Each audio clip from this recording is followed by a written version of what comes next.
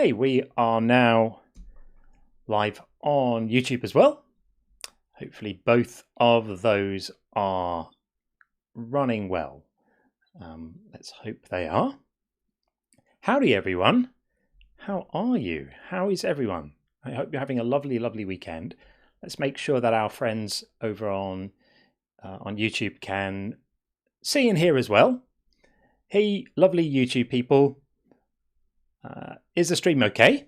Is it all coming through all right in a delightful way? Hopefully you can hear me. Hopefully you can see me.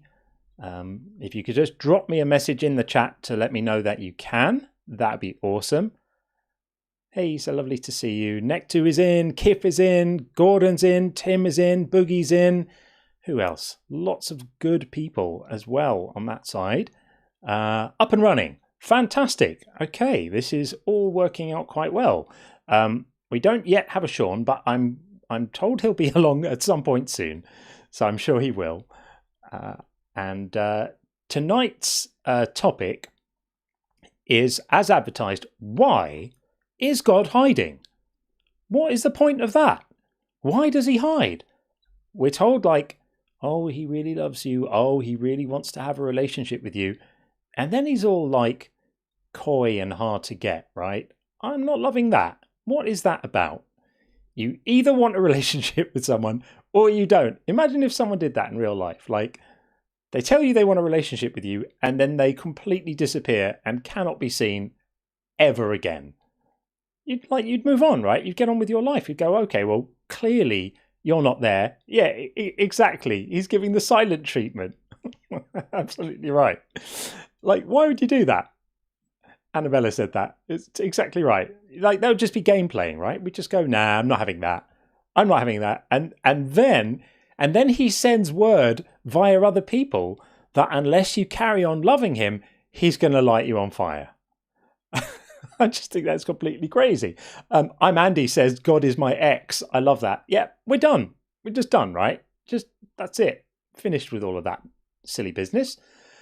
And so it'll be interesting to see if we get some engagement tonight. Hopefully, some people will want to come and explain to us why God is hiding. And I imagine they'll probably say, he's not hiding. He's there, look at all the evidence or look at the trees or you just have to have faith or some weird thing like that. But a normal relationship, hey, Pastor Ferry, good to see you. And Martina as well. Yeah, a normal relationship doesn't sort of require you to play those kinds of games. And if you did play those kinds of games in a normal relationship, like everyone around you would go, you're being played. This is not okay. Get on with your life. And this is toxic and it's BS. And yet we're told that the highest virtue that mankind can achieve is to remain in this toxic relationship with someone that apparently loves us, but also tortures us, also doesn't like gay people, also is, likes slavery, also is quite into genocide, all of these things. Not massively feeling it, really. So yeah, that's the one. If you'd like to get involved, if you're watching on TikTok, and not that many of you are right now, because the night is young and we're just getting warmed up. I understand people have got things to do. But if you're on TikTok and you want to come up and speak to me or Sean and me once he gets in, then just hit request and in you'll come. You'll just pop right in. And if you're on YouTube and you want to come and get involved, well, then there's a link, which I've just put in the chat right now. I think it's in the description as well. Just paste that into a browser and in you'll come. Now, I am going to be unveiling something tonight for you guys to play with, a kind of new toy for us to all play with together as the stream goes on. But I might just wait until a few more people are in before I show you what this thing is, and then you can tell me if you like it and if it's the sort of thing you think you might want to do, because I've been working quite hard on it and I think it might be quite fun. But I'm going to maybe wait until our numbers are up just a little bit so that everyone can join in the fun. Do we need to clear the bingo card? I probably do need to clear the bingo card because I was experimenting with that because I've been doing some tweaking with the bingo. Just a quick look. Yes, thank you for that. I appreciate that. I've been doing some tweaking with the bingo. Let's just clear it. Reset. Okay, the bingo is now reset. Yeah, I've changed the bingo a tiny bit so that it not only remembers obviously who called the argument, who called the thing, but also who was the caller at the time it was called. Because sometimes we scratch our head and we're like, what was that? Which call was that? Which conversation was it? So now we should be able, if it all works okay and I haven't broken it, we should be able to keep track of that. So we can go, oh yes, this was when we were talking to Steve, and then we can all kind of know what that's about. I have put a couple of new entries on the bingo today just to keep it interesting. I can show you what those are actually if anyone wants to see them. I've put on what did I put on that wasn't on before? I put on fine-tuned universe. I don't think that was on before. I put on personal experience of God. I don't think that was on before as well. So I took a couple of the old slightly stale ones off and put those on to kind of keep it interesting. And if you want to send me suggestions to go on the bingo, always happy to do that. Beam me up, Bob says God is hiding because his library book's overdue. Yeah, by several thousand years, and the fine has been collecting interest for a very, very long time. So yes, I wonder where Sean is. I could give him a little message. I could say, we're on. We're on. I'm sure he'll get here. I'll be polite. I'll say, we're on when you're ready. No hurry. Absolutely no problem. When you're ready. There we go. That way, if he's busy, he can finish what he's doing in good time and then join us. No true Scotsman, PVG says. Yeah, I think that's probably a good call because we do get that quite a lot, variations of it, don't we? Yeah, you were never a real Christian or something like that. That would be a good one as well. Elizabeth says, you're so British being polite. I know, I can't help it. I'm just made that way. Yeah, I had so much fun in the stream on Thursday night. It was a good one. I really enjoyed it. We had quite the human zoo of callers on Thursday night. Quite a few interesting conversations. I have been kind of looking over them. There'll definitely be some good clips, some pretty wacky moments, but some good conversation too. So hopefully tonight we might have a similar kind of thing. It will be good. I wonder if the theists are a little nervous about coming up these days. They seem to not be that interested. Yeah, I noticed that Shaquille is in the TikTok chat. Welcome back, Shaquille. The conditions for you joining the dialogue, if you'd like to do that, remain the same as they were. So when you're ready to give an apology to Dr. Dig, both for disrespecting her and also for doubling down when I asked you to give apology for just disrespecting her, then you can come up and participate if you want to do that. Otherwise, you're not welcome here. So that's the rule, really. That's how it works, Shaquille.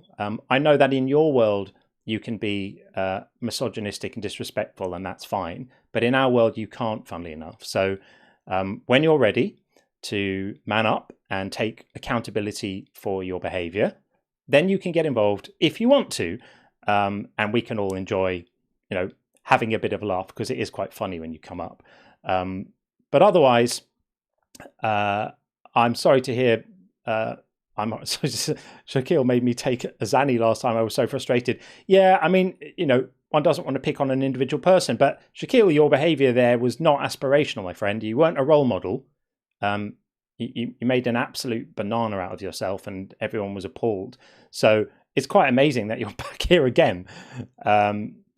Yeah, I'm considering maybe maybe just blocking Shaquille. But if he's prepared to take some responsibility for his actions, I do believe in forgiveness, and I do believe in giving people an opportunity to rehabilitate themselves and make things better. If he's ready to do that, then he can come up and we can laugh at him again. I mean, have a discussion with him again. Right. Well, while we wait for Sean, we're going to get Sebastian in. Or is this Sean appearing right now? No, it's not. Okay. Hopefully we will hear Sebastian. Are you there? Hi. Yeah, I am. Can you hear me all right? Yeah, I gotcha. How are you? All right. I'm good.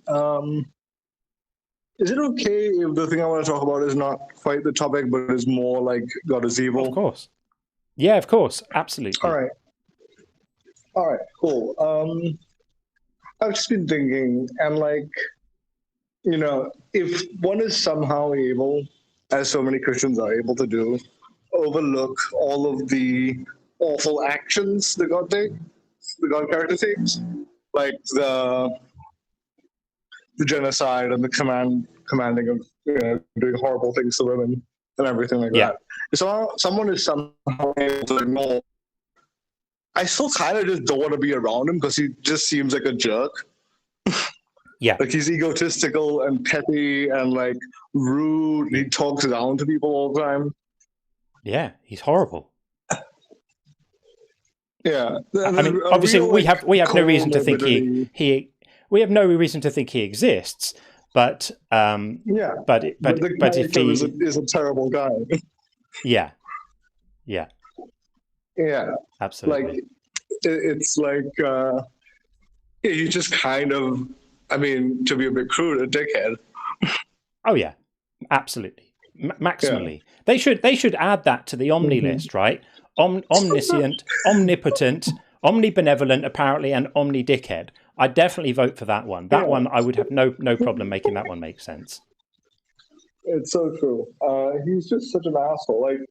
Like the speech at the end of Job, where he's just like, "Well, look, I'm so great, and who are you to like question me?" I'm like, dude, shut the fuck up. Like, calm down, get off your high horse. You just tortured this man. Yeah, you've destroyed his life. You've killed his family. And now you're upset that he might have something to say about it.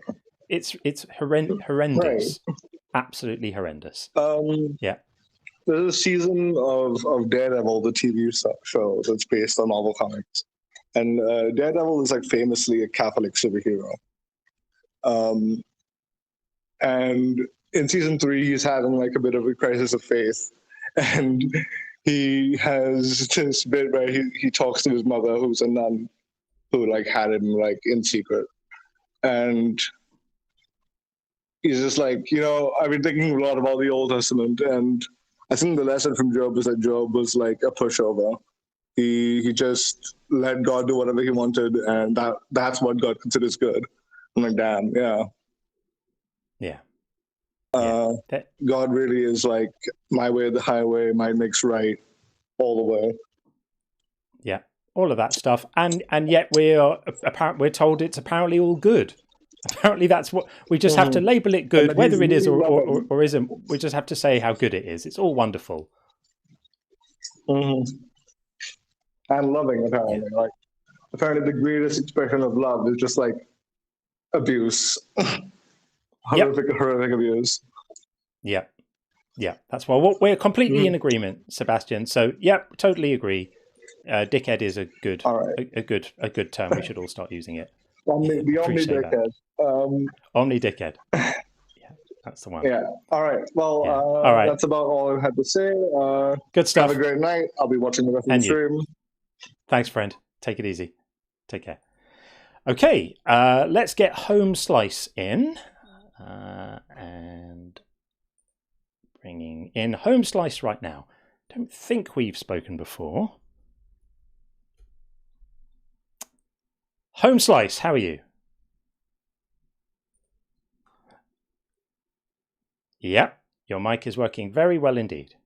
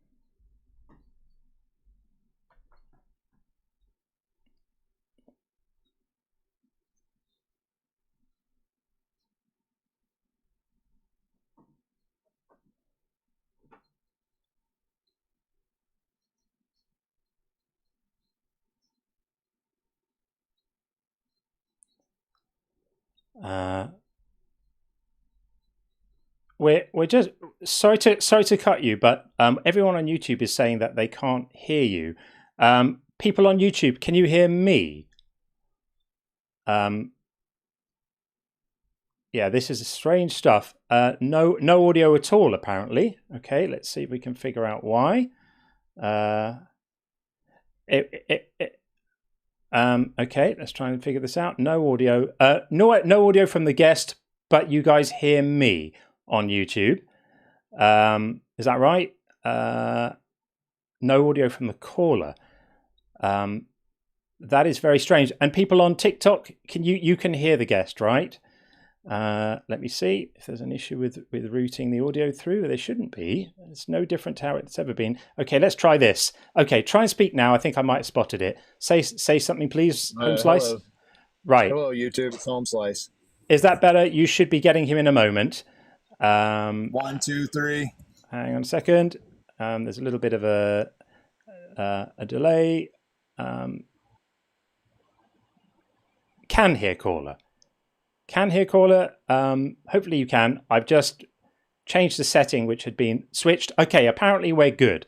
Okay, so thank you. Apologies. That was my bad. It was a setting that had been changed, which is now back. So to basically, can you try and reiterate what you said in a super quick way for those on YouTube who didn't hear what you said? Yeah. It's really short speech anyway. But the first thing is, no human being is going to be able to top Grok when you type into what are the best arguments for God. They're just not, and they're all there, and there's really nothing new under the sun. Number 2, you have to have an immoral affinity with God, meaning you have to, if you're not a loving person, if you're not willing to forgive, if your motivation isn't purely spiritual growth and just communication with spiritual forces, then you're not going to find God. And number 3, could you give them a minute? Could you literally wake up and sit there and say, all right, God, I'm here. And you got to wait, and that you got to show them that you're consistent. And people will, that's what I said basically. Okay. So I would say that the fact that a large language model is going to regurgitate standard apologetics is neither here nor there for me. Because saying that no human being is going to top Grok, well, all Grok is doing is searching the libraries of apologetics published and available and putting them in one place and serving them back up to you. So there's not going to be anything Grok's going to say that we haven't all heard before 1,000 times. As to all that stuff about spiritual and all of that business, I'm personally not convinced that any of that stuff exists. So I can't put myself in an orientation to start trying to fix the spiritual things and all of that good stuff, because I'm just not convinced that any of that stuff is real. I'm open to the evidence for it. I've just never seen any. All I've heard is stories and fallacious arguments. And then as for giving God a minute, there are people who either spent years or decades searching honestly and earnestly for God and never heard anything but silence and never experienced anything but indifference. And there are also people who actually were there, did really feel that they had that relationship, and then came to realize that actually they were just kidding themselves. The voice in their head wasn't God, it was them. And that's what is going on here. No one really has a relationship with God because it's a made-up story. And once you realize that, you can't unsee it. So the people who believed as fervently and with as much devotion and conviction as anyone you can think of, who dedicated their lives to it. We have people in our community who were pastors. We have people in our community who were faith leaders who dedicated their entire lives to this. And then they just had an intellectual awakening where they realized it doesn't add up. The math doesn't math. Jesus didn't fulfill the prophecies. The Messiah that the Old Testament promises ain't that guy. Hold on a second. Can I interrupt? So you're talking about the Bible. I was just talking about whether God exists. But I didn't know you meant that God, yeah, the Bible is true. I was never making the claim that the Bible is inerrant. Fair enough. But even in a general sense, that all the arguments that people give for general theism also don't actually hold water. They're all fallacious. Every single one of them is built on logical fallacies, of some sort, and you can identify them. You can say this is an argument from ignorance, this is a argument from personal incredulity, this is, whatever it is. They're all basically nonsense. And so when you reach that point, trying to keep on going, it's just a waste of time. We don't have that long here, right? We've got like 7, 8, 9 decades, if we're lucky. We need to live life. You need to be connected to reality, and living your life based on basically their fantasies, right? Let's be real. These are fantasies. Living your life based on fantasies is a waste of time. Getting on your knees and praying when you want something to happen is time not spent making it happen. Get up off your knees and find a solution. Get out there, do something. Don't pray to magic superheroes in the sky to come and make things better. Well, and I want to say that there's a difference between, like, this sort of platform may not be the best for finding truth. You're putting on a show for entertainment, and it is hilarious at times. Like, we watched Mezzo's show last night. It was very funny. But at the same time, if you're actually looking for the truth, then you gotta. What do you have to lose if you think that God is? There might even be a chance. What do you have to lose for taking literally just 2 minutes every morning and talking to yourself, or sitting there in silence, not on your knees, just sit on the edge of the bed?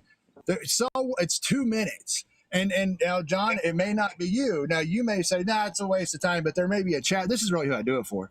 There might be a chatter down there that said, all right, I'm going to take Home Slice's advice on this one. And by the way, that part you kind of hand waved away about, the spiritual, what I said was you have to have some kind of moral affinity with God. You have to be willing to follow the truth wherever it leads. You have to be, your motivation has to be spiritual growth. So the people that said, I tried that, well, I don't know. I'm not going to judge them either way. Their motivation might have been they wanted to get some stuff, or, whatever. I'd like you to speak to Sean. So Sean has now come in, and I think Sean can add some value to this at this point. Hey, Sean.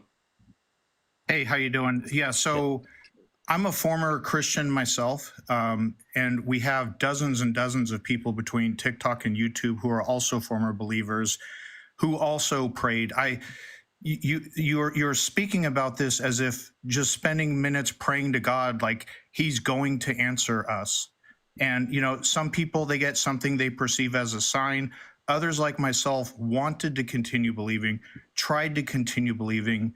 We weren't obstinate. We weren't trying not to believe. We weren't like trying to rebel against God. No answer, absolute crickets. If there's a God, John even wants to know, I want to know the truth of reality. So what are we supposed to do if we're not unwilling, but literally unable to believe these stories? So there's a caveat to all of this, and it's going to make me, I don't know how to say this, but you kind of need somebody like me to come along and tell you that, hey, you're right. The Bible has errors, but there's still an infinite primal mind. There's still a God, and I can give you better resources. So how about this? Because here's the deal. If you got up and you're seeking after this concept that's not exactly accurate, then if he showed you a sign, well, guess what? Now you might run into fanaticism. It happens all the time. Like, oh my gosh, so now that means the Catholic Church is real. You might make a conjecture based on some, of God showing up, because it's unclear. But Home Slice, sorry to interrupt you. I've been having these conversations for 25 years. Do you imagine you're the first person to say this to me? You've said nothing that I've not heard 500 times before, maybe 1,000. None of this is new. About how I should be open-minded, and I should really try, and I shouldn't be dogmatic. And I'm not open-minded. I have tried. I have explored all of these things. I just find them all wanting. Have you heard of the Urantia book? Yes, I have. Have you sought after? Have you read it? Have you sought after that? There's an infinite number of books of esoteric spirituality claiming that whilst all the other books about esoteric spirituality are false, they are actually true. They're all bullshit. They all use exactly the same tired, arguments, appeals to logical fallacies and ignorance and fantasy and personal experience and credulity. And, you know, there's not enough time in my life to read every potential, you know, book I could possibly read about anyone's ideas about why magic is real.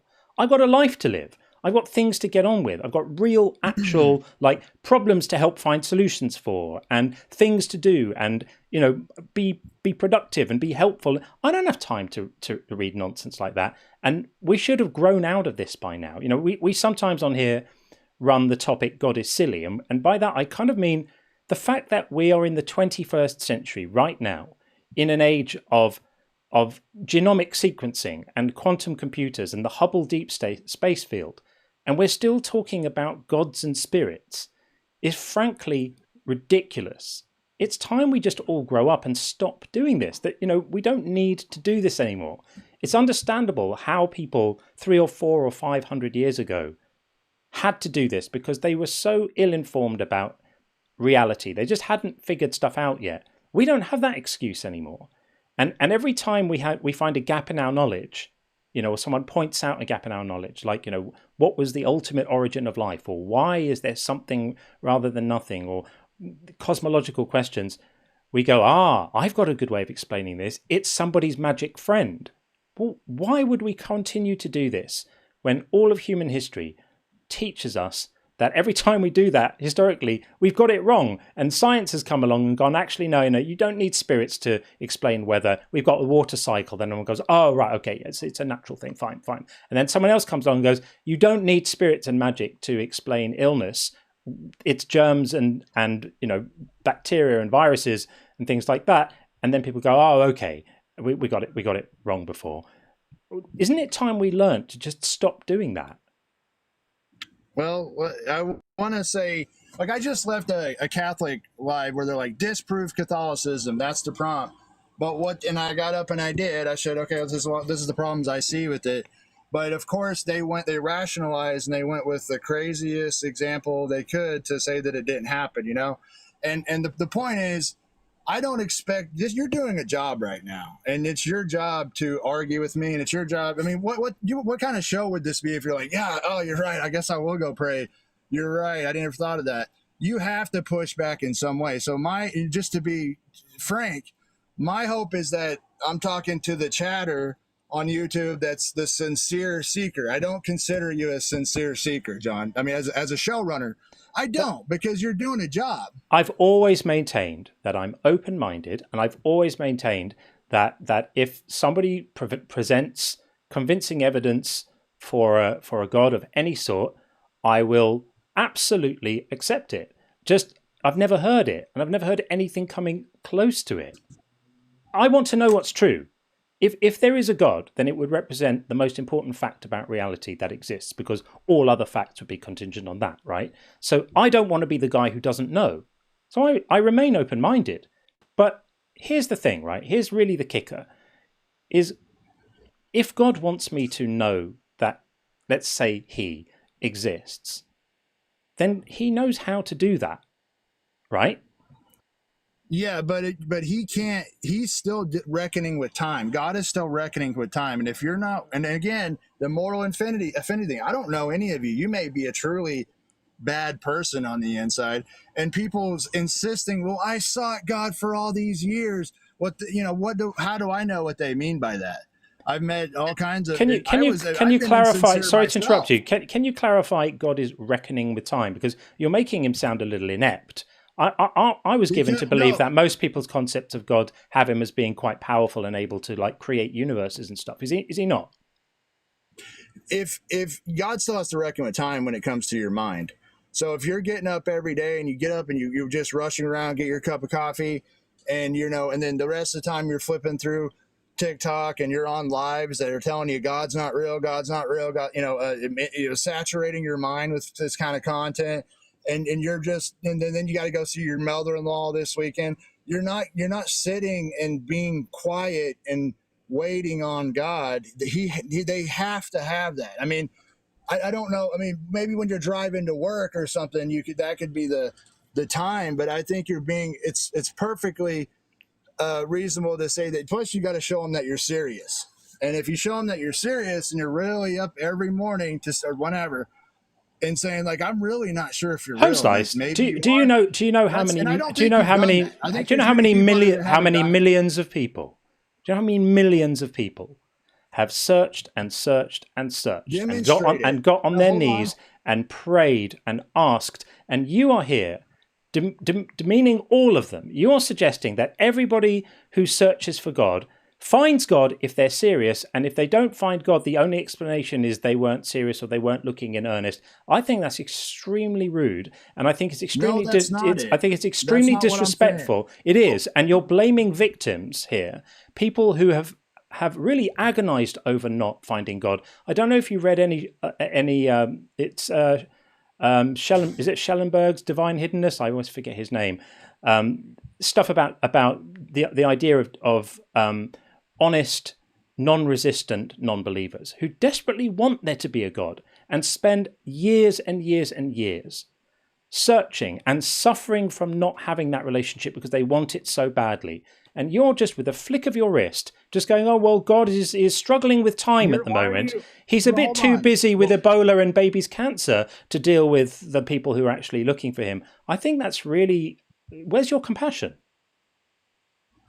That's not what I'm saying about everybody, but there are insincere people, and that moral affinity point, that's the main point.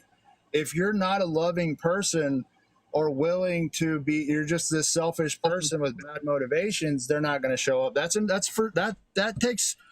some people. That's not all people. Here's the number two thing. People coming out of Christianity, and if God, they need someone like me to say, hey, you're right about the Bible. This monster doesn't exist. And say, but there is still a God that you could be looking for. You get what I'm saying? So if God shows up, well, okay, that means Christianity now back into slavery, now back into being in hell, in a nightmare existence. Like I honestly think a lot of you guys go to this place out of a safety. It's the place of safety for now. I think there's some wild speculation going on here, and I really think you ought to be a little more thoughtful about the experiences that people have had and the suffering. I wasn't done. But I just want to finish this one thought. I know, but it's becoming a little bit sickening. The generalizations you're making are really offensive to a lot of people that have really struggled, and you're just hand waving their experiences away. They were seeking after the Christian version of God. What good would that do if they? Yeah. So when I stopped believing, Sean, you can only speak for yourself. Okay. Yeah, hold on. I'm sorry. I can also speak to. This is part of a deconstruction community. I've spoken with countless other people who have deconstructed from various different religions. So I'm going to speak on the matter, and I'm speaking for myself as well. It's very common when people deconstruct, and it happened with me. I would say it's probably more common than not that when people lose Christianity, they still believe in some generic, vague creator God of the universe. When people deconstruct, it's seldom just a light switch. I'm a Christian to where I don't believe any gods exist. Sometimes it's that way, but it's not always. You seem like it's really important to you to portray either they weren't earnestly actually seeking. They're rotten people on the inside. You have said that. God knows your heart, and he knows if you're a bad person on the inside, and that's sort of why you suggested God wouldn't reveal himself to us. That's part of the group. Yeah, see, exactly, like and this is exactly my point. People out there like that. Hold on, let me finish. If I tell you I don't believe in Thor, you're like, okay, great, I guarantee it. You don't have these things, but if I don't believe in your God, every other God is fine. But if I don't believe in your God, there must be something nefarious going on. I'm a rotten person on the inside. I'm being insincere. I'm being obstinate. Why can't it simply be? Did I say that? I said there are people out there like that. It's not everybody. Well, not everyone. Okay, that's irrelevant. It's irrelevant. Do you acknowledge that there's people out there that are good people who earnestly want to know, earnestly tried to continue believing, and just couldn't? Do you acknowledge that? How would I know that? How could I know? See, there you go. So you're absolutely sure that there's people who are rotten on the inside. I'm sure that's a possibility. I'm willing to grant that. Yeah, that's what I'm looking for. Let's contrast here. You acknowledge that there's people who some people are rotten on the inside, and that's why God's not showing himself. You also are very sure there are people who are obstinate and don't want to believe, etc. You're willing to accept the negative, but I don't really know if there are sincere disbelievers who are good people. That's tribalism at play here. If you don't believe as I believe, must be something nefarious about you. Yeah, I didn't say that. You implied it. In that way, I'm sure they'll activate the kill switch right when I'm in the middle of a good point. But I might as well wait for you to make a few bucks on. But I got to tell you, I'm trying to speak to all the different kinds of people. There are people that, because as a believer, I've been insincere, and it doesn't matter that I believed in God, because I wasn't aligning with love and goodness and. It seems like help me. But I want to finish my thought from earlier because I got interrupted and I was almost done. So to me, John's trying to make atheism is like a safety. But I just want to finish this point. So atheism is like a safety bubble for now. A safety bubble. Because I don't want you to go around believing in a God that's going to burn you, because I couldn't function in life like that. I get that. The thing is, I'm going to stop you for a moment, because you're so tone deaf right now. You have no idea how hurtful and disrespectful what you're saying is to so many people listening right now, who are literally like going, how can this guy say these things? It's actually really shocking. You're so myopic. You're so in your own little bubble of fantasy that it hasn't occurred to you how many people how many people there are. It hasn't occurred to you how many people there are right now, listening to you right now, feeling absolutely offended at how easily you have trivialized their struggles. I just think you should really stop and check yourself and have a think about this. That people don't become atheist as a hobby. People become an atheist because they have found themselves unconvinced of something that perhaps used to convince them and doesn't any longer, or maybe they just never were. It's never a choice. It's never a decision to be in that situation. It's always something that happens to you. And for many people, it's not something that they want. And not a single word that you've said, not one tonight, has acknowledged that. And I just think you need to speak about this stuff with a little more compassion, frankly. If you're going to come into an environment where I understand where you're coming from. People who have been through really difficult experiences, if you want to be heard, you should show a little more empathy. But John, here's the deal. I've been in this for 20 years, talking to atheists, trying to understand atheists, and it's always comes back, and this is just me in the comment section, quietly watching, which, as people probably know, I'm not very oftenly quiet. I actually talk a lot in the chat.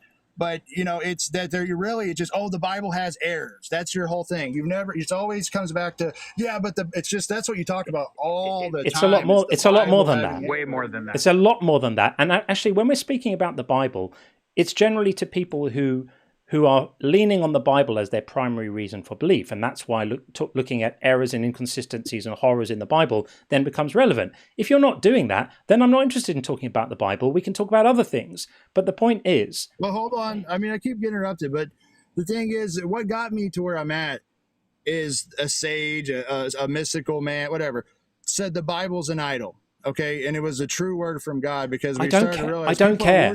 Nobody cares about what you think about what you think about the Bible. I get it out? So but it's irrelevant. Was in the book. It's irrelevant. Your faith was in the book. It wasn't in God. It's irrelevant. Highly, deeply religious person and not know God. We all understand this. So I'll leave you with that. We wish you guys well. I'll go ahead and drop down. We appreciate you. Thanks for having me on the show. All right. I'm not sure who we was, but there we go. Okay. Yeah. There we go. I want to address something important, because I've heard other people point this out too. He threw a little quib in there, and I don't know if you caught it. Like, you got to make a few bucks, right? I sincerely hope you are now, and if not in the future, earn a living doing what you're doing right now, helping the community, finding a career or a job that is meaningful to you, to where you're helping people. that should be that's an ultimate accomplishment of, and it's very fulfilling.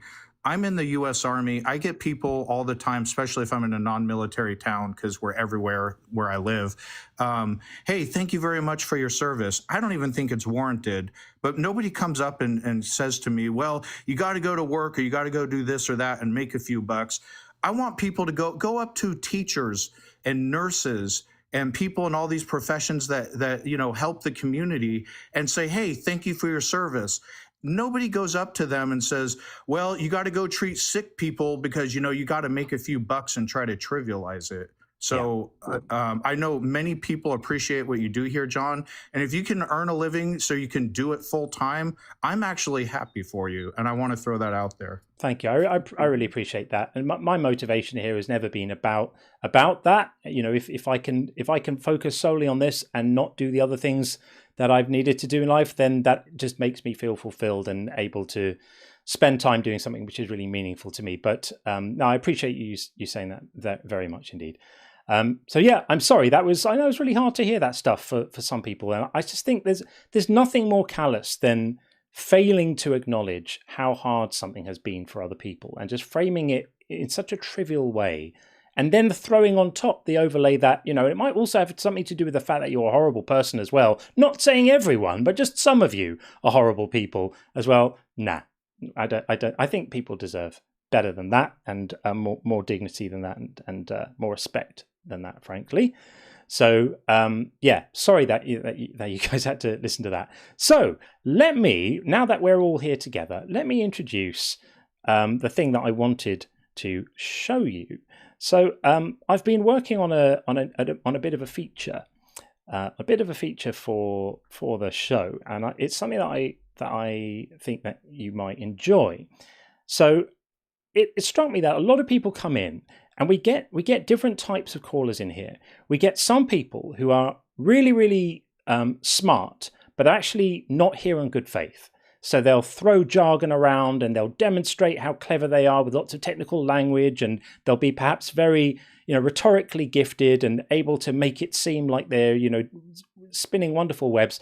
But actually they're not really here for a good faith discussion. They're just here to try and dominate or try to show how clever they are. That's a particular type of person. Smart, right? Then there are people who are smart and actually they're here in good faith as well.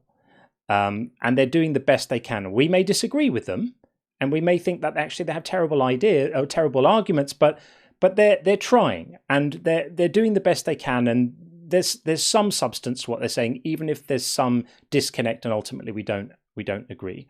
And then there are people who are really dumb, frankly, and their arguments are rubbish, and the substance of what they're saying is obviously full of logical fallacies. They're misquoting science or misunderstanding basic principles, and you can see the logical fallacies before coming over the hill before you even see them. But actually they're quite sweet with it, right? So they're good-hearted, but they're just not gifted in terms of the arguments they're making. And then the final quadrant are the people who are really dumb and they're also here in bad faith as well. Right, the people who will come in and they've really got absolutely nothing to say at all. They're literally just trolling, just trolls. And I thought it might be fun if we had a way of gauging what kind of callers these people are in real time, right? So I have worked out something called Rate This Caller.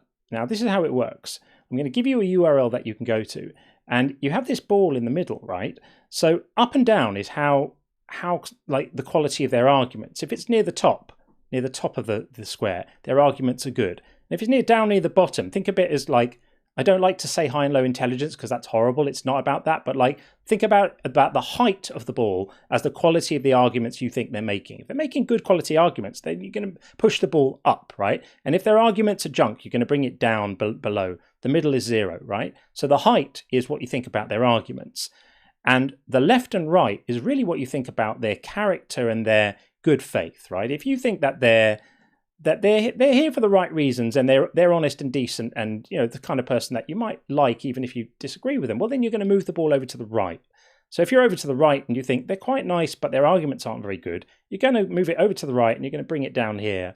And you see in this quadrant is called sincere. It means like they're trying, they're not that effective, but if you think that they're nice and their arguments are really good, you're going to put it up here in the genuine quadrant. But if you think they're not very nice and they're super dumb, you're going to leave it down here in troll, right? They've just come in to swear or to, be offensive, and they really have nothing at all. Or maybe they're not very nice and they're not here in good faith, but actually they're quite rhetorically gifted and smart. Well, you might put it up here in shifty, I called this, right? Now, here's where it gets quite clever, is when you do this, there's actually going to be two balls on the screen. One is where you put yours, and the other is the average of everybody's. So in real time, it's going to update, and we're going to see what everybody thinks. And this is something that you can do as the call is going on. And then at the end, they're going to get a score, which is basically a numerical representation from 0 to 100 of how well they did, based on the average, based on everybody's summed positions of where they put their little ball in the thing. And then we're going to get a leaderboard at the end of the live. We're going to see who the top 3 callers were and the bottom 3 callers were, and we're all going to have some fun with that. So I'm going to give you the URL for this. This is open for everyone. Can do this. This is why I said earlier, if you're listening to the stream on a phone, it would be good if you've got a computer nearby. This is if you want to do it. If you've got a computer nearby that you can use for this while you're watching on your phone. So I'm going to put the links to this in the screen. I know that the actual graphics is quite dark and hard to read, but don't worry, you'll get the hang of it when you see it on a screen. All you need to know is move the ball right if you think they're nice, move the ball left if you think they're not nice, move the ball up if you think they're smart, move the ball down if you think their arguments are not smart. So I'm putting the links in the chats now. I'm going to put it in both.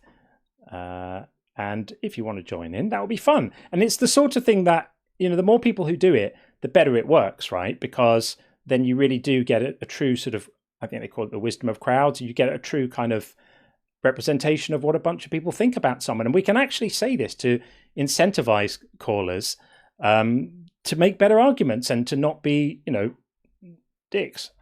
Now, here's the thing. TikTok's not going to let me post an actual link, is it? Because it doesn't let you do that. But I'm putting it in there without the HTTPS : / and all of that. There you go. I've put it in both chats, and we'll give it a try and see if we like it. It might be fun. Maybe today will be a bit of a trial run. We might have some problems to iron out and some issues and stuff. But I thought it might be fun and a good way for you guys to kind of get involved and feedback in real time. We'll all be able to see as the kind of ball of averages moves around on the screen. We'll be able to see what we're thinking, what other people are thinking, and all of that good stuff. So let's try it out, shall we? I'm not sure if we've got any Oppo callers. I'm gonna bring in Shaytijn on the TikTok side, who I know is a friend, so we won't necessarily be rating them, but we can still do it as a bit of fun anyway if we want to. Let's see if this works here. Hi, how are you? All good, John. Yourself? Very well indeed, thank you. Excellent. I was very surprised by something the previous caller said about using Grok for arguments for God, because if you want to be consistent in that line of research, let's say, you might as well stop believing in the Abrahamic God. Because if you ask it, is it likely that the Abrahamic God exists? Then it will say no. It's very unlikely on the scale of 1 to 10%. So if you're going to come to AI systems like that and ask questions like, okay, give me good arguments in this line of questioning to reason to my God to get to this conclusion that I want to get to, then you're not coming to these conversations to learn anything new or come to deeper understanding. Right. You're just looking for more bullets in your Jesus gun. And you should be wondering whether you should actually be showing up with a gun in the first place instead of a cup of tea and an open mind, and to actually become a better person. I completely agree. Well said. I completely agree. Yep, totally agree. And if the place you're going to get your apologetics is Grok, If that's your starting point. Kind of set the tone for the rest of the discussion, I feel. Yeah. Yeah, completely agree. Well, yeah, thanks for making that point. Couldn't agree more. Yeah, no worries, buddy. I'll let you get on with the show. Thanks for coming up, man. Appreciate it. Okay. Yep, no worries. So, cheers, man. Okay, so that will now have been logged, of course. It would have been given a score. He got quite a good score, as it happened. But that's how it's going to work. Okay, who else have we got? We have, we've got Grez back again. So let's bring in Grez again, who actually ended up being surprisingly insightful last time. It started off sounding a little bit off the wall, but actually on reflection, what Grez was saying was actually all right. Hey, Grez. Yeah, right, Matt. How are you? How we doing, fella? Yeah, I'm good, man. Good. Yeah, what's up? What's up? What do you want me to do? Well, you've called into the show, so we're talking about whether God is hiding or not. Yeah. God is... Yeah. What God? Yeah. You know what I mean? What God? What God?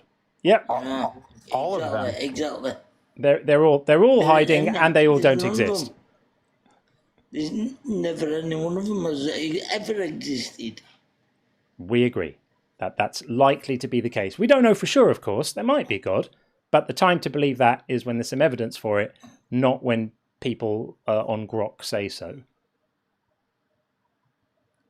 I'm dragging my face on. Yeah. So that's it, really. Do you have anything else to add on the subject?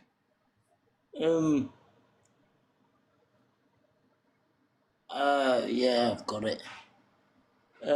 Well, I don't know really, because why do people believe in gods? Well, often That's it's the just question. often it's because they've been told that by their parents. That's how these ideas spread vertically down through generations. Is children's minds Where are does those- primed to listen to what their caregivers tell them. And so by the time they're able to think for themselves, these ideas have already settled in, which is why it's so deeply immoral to indoctrinate children into this nonsense.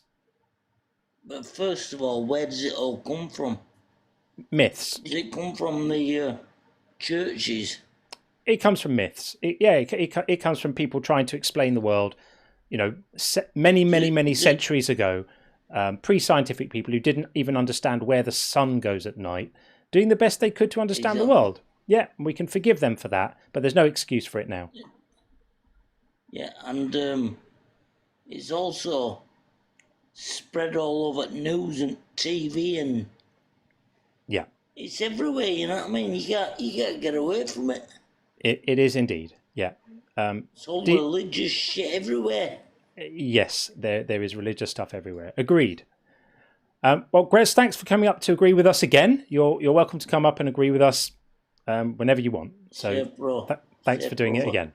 All right. Thanks, man. All right. Take care, bro. And you. Take care, man. Thank you. Take care. Bye-bye. Okay. We will now get in DJ Phil Webster. He is coming in next. DJ Phil Webster. There you go. Hello. Evening. Good evening. How are you? How you doing? Not too bad, sir. How are you? Good. Right, so you're obviously an atheist, I assume? We both are, yeah. We both are? Yeah, Sean and I. I'm up here as well. How you doing? Sorry, Sean. Sorry. Nice to meet you. What about you? All good. So I take it then you believe in evolution, the Big Bang Theory, and et cetera, et cetera? I wouldn't say we believe in them. They are the currently accepted models for what we see taking place. So it's it's like saying, do you believe in the sun? It's like it's there. You can see the sun. I wouldn't say believe that. I accept them as being the best available models to explain what we see. Okay, I agree with that. Yes, but so if the Big Bang Theory again, it's still a theory. It's never been actually proven. What? Let me stop you for a moment. What in science? What do you think a theory means?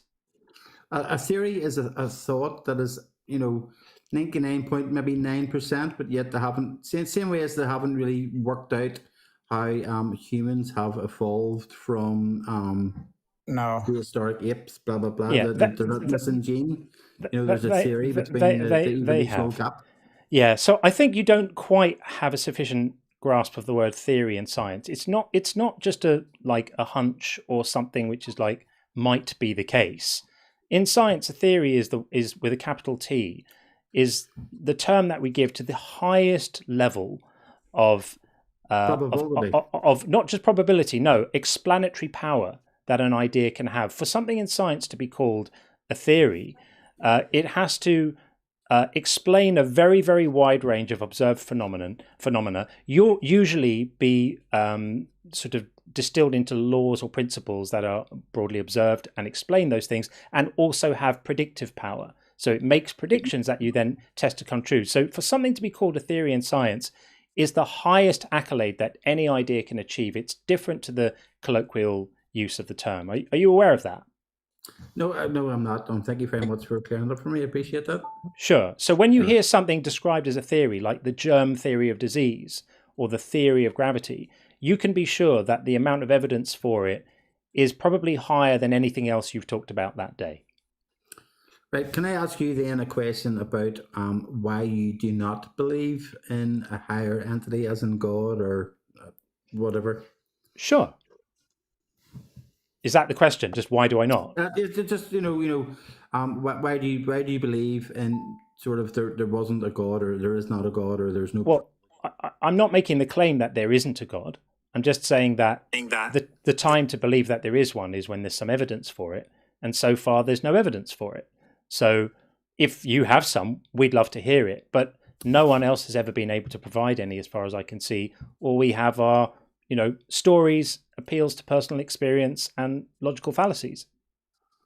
No, but my personal opinion is that religion is another government ploy of divide and conquer.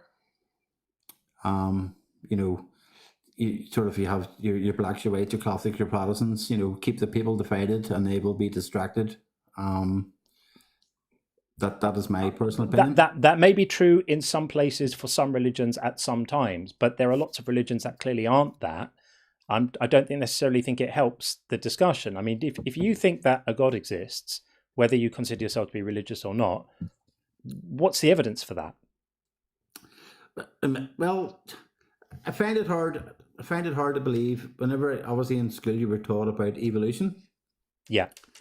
I find evolution hard to believe. Well, guess what? Today's your lucky day, because we've got Dr. Dig with us, and Dr. Dig is an expert on evolution with a PhD to go with it. So if you have a question about evolution, she's right here, and you can ask her. I suppose my question would be is so obviously evolution is we came from one-cell organisms and et cetera, to where we are today. But therefore, not everything evolved, as in, we'll go back to alleged dinosaurs. If we had crocodiles didn't actually evolve. So is evolution only sort of restricted to certain species or subspecies, or what way did evolution actually work? No, everything evolves. The alligators... And I apologize, I'm cooking dinner, so if you hear any sounds, that's what that is. What actually are you cooking? Because I'm starving. I am making tacos. I'm making pork with bell peppers and onion, and then today I made my own black beans. I had never done that before, from dried beans. And could you send that to Belfast? I could, but it's not going to be very good. All right, let's focus up, people. So let's focus up. So you're expressing incredulity about evolution, and Dr. Dig is about to explain that it happens to all living things. Yeah. So evolution isn't like a process that some species can opt into and others opt out. Evolution is the inevitable, it's the word that we call the inevitable way that genetic material and therefore the organisms change over time. So because there's genetic variation, because there's random mating, because there are new elements of the population moving in and out, because the world is changing, that all puts pressure, genetic or evolutionary selection pressure, on the genetic makeup of everything, and that causes it to change. Does that make sense? What do you think, DJ? Oh, he left. Did he leave? Oh dear. I didn't even notice him go. Well, there we go. He left. So we will lock his score. He got a score of 40, which is, I've seen worse. There we go. Okay, well, it kind of seems to be working. Well, I thought that was very eloquent. What a shame. Yeah, I wanted him to respond, but I don't know. Maybe he went to get himself some food or something. I like the way you put it. That it's not like it's not voluntary. it's not a process that organisms or groups of organisms sign up for and decide to do. It's just a thing that happens as the frequencies of genes in the population change. It always struck me as being pretty obvious when you think about it, that different genes are going to make different types of different variations of a given species, and some of those variations are going to reproduce more often than others, thereby making more of those genes. To me, it's just so obvious that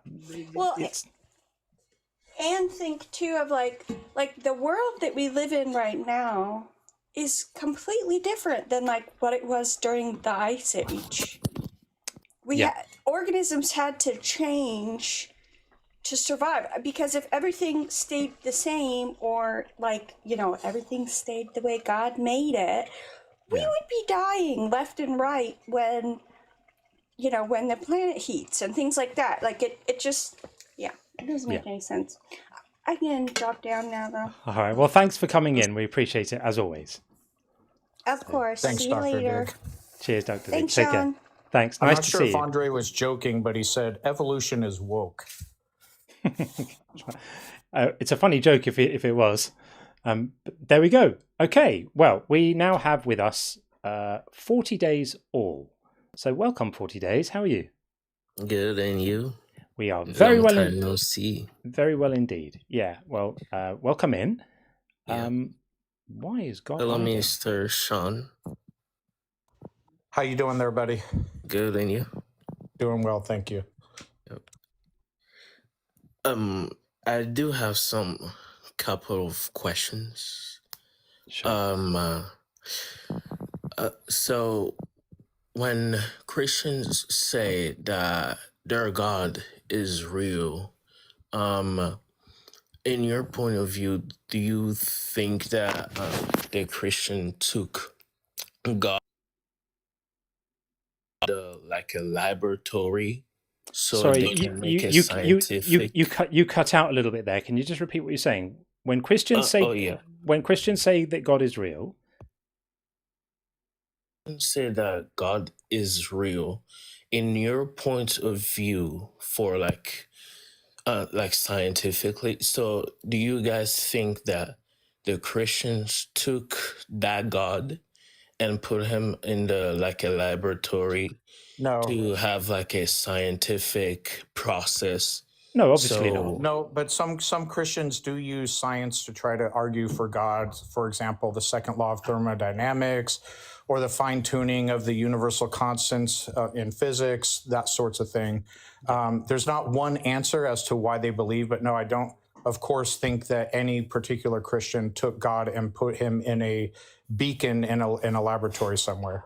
Yeah, that would be a bit silly. There are organizations, by the way, like the Discovery Institute and Answers in Genesis, that do what appears to look like science, but isn't actually science. It's like taking a turd and putting a white coat on it and going, oh, it's a doctor. It isn't actually a doctor. It's just a turd with a white coat on. That's what they do with science. So they set up and they do research and they peer review each other's journals, and they kind of pretend they're doing science, and then they pretend to have come up with information which supports 2,000-year-old Middle Eastern Bronze Age blood sacrifice magic.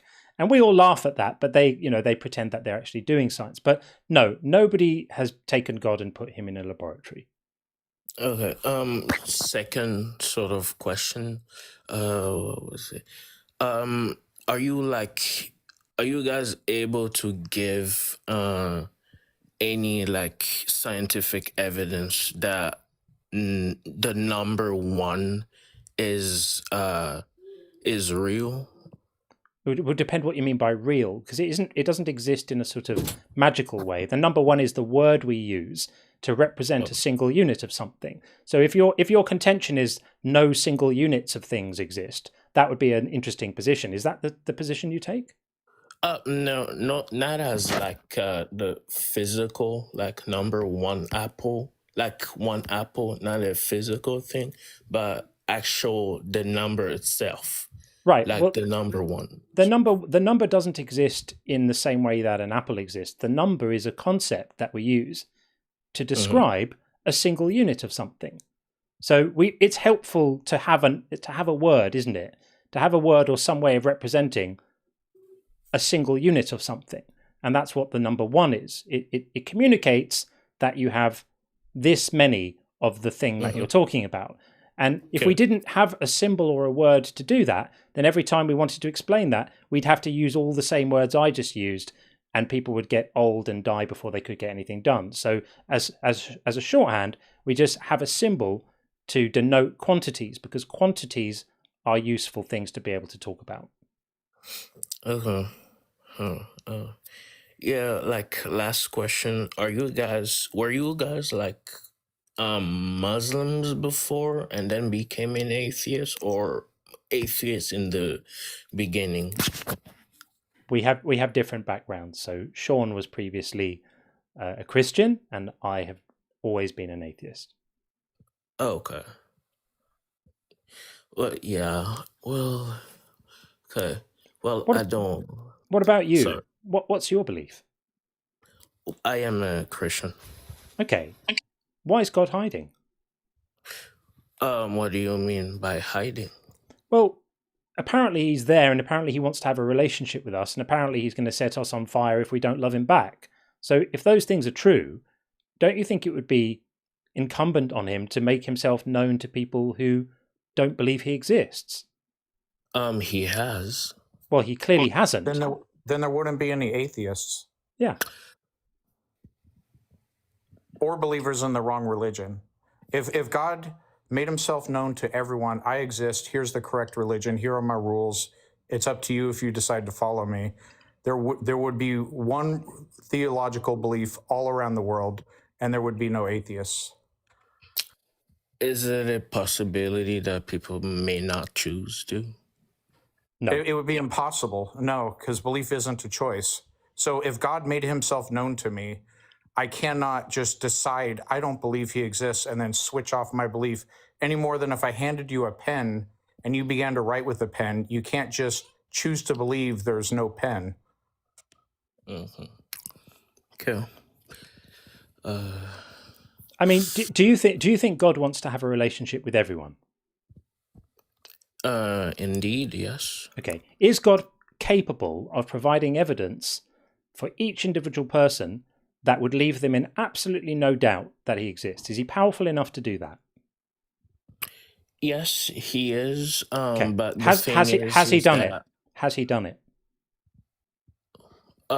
In my standpoint, yes. But well, can you see a problem with the argument you've just made? Because you've contradicted yourself. You've said that God is powerful enough to provide evidence that he knows would convince everyone, and then I asked you, has he done it? And you said yes. So are you saying that he was wrong when he knew it was going to convince everyone? Are you accusing God of not being all-knowing?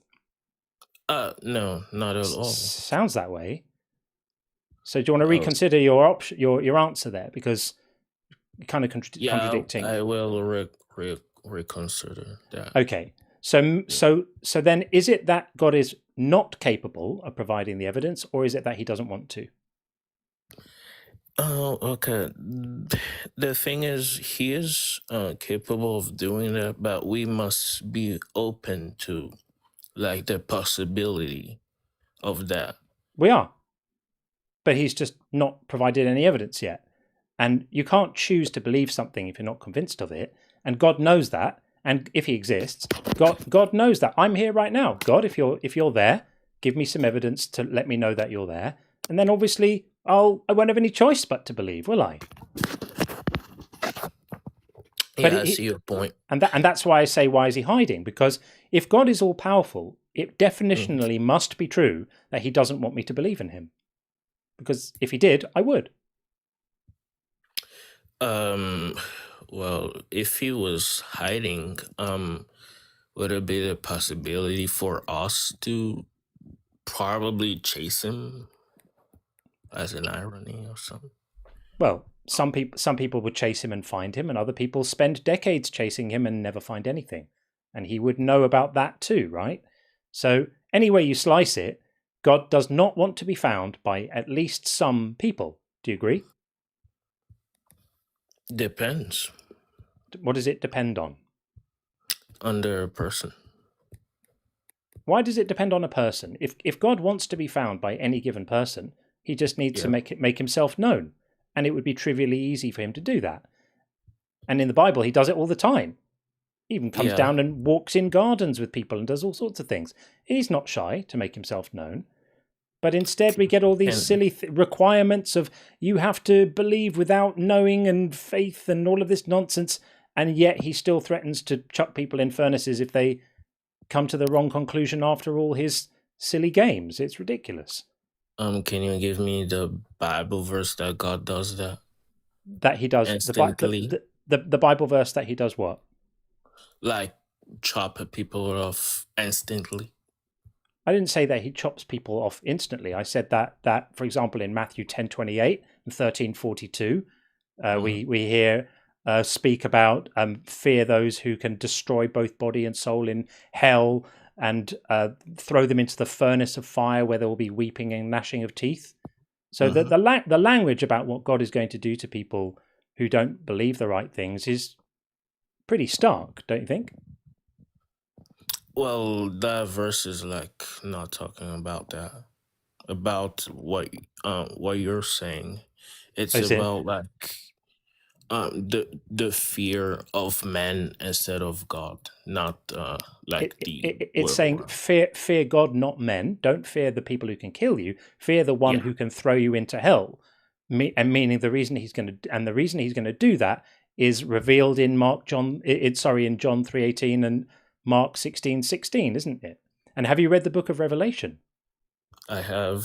So what does it say in Revelation 21:8 about the fate of people like me? Non-believers.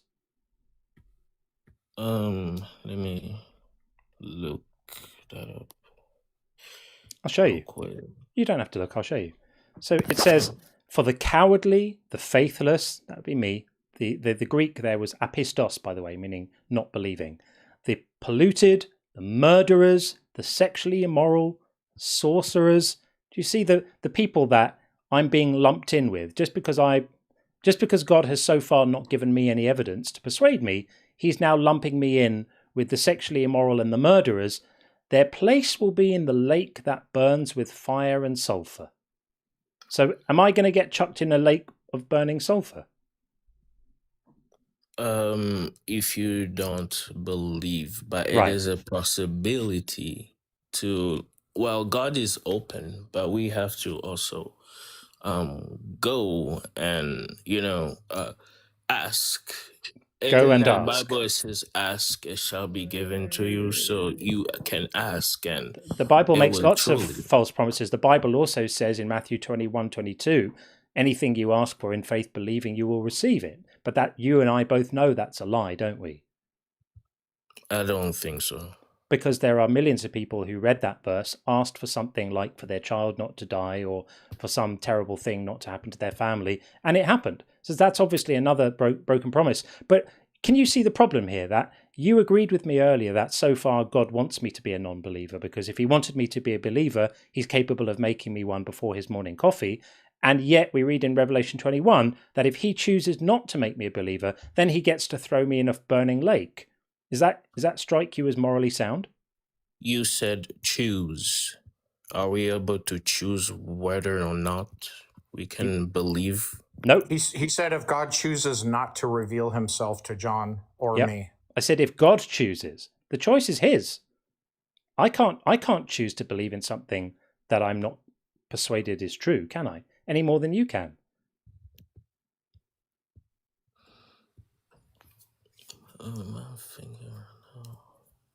So why is it morally right for God to punish me in a lake of fire because he decided not to give me the evidence that he knew would be needed to persuade me? Explain that to us. Well, it would be moral.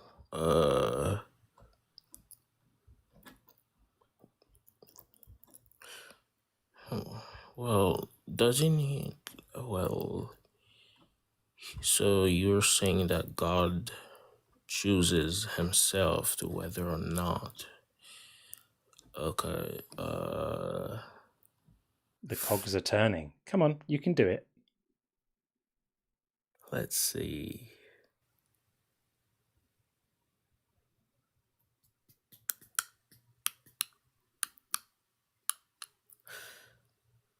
Well, I don't have an answer for that yet. That's fair. So think about it. Think about it, and I can tell you now, you're not going to come up with a way of making that moral. So the only thing you'll be able to do is find an excuse for why that kind of horrific behavior is acceptable, and it will be something like he made you, he can do what he wants with you. But we all know that's not really acceptable. There is no moral answer to that. Only immoral. Can you give me the verse again? Revelation what? 21:8. 21:8. Yeah. Let's see, 21:7. The overcomer.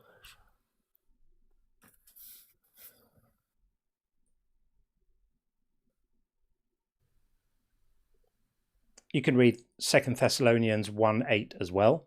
Also mentions the requirement to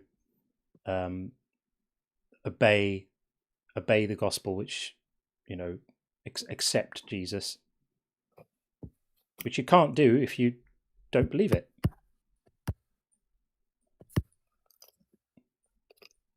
Well, doesn't that give the what is it called? Doesn't he not give the time and space so you can believe in him, or does he not directly know? Well, I've been thinking about this stuff for years, and I could get hit by a bus tomorrow. It could happen, and it has happened to many millions of people who have ended their lives not persuaded of the truth of this stuff. And according to the Bible, those people are headed for, the furnace. And I think that's disgusting. And Christianity tells people that they're bad and deserving of punishment based on what they found convincing. That's ludicrous. Morally idiotic. I understand that there are some Christians that usually sort of judge people on that. And, well, as the Christian now says, well, would it be possible to forgive us for that or something else?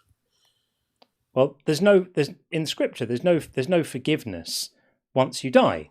So it's like the clock is ticking, and it's like a game show, and you have to come to the right conclusions before you die.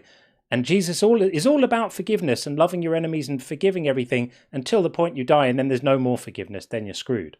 I was saying about Christians that say those things, or since you're in sin, you're going to this place, those kind of Christians.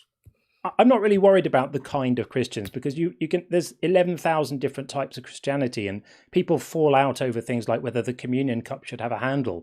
I don't care really about what certain types of Christians might say or do or think. It's more about the doctrine as embodied by the Bible, as presented as the core tenet of the Christian faith and the Islamic faith too, which also has the ludicrous requirement to avoid punishment by being convinced of the right things. So I think maybe you need to just think about this a bit more. I highly disagree with like Islam's teachings. Like, well, that's great. I'm glad you do. I highly disagree with them too. But you're not standing on ground which is much better, unfortunately, because the teachings in your book are morally horrendous. The God that you worship is a complete beast. Pro-slavery, pro-genocide, pro-killing children, pro-stoning people, pro-stoning women, pro-killing gay people. He's a complete monster. And then on top of it all... show me those verses? I can show you all of them if you want to. Do you want to pick one? I mean, we don't want to take all night, but what do you want me to show you? You want me to show you him commanding the killing of children? Like the stoning or something? The stoning. I mean, the stoning is an easy one. I can show you not just the stoning of anyone. I can show you the command give me where like the hard. Give me the hardest one. Well, I mean, they're all pretty horrific, but here's one that I think is pretty special.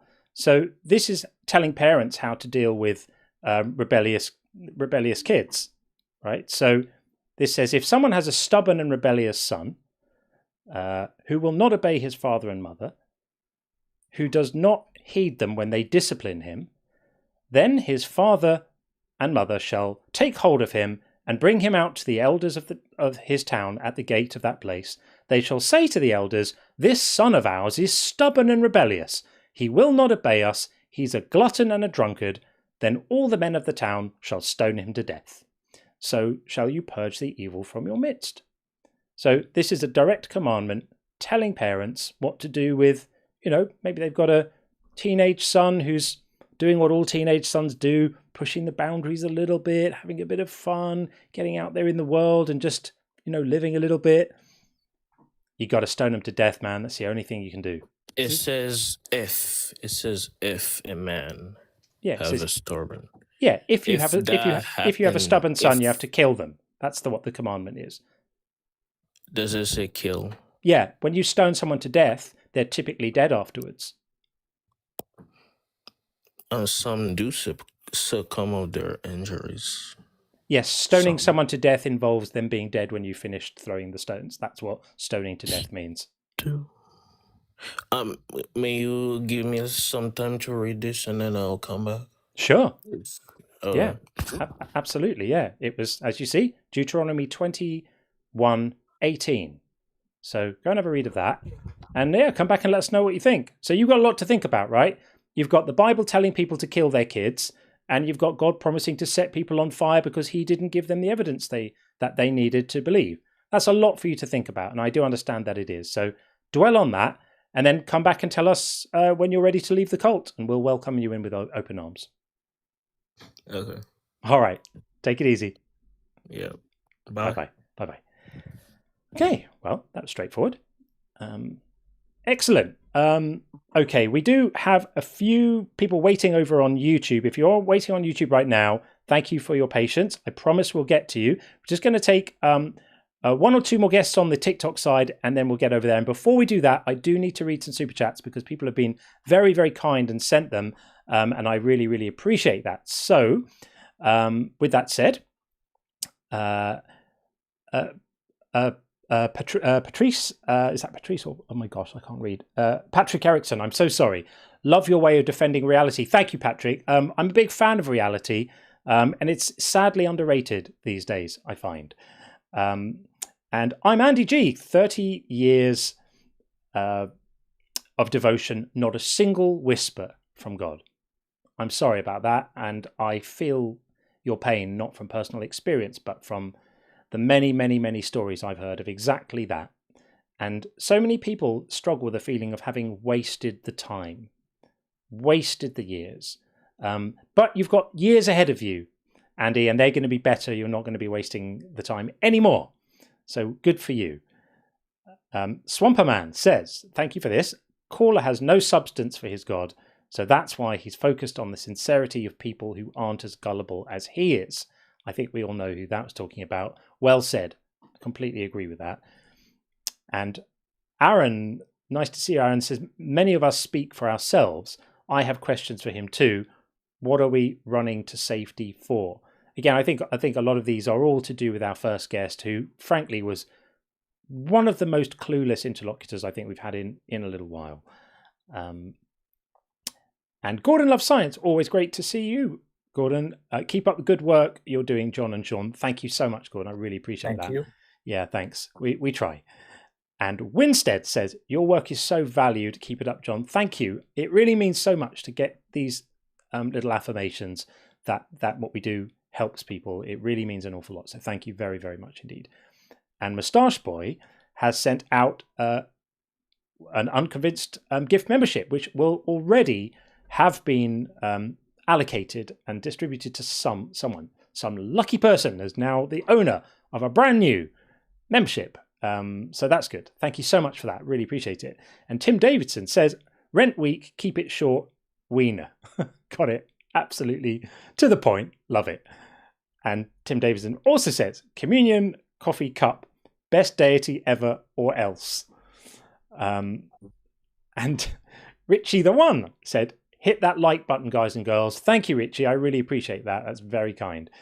It does help if you're on the TikTok side doing the silly knocking liking thing, and if you're on the YouTube side, liking and interacting really helps. Just interaction in the chat just helps to teach the algorithm that there's stuff going on. It's really helpful. So thank you for that. And finally, Algorevich says, game is too hard. Please add columns and rows for critical thinking and Bible knowledge. I'll try. So thank you so much for those. And now we're going to get in. Just Josie. I'm probably not saying that right. And then we'll see where we're up to. To friends waiting over on YouTube, thank you for being patient. If you've come in on the video link, I promise we'll get to you. We'll try and move through the calls and not let things drag on too long. So let's see. How do we say your name? Is it Josie? It's Josie. Josie, okay, because it's AU, so that was what threw me a little bit. But forgive me for massacring the pronunciation. I apologize. You're in and you're up, so thank you for waiting. And what's your view on this? So I am a Christian, and I have been a Christian all of my life. Okay. I have been listening just a little to the previous caller, and I will say this. Yeah. Y'all brought up the stoning of children that was in the Old Covenant. Yeah. And I will say that it does seem harsh, but even in the scrolls that people have looked back on, there was no documented case that they ever had to do that. It was more of a scare tactic. And it even said that childlike disobedience would not have qualified for that type of stoning. It was really regarding the pure evil if somebody was going out. And I know drunkenness is not like pure evil how we see it now, but back then it was very much a rebellion act and a lot of crime. But so you're saying that God passed a law that was so bad no one followed it, and that's supposed to be a flex for God? No, that it was so serious that no one decided to break it, so they didn't have to do it. So there were no disobedient kids. You fear the punishment. There were no disobedient kids. They said childlike disobedience was not part of what they were referring to. So yes, kids are going to be rebellion. It's in kids' nature. But this is a pure evil that they were referring to. That kids were going evil. Out. Right. Yes. And was it? Look, I get it. We look at it different, but go ahead. Yeah. I mean, the thing is, you can find apologetics like this for all the horrendous laws, right? People will come up with these. I've heard the same thing said of other horrific, barbaric laws in Deuteronomy. They weren't enforced. First of all, a lot of them were enforced, and there are, for example, if you look at like the horrific virginity test in Deuteronomy, which I'm sure you know about.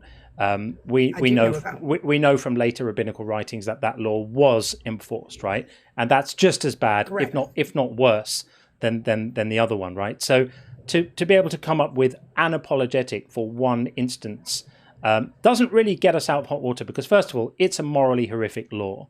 There are no instances in which it's morally okay for parents It's to organize. morally horrific to us now. No, it was never okay. Unless you think I'm wrong, unless you think that it was, I do think you're wrong. You think that it was morally acceptable just because it was a long time ago, that it would be morally acceptable for parents to organise to have their sons murdered by the town. You think that's a good thing? Again, we live in a day and age where people can get pretty much away with murder. In the day and age they lived in, that type of punishment fit what was law there. It wasn't just from God's law. It actually matched the law of the land. So you think it was... we like it now or not. So then it was a shame that this law wasn't enacted then. It would have been good for parents to be killing their kids by your logic. Well, I'm grateful it wasn't, because again, we're alive now, so we look at it differently. But it just matched the law of the land. That's all I'm trying to explain. Is God unchanging? God is never changing. Right. So God thought it was right then, and now he thinks it's wrong. It's not that he thinks it's wrong. We have a new covenant now. So should we introduce this law now? Would it be better if we introduce this law now? We don't have to. We don't have to shed blood now for the new covenant. Right. But it would be right, wouldn't it? Because if the moral logic pertained then it would pertain now. If it was right for parents to organise to have their sons murdered a couple of thousand years ago, and God is not changing, then God's morality would still pertain now, and we ought to presumably implement this law now, because it sounds like it's fantastically moral and ethical in your view. Sure. Was slavery good? Should we introduce it again? Well, I don't think it was ever good, but your God does. Should we talk about the slavery? Let's do that. Let's talk about the slavery. Has there ever been a time when it was ethical for a human being to own another human being like a piece of property? Again, we live in a different age. This is going to get tricky. I'm asking you if it was ever ethical. We do it today. I'm asking you. A worker. It's immoral today. He asked you, was it ever? And you said that was a long time ago.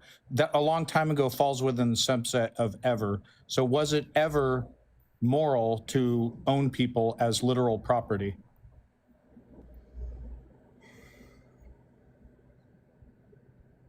This is going to get tricky. Me personally, I don't think I can ever own a person. Not asking you if you could. We're asking you if it was ethical. Was it moral at any point for a human being to own another human being?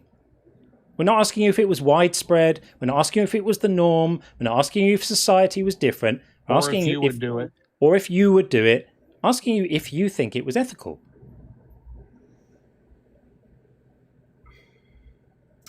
It depends the situation. What would be a situation where let's argue what you're about to say. Well, you know where this is going, right? You know where this is going because the God you worship is a big fan of slavery. He gave very specific instructions on exactly how it should be done. And so he had every opportunity to say, don't own slaves. It's bad. It causes suffering. It robs people of their autonomy and dignity and the ability to live a self-determined life. It's not okay to own people. It's not okay for children to be born into slavery, where they then have to spend their whole lives as slaves just because their parents were. He had every opportunity to say, don't do that, it's bad.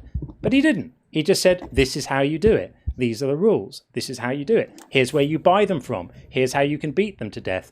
That's all he did. So why would he do that? And do you think it was right that he did? Show me the verse where he said, hey, this is what I want you to do, and this is what I want you to do, and how I'm going to let you beat them. Well, okay, so the verse about beating them was actually in Exodus. It's Exodus 21, 20 to 21. And it says here, when a slave owner strikes a male or female slave with a rod and the slave dies immediately, the slave owner shall be punished. But if the slave survives a day or two before dying, there is no punishment, for the slave is the owner's property. In other words, if you just immediately kill your slave, like murder them immediately, then there might be some penalty to pay. But if you beat them so badly that it takes them a few days to die from their injury, it implies that maybe you weren't setting out to try and murder them in that moment. You just you just got a bit carried away with your rod while you were beating them and maybe damaged some organs to the point that they couldn't recover from their injuries and they died 3 or 4 days later. It's not a biggie because they're your property. Is this an ethical law?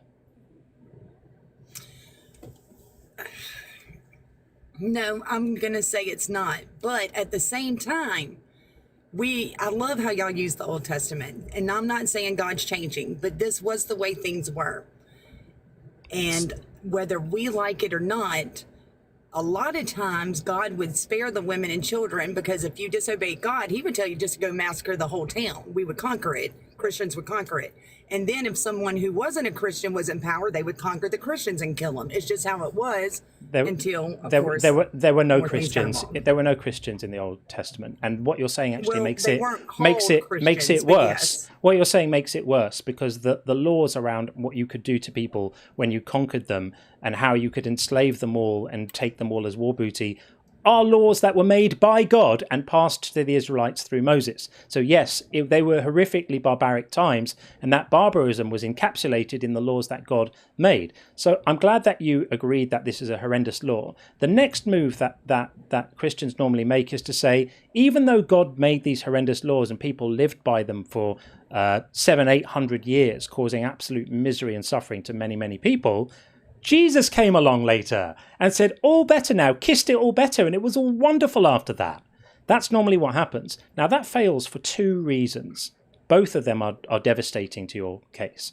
The first is that even if it were true that Jesus came along later and said, not really, all of that stuff's finished now, I was just kidding about that, we don't have to do that anymore, it wouldn't remove the moral stain from the fact that it was him who made those laws in the first place, if you think Jesus is God.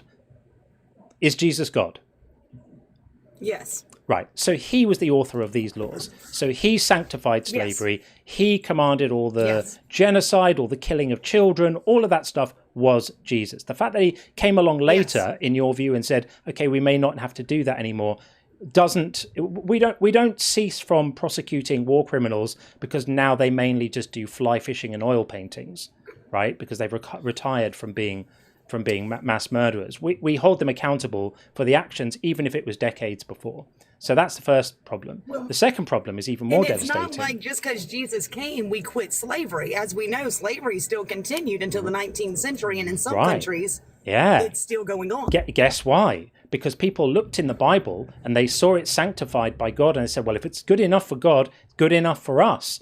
And then what did Jesus have to say about these laws in the Old Testament? That you were blaming all slavery on Christianity, that's giving it a lot of grace. What did Jesus have to say about these laws in the Old Testament? In what regards? Well, all of these horrific things that we've been talking about in the Old Testament. What did Jesus have to say about them? Did he say, right, I'm here now, all of that stuff doesn't count anymore, it was really bad, it was a terrible mistake, forgive me, I'm so sorry? No, he didn't, did he? Actually, no, he did not. No, let's have a look at what he said. If you continue reading, he said, you like looking at the bad, but he also said you treat everyone equal. He didn't really say that. He said, be nice to fellow Israelites. Here's what he said. Do not think that I've come to abolish the law of the prophets. I have not come to abolish, but to fulfill. So did Jesus abolish the old laws? Not at all. No, he liked them. For truly I tell you, until heaven and earth pass away, not one letter, not one stroke of one letter will pass from the law until all is accomplished. Therefore, whoever breaks one of the least of these commandments and teaches others to do the same will be called least in the kingdom of heaven.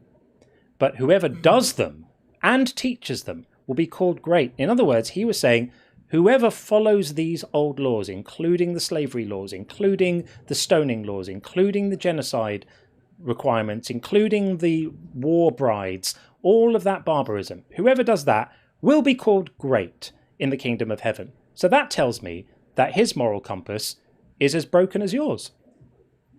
No, you're taking it out of context. Really? What's the context? And I really do. I wish I had my other phone or a tablet. I'm actually in my car. I'm pulled over. What he's referring to is his commandments and his covenant with Moses. So, do not envy, do not steal, do not kill, do not. So when Jesus came and we no longer had to shed blood to purify our sins and atone for them, we are now, and it's not that it changes what is the law. What is the law? What does the law or the prophets mean? Tell me. The law or the prophets means the Mosaic law. It means all of the requirements passed from God onto the people of Israel. And by the way, when God did that, how long did God say those laws were going to be in operation for? Yes, but at the same time, gosh, how long did God? How long? We are no longer bound under the law. If How- you think how you're long- bound under the law, how then long- you truly haven't accepted Jesus' gift. Well, I haven't, because there isn't a gift. But how long did God say that the laws that he was passing If were you're going to be bound under the in law, you operation? will do so forever. He if you said- have not accepted him as your savior. He said that they were going to be in place forever, and forever means Forever. always. Yeah. So he said they're going to be That is correct. in place forever. So we should and we should still be doing this stuff now, apparently, according to God and Jesus. So I just think this is absolutely disgusting. And then we get to the worst bit of all, the very worst bit of all of it, which is All right. when Jesus comes along, he may not be quite as brutal as the God of the Old Testament, but actually what he brings is so much worse in some ways, because when the God of the Old Testament was kind of done with you, when he was done smiting and destroying and genociding and raping and all of that stuff, then at least he was kind of done with you. But what Jesus brings is the promise of everlasting punishment for the contents of your mind. This is like Orwell. This is totalitarianism, isn't it? It's you get punished for your thoughts. This is what the New Testament brings us, right? You've read the book So of John. you're referring to hell, like eternal punishment, correct? Some people think it's eternal. Some people think it's temporary. Some people think it's just a short period of torture, followed by annihilation. But that's fine. So let's assume it's eternal. But it doesn't need to be for this to still pertain, right? How do you escape this punishment? The only way you can escape it is to believe Jesus is God. Exactly. He lived. He died on a cross for your sins. My and then he sins. rose again. Yeah, you said it, right? So how do I believe that Jesus is God if I'm not persuaded it's true? Well, why wouldn't you be persuaded it's true? You don't need to worry about why I'm not. You just need to accept that I'm not. Like that's how. Okay, but all right, but we do have to. We have to break it down why you're not, as to know. No. The default. There's for more evidence leading that Jesus was God than there's evidence that he wasn't. So nonsense. we don't have to disagree that Jesus was a real person. Correct?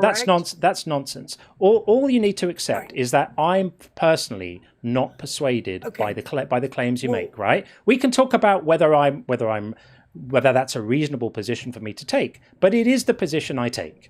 Right? I am not persuaded that Jesus is God. So do you believe Jesus even walked the earth? Let's start with that. Yeah, I think he probably did. But I'm no more persuaded that he's God than I'm persuaded that Muhammad flew to the moon on a horse, even though he was probably a person who existed also, right? So I'm not persuaded, okay?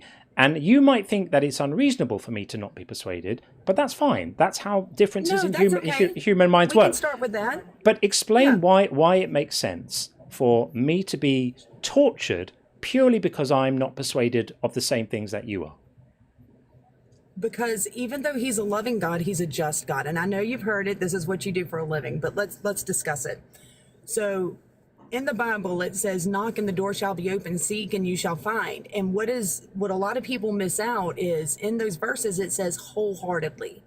I've read your comments and I've talked to people where people are like, I was a Christian and God never spoke to me. And that's so sad to me, because if you seek him wholeheartedly, his word does not lie. He will reveal himself to you. Bullshit. He has personally revealed himself to me. I'd like you to speak to Sean now. Hi. Sure. Hey, Sean. Hey, how you doing? Yeah, I'm a former Christian, and my story is very, very similar to countless others who come up on the live and talk to us all the time. In fact, every live just about. I was a believer for many, many years, and I started to have doubts later in life. I wanted to continue believing, partly because I'm afraid of death and I wanted there to be an afterlife where I'm with my loved ones, but also partly because I wanted there to be a grand plan for my life and a loving God and the whole thing. I prayed, I couldn't tell you how many times over the course of a couple of years. did a lot of introspection. I did everything I could to continue believing, but just couldn't. So the question is, why didn't God reveal himself to me? And why doesn't he do that for everyone on the planet? It doesn't mean we have to follow him. He's not breaking our free will. Just let us know, hey, I exist. I'm the one true God. Here are my rules. Here's the correct religion, if any. And then we could all make up our mind if we want to follow him and follow that religion or not. And I see where you're coming from. I don't honestly know. I'm not inside your heart. I can only speak for myself. Right. When I say that he has revealed himself to me. To and you. I'm glad to share the story if y'all wanted to hear it. We don't care about how he's revealed himself to you. But you should, because your salvation's on the line. No, how Jesus revealed himself to you is no more relevant to us than how Krishna may have revealed themselves to someone else. And you don't care about that. You're asking me, why didn't he reveal himself to me? If you truly wanted to know, well, I'm telling you how he did to me, and I'm going to give you kind of like a cheat code what I did. So you truly don't want to know. You just want to debate. No, the thing is, not true. It's not true, because everyone's got a personal experience, right? Everyone does. And they're worth precisely nothing, because everybody's personal experience can validate their own See, in Christianity, we look at it differently. It's our testimony. Yeah, that's lovely. But your testimony doesn't help the millions of people who have tried and failed to have a relationship with this deity who's threatening to torture them for that. And I'm going to ask you the same question I asked the previous guest. Does God know what evidence would convince me that he is real? Yes. Does he know it with a certainty that if he provided it, I would definitely know he was there? Exactly. Yep. Right. Has he provided it? Apparently not. Right. So well, he maybe wants. he So, did and you chose no, not to hear no, it. that would have made Or God look, wrong. or see. That would have made God wrong, right? We've because established you're so that. bent on No. that he's not real. You're No, not taking I'm time not. to seek him. No, I'm not. I'm not going to take that from you. I'm not bent that he's not real. If God's real, I want to know about it. Right? I'm here. I'm ready. I'm open-minded. I've been searching and ready for years and years and years. Right? And God knows. You've agreed with me that God knows what evidence would persuade me, and He has so far not provided it. Because if He had provided it, it would have persuaded me, or God would have been wrong. And you presumably don't think that God can be wrong, right? So thus far, God has not provided the evidence. Now, if I die tomorrow, then you're saying God's then going to light me on fire, and that strikes you as morally acceptable. You had a chance here on earth. So here's the thing. Let's just say He never revealed Himself even to me, right? No, hang on. You don't get to say you had a chance and then move on. I had a chance, and God knew what was required to make me know He was there.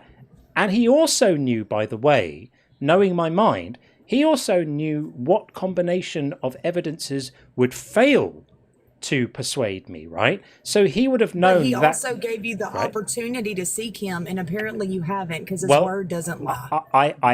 His word does lie, because I have been through times in my life where I was actively seeking. I'm not necessarily in that place now, but I have been, and it's not just about me. There are millions of people who have sought God much more than me, because I wasn't indoctrinated as a child, so I've always suspected that this stuff is just bullshit. But I'm still open to it, right? But you have to account for all the millions of people who have searched and searched and searched and got on their knees and prayed and been told by other people, Jesus is knocking on the door, and they open the door and there's no one there, right? You have to account for that. Do you know, even in the Bible, it says those who never had an encounter with Him, and I'm not saying this verbatim, I don't have it in front of me, yet they still believe will be rewarded even more so, because not everybody will have that encounter. So some people are capable of being Mm-hmm. persuaded by a certain level of evidence, right? Some people are just very gullible. I'm not. I'm not capable of being persuaded in an absence of evidence, whether I wanted to or not. If I said to you now, I want to believe in God, do you think that's enough to make me convinced it's true? I think if you want to believe in God, then it's enough for you to open your Bible and read it. I have opened my Bible and read it. Yeah, but when I you're still reading your Bible, I don't would believe it. tend to believe, and this is an assumption, that you're reading it in such a cynical viewpoint that everything to you is just you're reading it in a malicious kind of way. Well, I'm not reading it in a malicious kind of way. I'm reading it in a looking at the words on the page, being horrified by a significant number of them, and trying to remain open. But the fact is, God would know this. God would know that for a person like me, just reading the Bible wouldn't be enough. And I'm not able to do the mental acrobatics that some people can do of just being persuaded in an absence of evidence. I'm not able to do that. And God would know this. And so God would know that for someone like me, or someone like Sean, or someone like the other millions of people who have been in the same place I am, that these silly word games are never going to be enough. And something more is required. And God's powerful enough to just... It's not silly word games. They are. They're silly word. They're just silly word games. Like Noah's Ark, and then you find out where they found where that water rose, and or you read things about Jesus in the tomb, and then the demonstrably false stories in the Bible that we actually know for a fact are bullshit. Those are the ones we're supposed to read? Why? No. Actually, there's so many books in the Bible and so many stories that they have now backed up scientifically. They have not. That cannot be disproven. They have not. They have not. You're spreading false information. No, they have not. I challenge you to you go can, look it up. I have looked it up. They have not scientifically proved Noah's Ark. They have not. They have not scientifically proved Noah's Ark. It is a physical impossibility for that story to be true. It's not even up for talk. It's not even a discussion. It's the biggest load of nonsense ever. When you quit your live today, I want you to look up where, and I don't know if it's geologists or whoever it was, have found where the corrosion of the water was and all that. I just look it up. Also look up where they found Jesus's robe. Yeah. Where they found where it was rose and how it decayed the soil and the thing. No. But there's many, and I'm just using that as an example. Yeah, if you read your bullshit. Bible, and look at scientific evidence where it has backed it up. That alone would tell you these stories aren't fake. Okay, let's don't look in the past. There's only so much anti-scientific bullshit that people can take. You need to slow down for a minute. Noah's Ark is a bedtime story. It never, ever, ever, ever happened. There is not a serious scientist anywhere in the world who thinks that this is true. The only people who say this are fantasists and children. That's it. There's not enough water in the entire system of the world to have covered the earth and raised the water up to the height of the highest mountains. There's no way that water could ever be dissipated afterwards. The amount of heat that would have been generated by such an event would have been unsurvivable for all life on the planet. There would be a record in the geologic evidence of such a thing, and there isn't. This never happened. So if that's what you're appealing to as a mechanism by which we can come to our belief about God, then it's going to be a tragedy. And God would know this, because God would know that better informed people than you, sadly, would know that this is bullshit and would not be persuaded by it. In fact, it scares people away because you're essentially telling them that fairy stories are true. That's what you're saying. You might as well tell them that Santa is real too and talk about all the scientific evidence for flying reindeer and fat men going down chimneys, because there's more of that than there is for the flood. So I'm really sorry. I just couldn't let you go on about all the scientific evidence for this, because there is none. There never, ever, ever, ever will be. Ever. Ever. So anytime I go to make a point, you're just going to mute it? Not any time. I just had to stop you making that point because it was such an absolute intellectual calamity that I just had to spare everyone from it. So to you, but I challenge you to look it up. And again, like I was saying, if you don't even want to look to the past, the Bible is the only book. I mean, it's the only book that says a lot. In every other religion, you can do it yourself. The Bible is the only one that says you're wretched and how many mistakes are there in the Bible? None. None. Absolutely none. Do rabbits chew cud?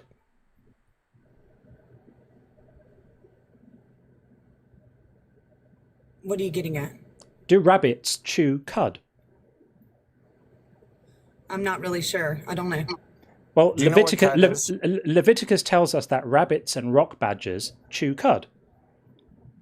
What's it tells cud? us. I don't know. So chewing cud is a way of digesting food, where you you take it into your mouth and you chew it and you partially digest it, and then you regurgitate it, having been partially digested, and then you eat it again.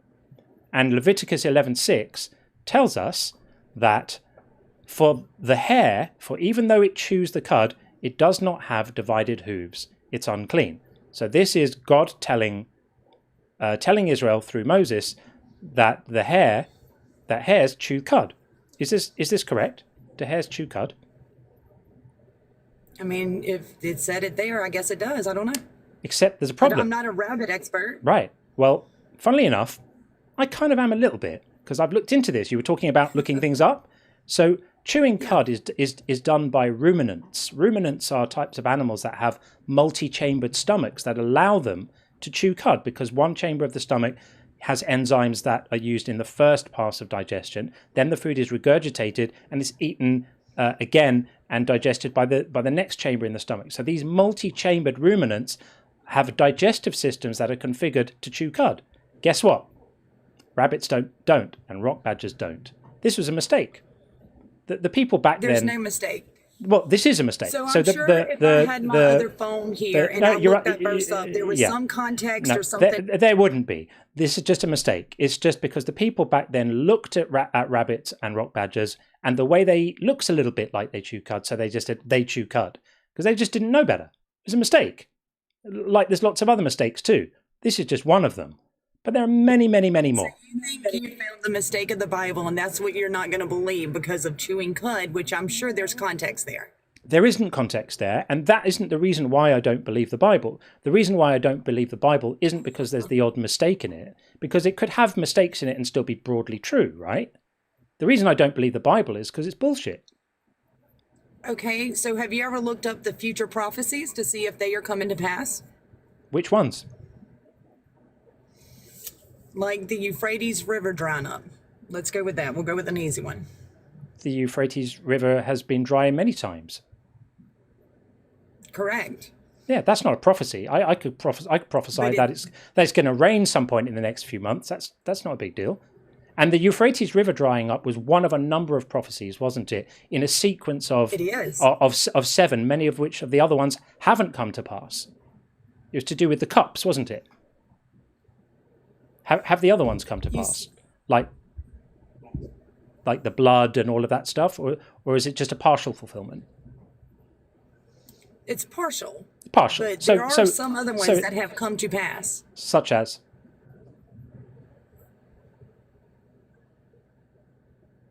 By the way, there's a massive flood in Iraq right now. The Euphrates is not dry right now. So, yeah, I mean, nobody's impressed by these claims. I mean, there are some absolutely tragic failed prophecies in the Bible too, right? We were told that Tyre was going to be destroyed by Nebuchadnezzar, never to be inhabited again. Fourth largest city in Lebanon now. 100,000 people live there and has a thriving tourist industry when there's not a war on. Did that prophecy work? What is...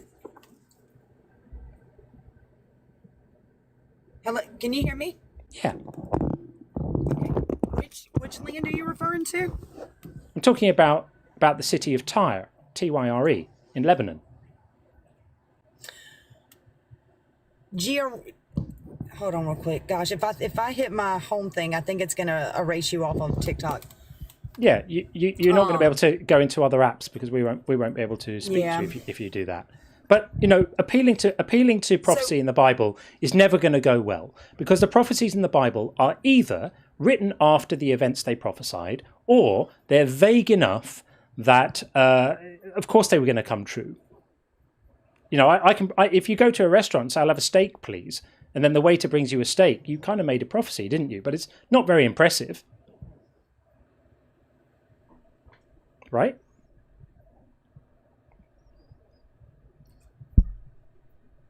So it's going to take a bit more than this, and God would know that it would take more than this. I think we might need to move on, because I'm really mindful of all the people who are waiting to come in, and we've been at it for half an hour, and I think that you haven't even come close to making a case for why anyone should take any of this babble seriously. It's just nonsense. Okay. I'm going to give you some advice. I think you should stop worrying about all of this superstitious mumbo jumbo and just get on with your life. Never will happen. Just get on with your life. You can start. It's amazing. Atheism is incredible. You don't have to worry about sin. You don't have to worry about being set on fire. You don't have to worry about what you do in your own bedroom. You don't have to worry about the thoughts. About your salvation. You don't have to worry about salvation because nobody needs salvation. Nobody needs it. It's a made-up nonsense. Every knee will bow and every tongue will confess. Yeah, Look, I'll join you next time when I have another phone or computer here, because I don't know all of it off top. We can tell, but come back when you have your other phone and computer, and we'll carry on demonstrating how bullshit your religion is. I'm totally happy to do that. All right. I hope you have a great day. You too. Alrighty. Thanks a lot. Bye. All right. Okay. Well, we're going to lock that down. That was a score of 23. That was not great. Not great. Okay. Moving on. I think it only fair for us to indulge our friends on YouTube just for a moment. I know we've got Sunny MX and Sometimes Tutor and Thomas on TikTok. We will get to you, but we just need to take a call or two from the YouTube side because people have been waiting a long time. So let's, without further ado, get in. It looks like Osiris. We're getting Osiris right now. Are you there, Osiris? Hopefully. I see you, but I can't hear you. It's always there we go. Hello. Hello. That doesn't sound great, does it? It says you've got a Realtek audio mic, but it's not sounding very good. Are you there? Yeah, I don't have the studio mic. Okay. It's not fantastic. Let's try, but we can barely hear you, unfortunately. Okay, let me check the microphone input. Hold on. Okie dokie. Well, that was fun, wasn't it, before? I think we need to reset that. And we need to, while you're doing that, I'm going to read a couple of super chats because I have a horrible feeling I might have missed a couple and they've fallen off my stack. So forgive me if you've sent a super chat and I've not read it. I'm so sorry. Tim said, a new covenant only means a new agreement to follow the same laws God laid out in the Pentateuch. Absolutely right. Not new laws. That's completely correct. And Docs and Greenlight says, and nice to see you as well, even the best-natured Christian is still deluded. I agree. To their credit, the compassionate ones who proselytize believe they're trying to help people. That is true. That is absolutely true. And I think we should all be mindful of that. Even whilst they're doing lots of harm and traumatizing people and destroying people's lives, they kind of are trying to help in a weird, deluded kind of way. Right. How are you doing there, Osiris? Are we happening? I'm good. I turned the audio level up. Hopefully this is better. Yeah, that's a little better. Let's try that and see how we are going. How are you doing? Okay, how are you? Yep, very good indeed. What would you like to say? Well, I would like to say that, first of all, I think that what you're doing is beneficial in the sense that, people can come to your channel and express whatever it is that compels them. And so I just want to share a little bit about what it is that brought me to your channel. Is that okay? Sure, yeah. Let's try and be economic with time, though. I want you to have your say, but I'm also mindful of lots of other people waiting. And we want you to have your say, but we've got a bunch waiting as well. So go for it. So first of all, the topic of Jesus is centered around the idea that a man can lay claim to the identity of God.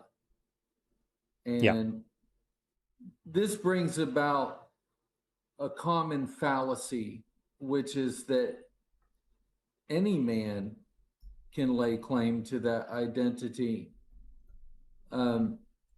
I think the entire argument can be summed up in one phrase, which is cogito ergo sum. Descartes. I think, therefore I am.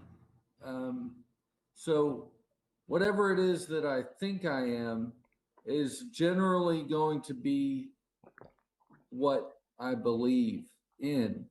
In terms of self, I identify as whatever is necessary at that moment in time.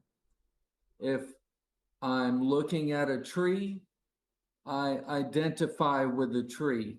If I'm looking at an automobile, I identify with the automobile.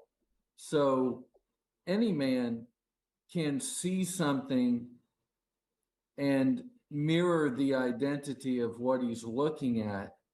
But I think the goal for all of us is to be persuaded by something. And really, that's all I have. So thank you for your time. Of course. Appreciate that. Thanks for coming in and sharing your insights. We appreciate it. Thank you. Wish you well on your journey. Thanks, friend. Take care. Thanks. Thanks. Okie dokie. Okay, well, that's certainly a view. Let's get staying on this side. We're going to bring in Ramsa was in last time. Fantastic fellow, and we're going to bring him in again to just get an update and see how he's doing, and then we'll get on to other callers after that. But for now, we're going to bring in Ramsa. How are you doing? Hey, John. How you doing? Very well, friend. Are things going okay with you? Yeah, I'm doing all right. Good. I do want to make a quick prediction that within the next 6 months, there's going to be an earthquake in California. So right. Anybody can call me out on that later. He's a prophet. If anybody wants to. He's a prophet. Yeah. Yeah, it's wild. It's wild. Hope you're doing okay. Did you make it into the Discord? Yes, I did. I am officially in the Discord now. Yeah. Fantastic. For anyone who doesn't know, we have a rather delightful community on Discord now. It's growing rapidly because we only the doors only opened like a week or so ago, but we've got like 100-ish in right now, something like that. And it's really cool. And there's all sorts of good vibes there. So you can find the link to the Discord. If you're on YouTube, it's on my YouTube profile. There's a link to the Discord. And I don't think I've put it on my TikTok yet, but I will do that if it allows me to. So yeah, that's great. I'm pleased you're in, and are things going okay?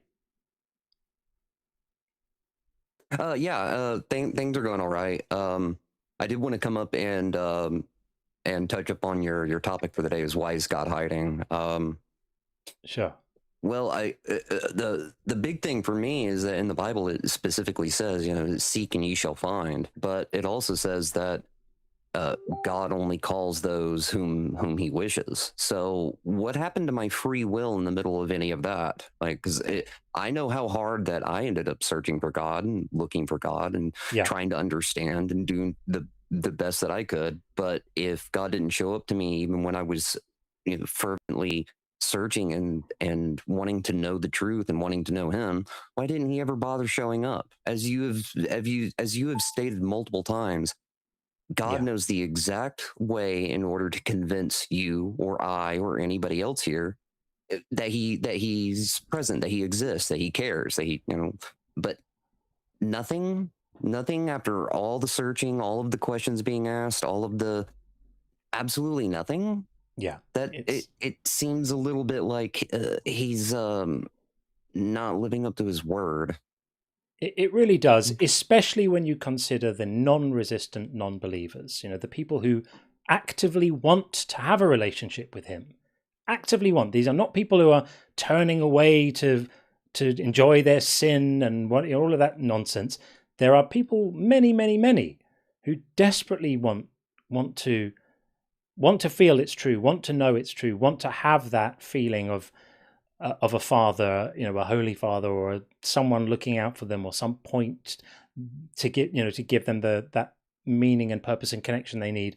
And they hope and they pray and they get on their knees and they beg and they wait, and all they get is silence. So it's hard to explain how it can be the case that an all-powerful God wants to have a relationship with people, but also chooses to ignore all of those people. And there's millions of them. It's not a small handful. And if you listen to some of the, even a couple of the Christians we had in tonight, it happens all the time. It's a prevailing theme that they refuse to believe. There are those of us who genuinely want to believe, tried to believe, sincere non-believers. They just refuse to believe it. As John and I always say, in order for their God to remain good, we have to remain bad. The other interesting thing to note is that who God chooses to reveal himself to, if you look at the world, always seems to correlate with people who are born into Christian families in predominantly Christian areas like the Bible Belt, USA, etc., but not in India, where you have a lot of Hindus and Sikhs or whoever, or Thailand, where most people are Buddhist, or Christ doesn't reveal himself to people living in Iran or Saudi Arabia. It just so happens to correlate that the people who God reveals himself to happen to be born into situations or were put in situations that they would find convincing, worldly exposure that they have, not this like divine revelation. Yeah. It always struck me as very strange as how that would be something so common, because as somebody who lives in the Bible Belt, I can literally point in a random direction and I'm like, that's a Christian right there, and I could very easily guess and be able to nail it. But then you look around and you can see the sheer number of people that are struggling with these problems, but then they have to do mental gymnastics just to be able to explain God's absolute absence in people's lives. Yeah. So yeah, exactly. Well said. Yeah. I don't want to take too much of your time. I do love actually coming up here and talking with you guys. This is I love conversations regarding this. So it's nice to be able to get some of it off of my chest, like the last time that I was up here, because I hadn't gotten to really talk to anybody about it, and it was very therapeutic. So good stuff. Thank you, John, for letting me come up here and talk, and you, Sean, for dropping the link to the organization that I'm going to be going in, and I've been looking at some of the stuff for it. So thank you guys so much, and I'll be chilling out down in the chat, and I'll be enjoying the show. Fantastic. Keep up the good work, guys. Good to see you, buddy. We'll see you on the Discord as well. Speak soon, friend. Yes, sir. Take it easy, man. Cheers. You too. Great guy. Really, really, really, really happy to have him in the community. Only met him on the last stream, and he's one of us already, and I absolutely love that. Love it. Great guy. Okay, let's get in Sometimes Tutor on the TikTok side. Hello. Hey. Sometimes Tutor, how are you? Yes, very good, very good. Happy to talk to you. How are you? I hope you're receiving my voice well. It's not the great. It's okay. We got you. I howled at the moon. Sorry. No worries. No, we got you. Welcome in. What's your view on why is God hiding? My brother, this is the question that has been puzzling me as well. And I'm coming from Romania. I'm a Romanian, so I'm coming from a Christian Orthodox background. Yeah. But because I grew up without my father, I grew up a rebel. So I absolutely rejected everything that was mainstream. I was like this since I was a kid. I got myself into many trouble because of this. But like my grandmother said, the way you are, like you're little, that's the way you're gonna be. I didn't believe that, but whatever I wanted, this is what happened. I didn't believe in God. I didn't believe in any of this. I rejected it and found it a story just to keep people stupid and under control. Just like everyone. In Romania, they've built the biggest Orthodox church in the world. Well, we don't have hospitals, blah, blah, blah, all that. So I was against that fully. Yeah. And then I went searching for my spirituality in many other ways, in books, in New Age, in Buddhism. I've read the Tibetan Book of the Dead and the Alive and the Dead. So I've done a bit of research and I've tried to kind of find my way. I've done some Reiki. I've really tried, many areas in my life. Right. The strange thing is that my life has changed in many different ways. I was in a way until I was 21, then found out about music. I went all in, became a DJ, whole different life. And now I'm living a completely different life again. I have a 9-year-old. So I've lived like 3 lives in one, so to say. Yeah. So to the point though, yes, in terms of what we're thinking about here, yeah. What's your view on this? If we could be succinct, that would be great because we've got people waiting. I've been searching for God everywhere, and I didn't find him. And then I had the realization that I was searching him in concepts. I was searching him in ideas, and I was searching him in books and religion and everything that other people said.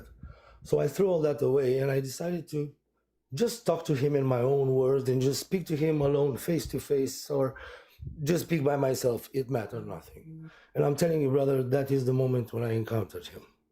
The God I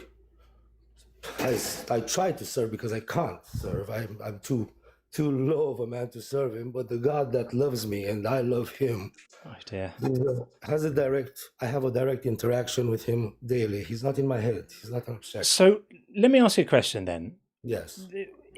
If you say he's not in your head, right?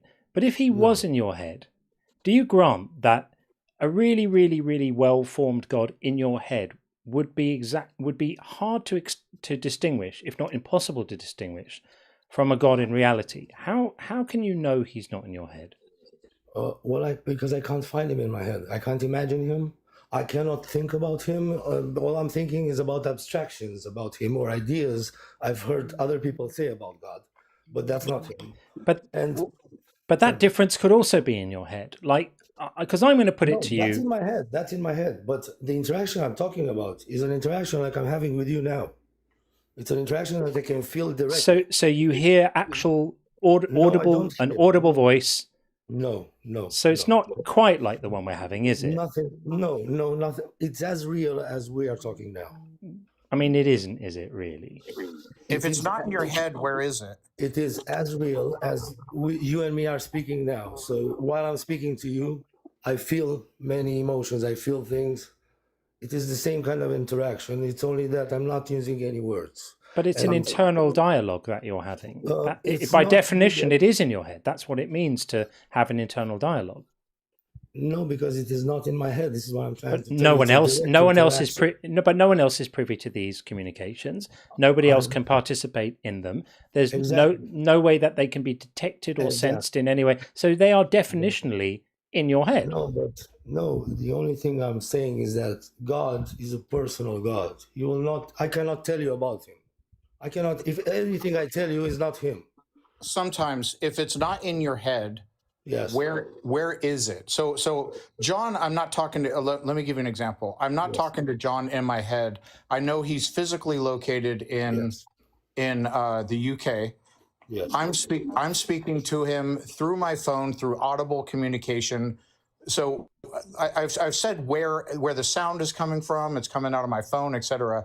Yes. If you're not speaking to God in your head, where is it? Where is this conversation physically taking place? The God I am speaking about is not located in a physical point or in a physical space or in a physical moment in time so that I can give you that exact thing. All I can say, all I can not to really say, it's all I can describe, because I do not have yet the words to describe this relationship. Because anything I say will sound cheesy, will sound stupid, will sound like nonsense. But I just wanted to share my day-to-day interaction. I'm not a saint. I don't even want to tell you what I did this weekend. So no, I think you're honestly trying to describe your experience. But what I'm trying to get at, because John was trying to point out, I'm talking about real life. I'm talking about asking about something and getting an answer. about showing, about asking for, I don't know, not asking for something, but asking guidance, or when I don't know what to choose, because I've found out that every time I'm choosing anything, it's going to be a wrong choice. Because I'm trying to get at where this is taking place, because we're trying to decipher out if this is. I believe you genuinely do not believe it's happening in your head, but everything you're describing is describing it happening in your head. Words. Yes, because I'm using words. It's not. It isn't just because you're using words, though, because lots of people are able to have experiences created by their own minds, which feel very powerfully like their experience is not created by their own minds. That's literally what a delusion is. A delusion is when you think something's real because it feels so real. You can't rule that out. Yes, of course I can't roll it out, but I can roll it out. I can't convince you that it's not like this, but I know for sure it's not, because I've tested everything. If you want me to tell you, I know exactly how a thought is formed. I know the process of making a thought. I know what an emotion is. I'm very aware of myself. I know what it means to hallucinate, and I know what it means to experience a hallucination. So I've went into that experientially. I'm not talking in books. I've totally talking what I lived, and I know the difference from absolutely, something. But you're still making a claim that you have the ability to differentiate between. But hang on, I'm going to finish my sentence. You're making the claim that you have the ability to differentiate between an experience that your mind has created for you and one which it hasn't, and you don't have a basis on which to make that claim, because everyone who's delusional thinks that. Yes, but there's a saying, you shall know them by their fruits. Anyone who's delusional is going to act in life like a delusional man. Not necessarily. You can be delusional, and your delusions can lead you to peace or to insights or to calm or to... Give me an example. Well, I think you might be an example. So you strike me as someone right now. My read on this is you basically are delusional, and you're imagining that you're convening with a God, which maybe gives you sound advice about stuff and helps you to think things through and provides you with insights that you may not otherwise have. And if that's not the case, then what's the point of him? No, well, the point of him is that while I'm doing anything I want, because I have a free will, I really do have a free will in another way that is commonly used. The free will for me comes to choosing right or wrong in any given situation.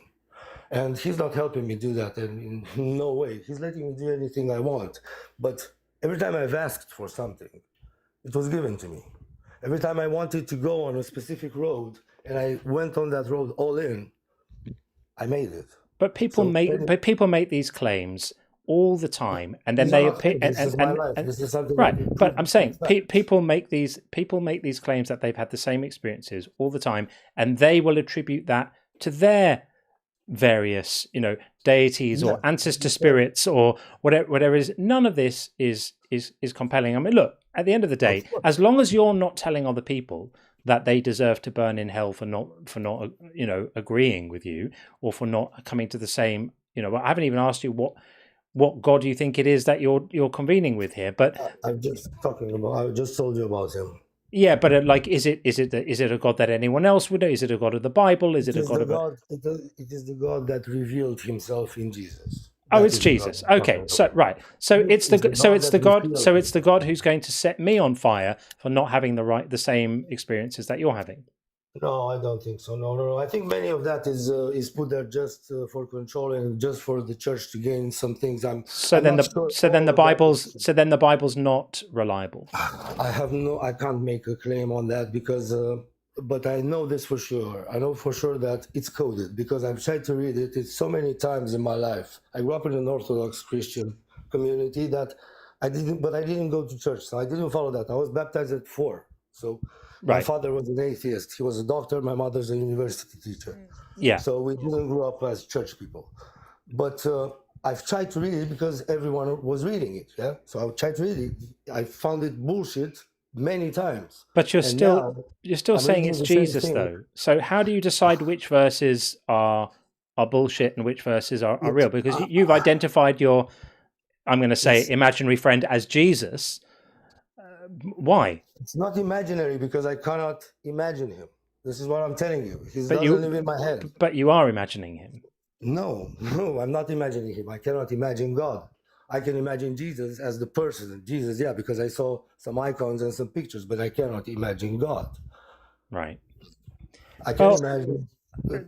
I don't really know what to say to you, because essentially you're just saying you have a relationship with a magical being who no one else can sense. You have dialogues with him, and they're not in your head, even though nobody else can hear them or see them or sense them or detect them.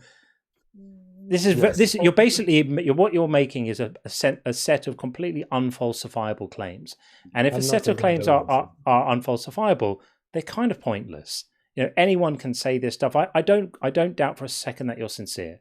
I think that you're sincere, but I don't think that what you're describing is something based in reality. I think what I'm hearing is a mix of childhood influences and it's not. No, it's not, bro. I'm much more intelligent than to be taken away on that road, to be taken away by my childhood trauma. I don't think it's about intelligence. Lots of intelligent people fall prey to these kind of things. Yeah, and I'm trying to say this without. I'm not attempting to insult you. It's just not. None of us buy this because we've heard the same stuff from lots of different people. Brother, I'm not trying to sell anything. I'm just trying to share an experience, and just to share like a message to say that anyone who's searching for God needs to look personally and directly for him, not in books, not in any way. That's all. And sometimes.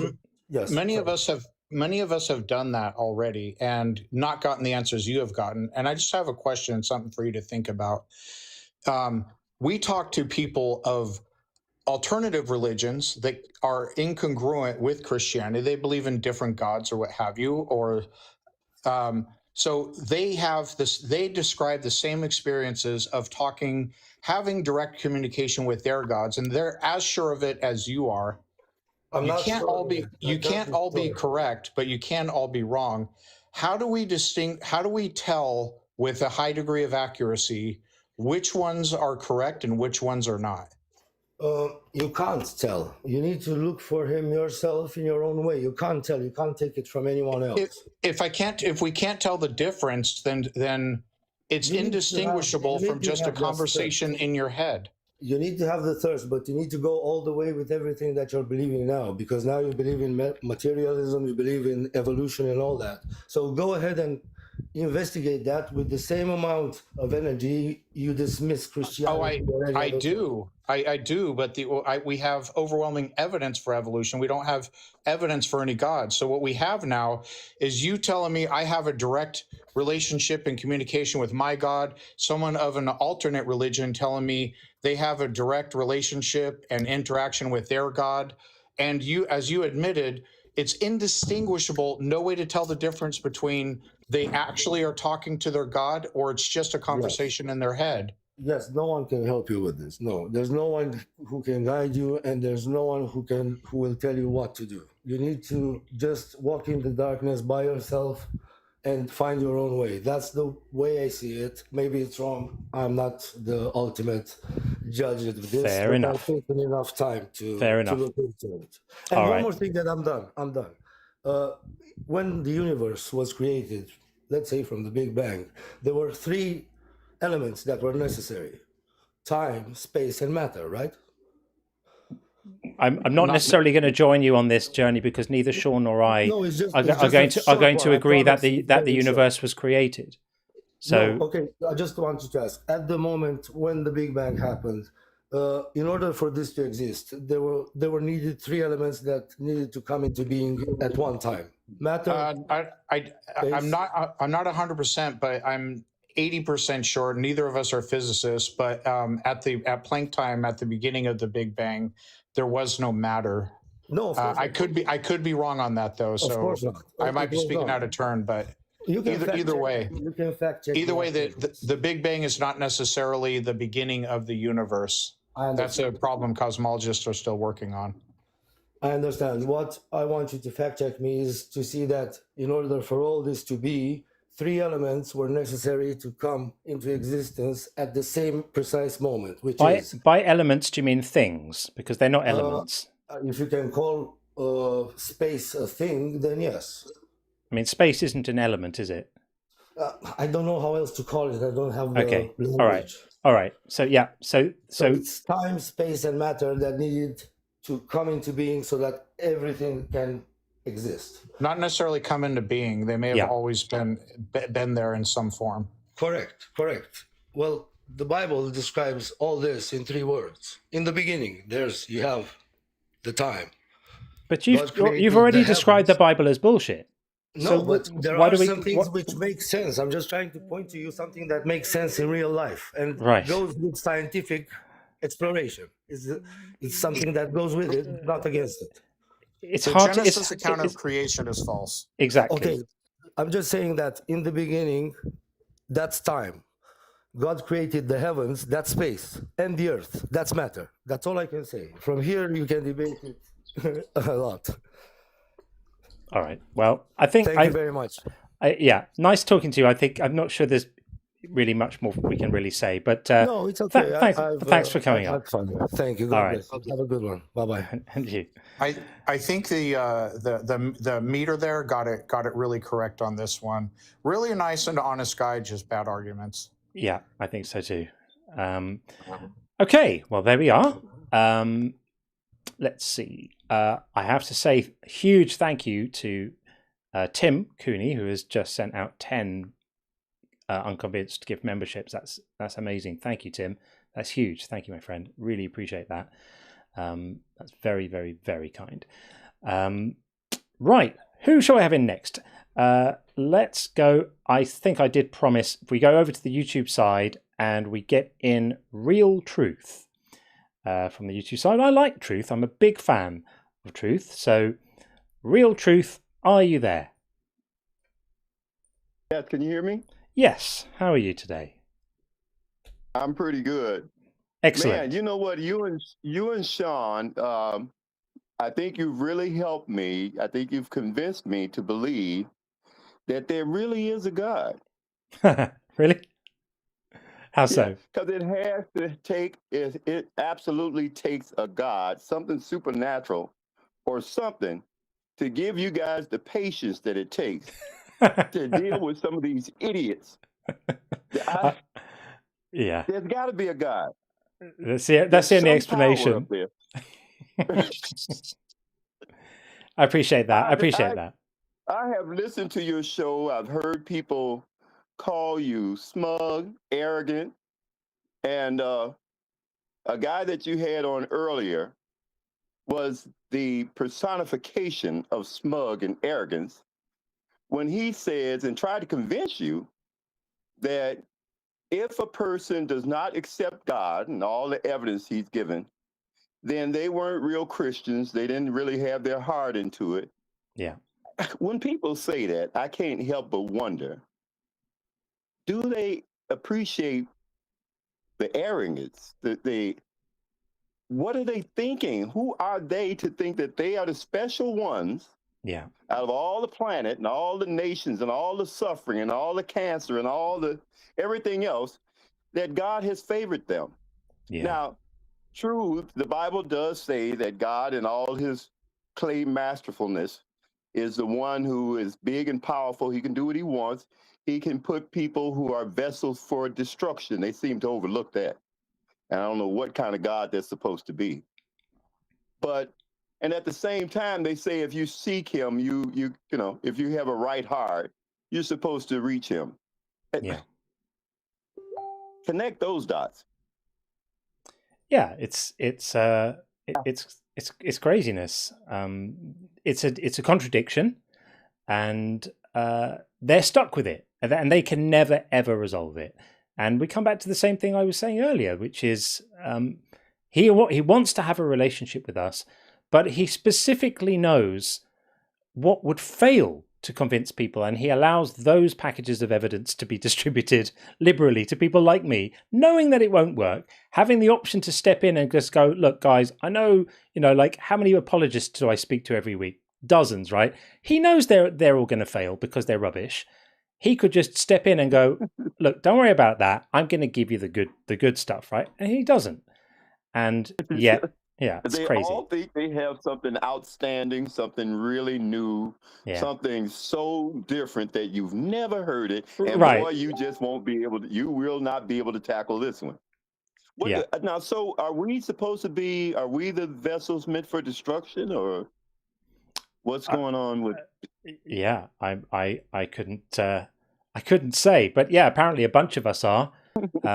A bunch of us are going to be, we're ready for the destruction, aren't we? Dedicated to destruction, I think. Well, I can't remember what the term is, but yeah. You know what? I wonder if an effective strategy for these people would be, and probably you've done this yourself before, is to hold their feet to the fire when they finally admit that there are some sincere people who have sincerely sought God. They are intelligent and wise and all that, and they just haven't. What would be if you make them hold to that side? Forget the people that you say that weren't sincere. Okay, there are people who are not sincere in every endeavor in life and all of that. Let's not talk about those. Let's just focus on these people that you have admitted that exist, that really were sincere, and they really tried because they want the same reward you want, and they want to escape the same torture and hell. They want to escape that. Those are two of the main things. They want community. They want all that you want, and they're sincere. Let's talk about those. Please explain to me what's going on in their case right now with God. Yeah. I wonder if that would be a helpful strategy. I've tried that. They always end up falling back on like, oh, they say that they are really, acting in good faith, but really they're not. It's the no true Scotsman, and this is what is so offensive to Sean and to others in the community here who have really, really lived it. And we have people here who have, for them, the loss of their faith was the most traumatic thing in their lives. It was like a bereavement. They suffered. I went through that. You did too. Well, I'm so sorry that you did, and so you understand it. No.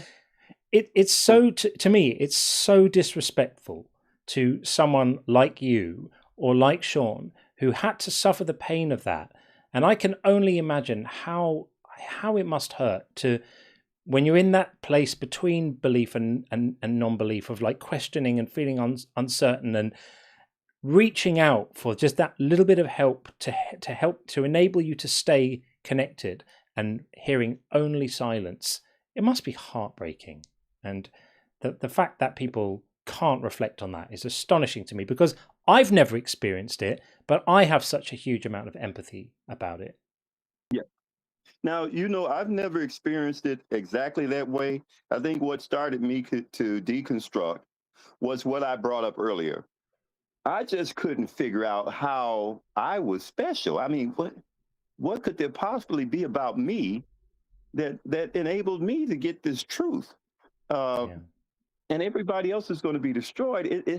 It was so, after a while, I pondered it so long until it just came to be flat out illogical. And I'm like, this, and once that cleared up in my mind, everything else it was just ridiculous to me. And once I decided to actually leave, like you said, you do go through a traumatic period. Maybe not everyone, but you believe you've left your God, you left your community, and all of this. You believe you're worthless because you still believe that you're a sinner and all this until you catch on later on. But it's that bit can lag. Sean, are you in? Because we were having a bit of tech issues getting Sean into. Yeah, can you hear? Can you hear me? Yeah, we've got you, mate. Gotcha. Yeah. Okay. Yeah, we're good. So I think were you getting the gist there, Sean, of what we were saying? Yeah, sorry. I just got things sorted out, so I was focusing on that. Yeah, no problem at all. So I mean the hubris is absolutely incredible of thinking they're the special ones, right? There's a kind of self-congratulatory gloating about it. They're the ones with the real information, and us, us poor people, we just need to study harder. We just need to read the Bible harder, and then we'll know what they know. I find it fairly distasteful. I couldn't get along with. I just couldn't accept that. And then it made me think about this God. I'm like, is this God, as horrible as prejudice is, it's just a horrible thing in the mind and heart of any reasonable person with half a mind. How could God think be any less reasonable? If I can be this logical and reasonable about prejudice, how is he accepted a nation of people over all the other people who belong to him? Yeah. He made them. He created the heavens and the earth. And then now you're accepting special people to honor them, whether it's Christianity or whatever. And now they're going to be saved, and all the rest of people, I just couldn't. What kind of God is this? Yeah, it's crazy business. Yeah. Well, I'm not going to hold you too much longer. I just wanted to let you know I appreciate you, both of you. Thank you. I don't know how to do the Patreon thing, and I'm not going to hold you to instruct me on that. But I'm going to find out about that and get on to that. Well, you're very kind. Not the Patreon, but the one not Patreon. Another one you the YouTube memberships. Yeah, you can just yeah, the YouTube mentoring, but it was something else that you and the guy was talking about. The one before me. There's also the Discord. There's the Discord. Discord. So the Discord is like the community. It's where we all hang out. So the links are being pasted in the chat, and they are also in. I think I put certainly in my YouTube profile the link to the Discord. You literally just click it and then you join up. If you don't have a Discord account already, you just make one. It's super quick. You do it in 30 seconds, and then you're in. And we've got hangouts and chat rooms and memes and poetry and art and pet stuff and discussions about everything, and it's a really cool vibe. And what I love about it, the thing that has really filled my heart with joy, is up until now I've had two completely separate communities on here. There's been the YouTube community and there's been the TikTok community, and on the Discord we're all together, and it's absolutely fantastic. So it's still early days, it's still small, only about 100 of us at the moment, but it is growing, and it's wonderful. It makes me feel very, very happy to see it. So find us, come on in, come and say hi, and we'll be very happy to have you in. All right, well, great. Thanks again. It sounds good. You guys take care and have a good evening. And you, friend. Great talking to you. Thanks, man. Cheers. Okie dokie. Well, that was wonderful. What a lovely caller. Let's do that and that, and let's head back now over to the TikTok side and get in Prince Amen. It looks like Prince Amen.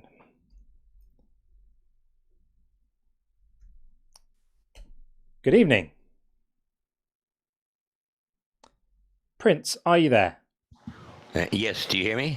Yes, we do hear you. We got you.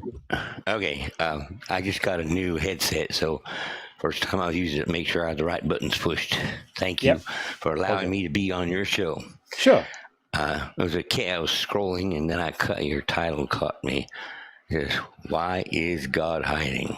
Yeah. What's that about? I would have to tell you, to the extent that I have been hiding, I apologize for that. There's been some procrastination on my part. Right. And the other part of it is contempt. I get so tired of the narcissist Christian who thinks that Jesus Christ owes them this and that and the other thing. They don't even understand what salvation is, and none of them are saved, and they've all been rejected, and they're all on the way to the lake of fire, except for my intervention. I'm the secret weapon for my father. My father is, and DNA will prove it, my father is King Jesus Christ. No kidding. I was built from the beginning of time and passed down my bloodline. And then, I just have to interject for a moment. Just have to interject for a moment, because on the internet, I don't know if you know this, there's a thing on the internet culture called Poe's Law, where Poe's Law is I got to turn your volume, my volume up. That's okay. So my volume. Yeah, there you go. So Poe's Law is a situation where you can't tell a real person apart from a parody, right? So right now it's a little bit hard to tell, because like you could just be a parody, like taking the Mickey out of crazy delusional people online, or you could really be one, and we're all kind of wondering which one of those you are. Well, see, now if I was a delusional crazy, I wouldn't be aware of the consequences if I am telling you a lie and I'm making this stuff up. There's serious permanent consequences to me for even approaching that. It's not something I would do, okay? And so and second of all, I'm obeying my Father. You know, imitation is the greatest form of flattery, okay? Right. Just as my Father was the only begotten Son of the Most High, okay? I am the only begotten Son of King Jesus Christ. The Most High is my great Father. That's delightful. That's delightful. Listen to me. Where are my car keys? I can't find them. Can you tell me where they're at real quick? What are you saying? Yeah, I can't find my car keys. I'm praying to you. Could you please help tell me where they are? What does that have to do with what I was saying? Oh, nothing. I just wanted help. Right. If you're the Lord on high, I was just asking for your help. I didn't finish talking. You interrupted me. Okay. What I will say is you do have an awesome voice. I mean, what you're saying is complete babble, but what you do have quite a nice voice. While you're saying it, yeah. What is have you considered a career as a voiceover artist? Because if you stop doing the kind of delusional religious babble, you could probably advertise dog food or something. You'd make a, well, not a fortune, probably a few dollars. Well, I am the Son of Jesus Christ. That's amazing. I'm the secret weapon. The Son of Jesus Christ. So did Jesus Christ get some then? Is that what you're saying? Jesus Christ get what? Did he get some? Did he fuck my mom? Yes. That's amazing. Yes, that's right. That's how it happened. Oh, amazing. When is the real question? Because he says all the time, mankind are linear-minded shitheads. Yeah. but dude, I think we're going to move it. I think we're going to move it on, because we do allow. Yeah. I know you are. We do allow jokers and pranks and stuff, and sometimes it is funny, but generally we limit them to a minute or two. And so, thank you for coming up to be a joker and a prank. We really appreciate that. That's been good fun. Okay, we're gonna move on from that, and we will get in. So I'm not sure exactly how to say this, but we have spoken before. Okay, we've spoken before to this person, but I cannot remember exactly what his name was, and his name is not written here in English. So how do we say your name? You can call me Leaf. Got a couple of leaves in there. Leaf, as in on a tree, right? Yeah, well. Okay. Yeah, it looks like a Canadian. Yeah, I don't know, like the color in there, but you've got some maples there. Okay, right. Now we have spoken before, but let's pretend we haven't. And what would you like to say about why God is hiding? Right. He likes to play hide and seek, basically. Yeah. So it's hide and seek, a hide and seek game. Right. We spoke previously. My religion is Druze. I explained that to you previously. Yeah. Just to give you a little reminder. Yeah. And we believe in. We don't believe in a God, but we believe in a spiritual evolution. We believe in spirituality, and we believe that hell and heaven is here on earth. Nothing like our religion is based on philosophy and wisdom. We are very close to the Hindus, but the Hindus have gods. We don't have gods. That's the difference between us and them. Right. There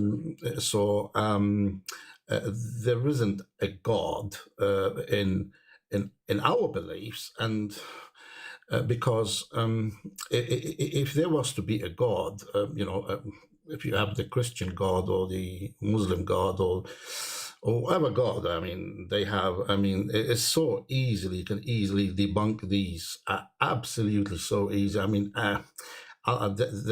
It's very amateurish. I don't know how to say that. Like amateur Yep.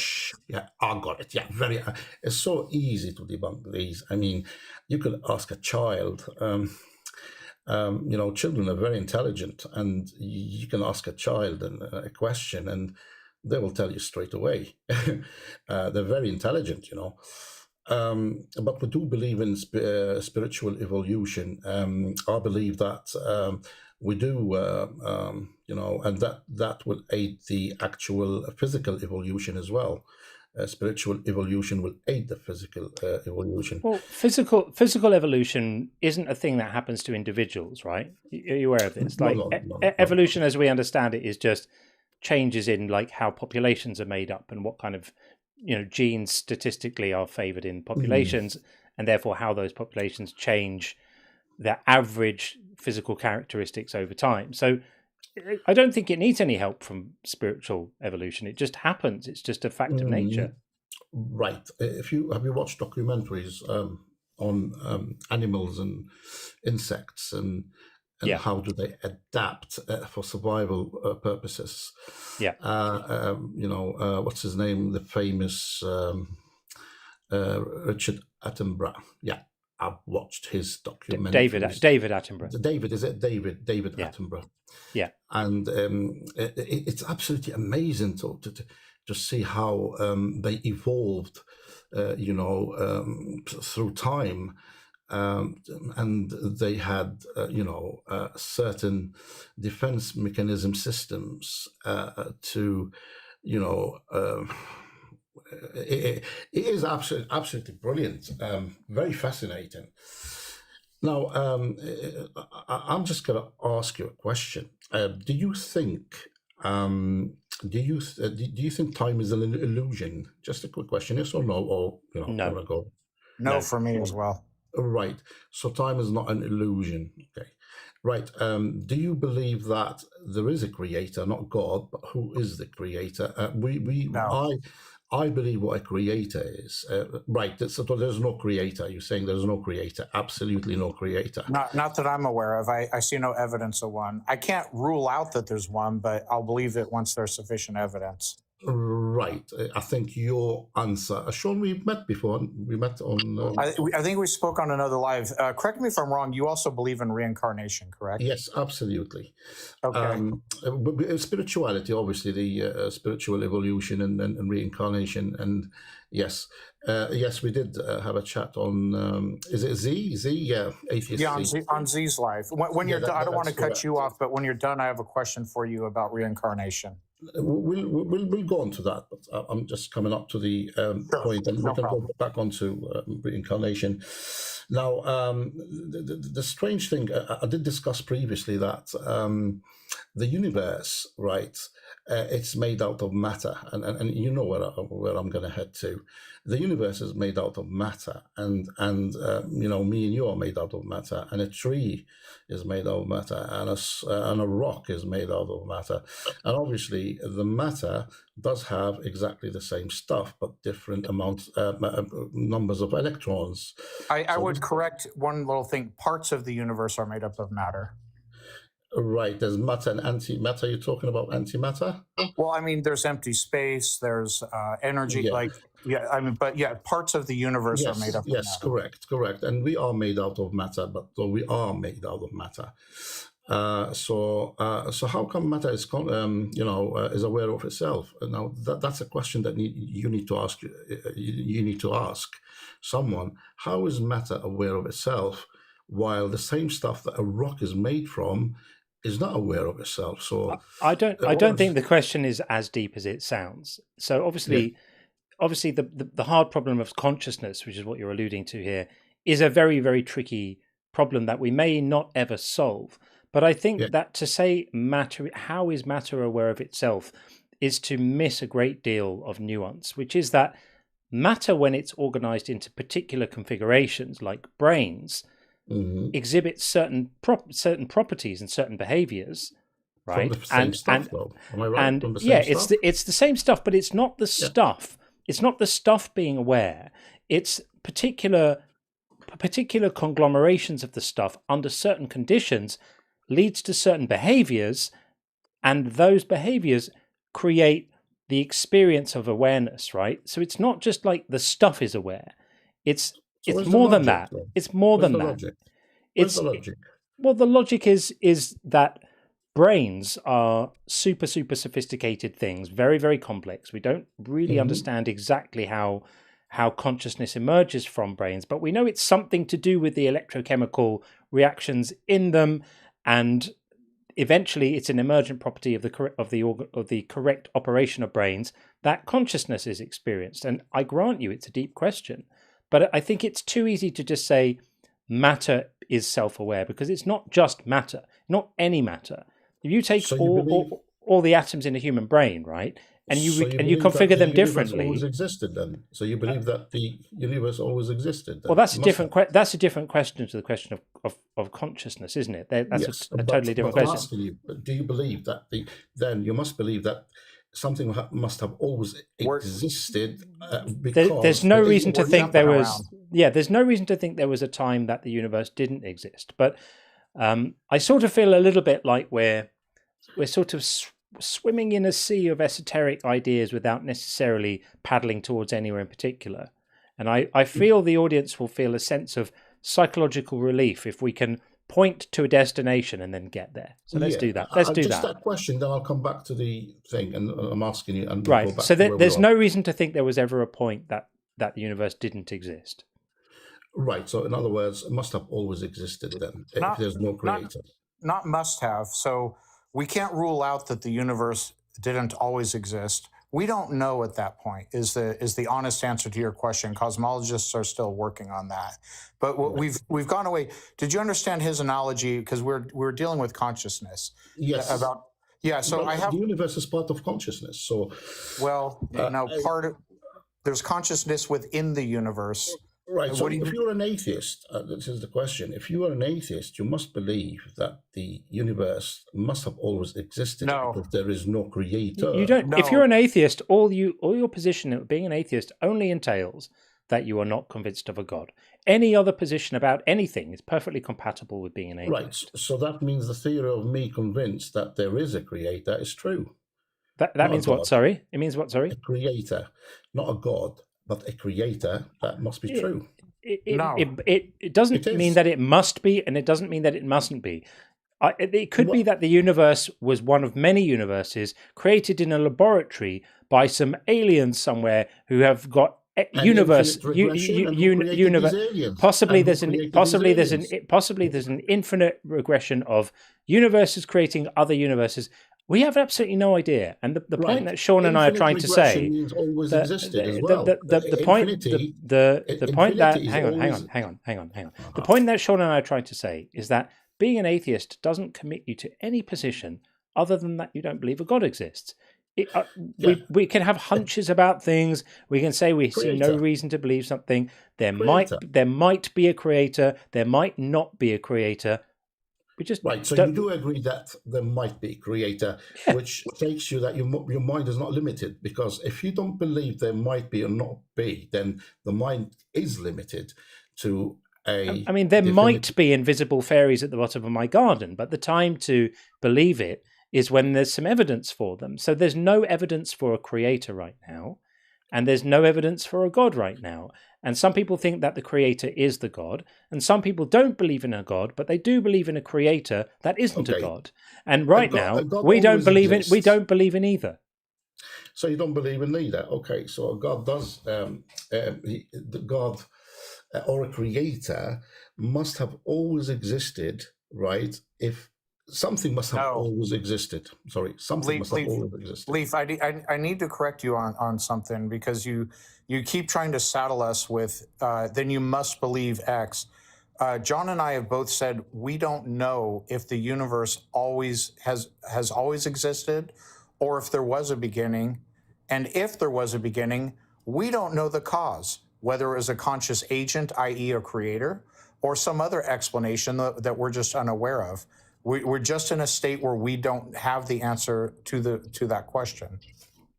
So in other words, you have got a window into believing possibly they could be a creator. There's always a window for us to believe. That window is shaped like sufficient evidence to convince us. Well said. Okay, and if there was to be something that has always existed, that means time is an illusion. Am I right? And you said that time is not an illusion.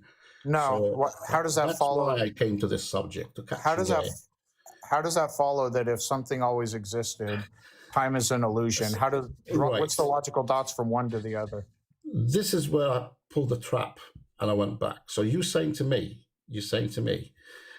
time is not an illusion, but then you saying to me, right, that you could be a creator and it couldn't be a creator. We don't know. So you're not 100% sure whether time is an illusion or not. Then no, those are two separate questions. No, one has nothing. It's linked. There's no reason to think that time is an illusion because we've mathematically modeled the relationship between time and space and matter. We have a series of equations like the Lorentz transformations. Speed and gravity as well. Right? Yeah, exactly. Yeah. We have the Lorentz transformations which mathematically model how time shifts with relative movement.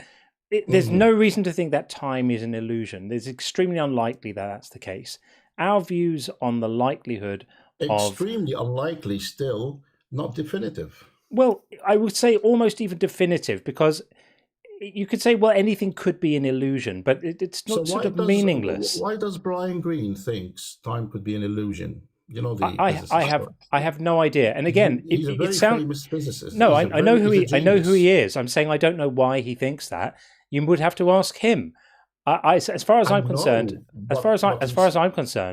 time is a way of delineating a sequence of events. Right? Some events happen, and then other events happen not at the same point, or some events happen in sequence, or some events happen as a result of other events. And you need time in order to have the sequencing of events. If you don't have time, there's no sequencing of events. Right.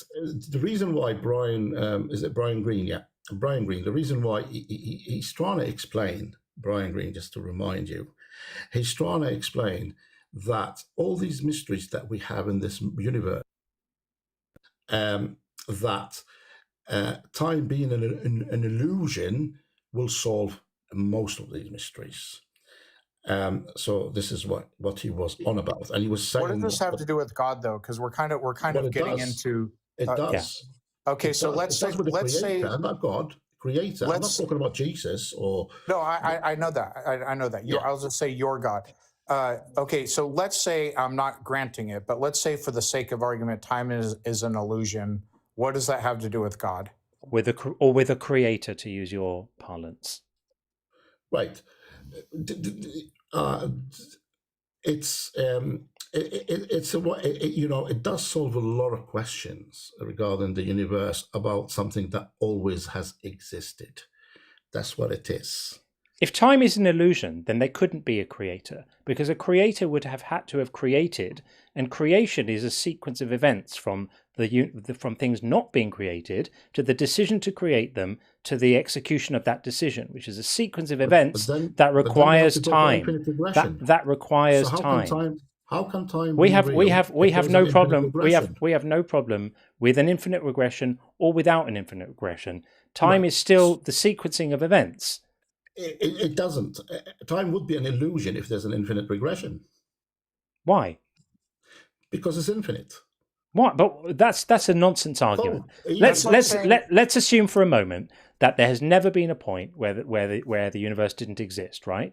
So we have an unlimited timeline going back into infinity and forward into infinity, right? Do you imagine that there's going to be a point in the future where everything stops and there's no more of anything and time hits a hard boundary? Or do you think it's conceivable that events can carry on being sequenced one after the other into the future indefinitely without needing to stop at some point?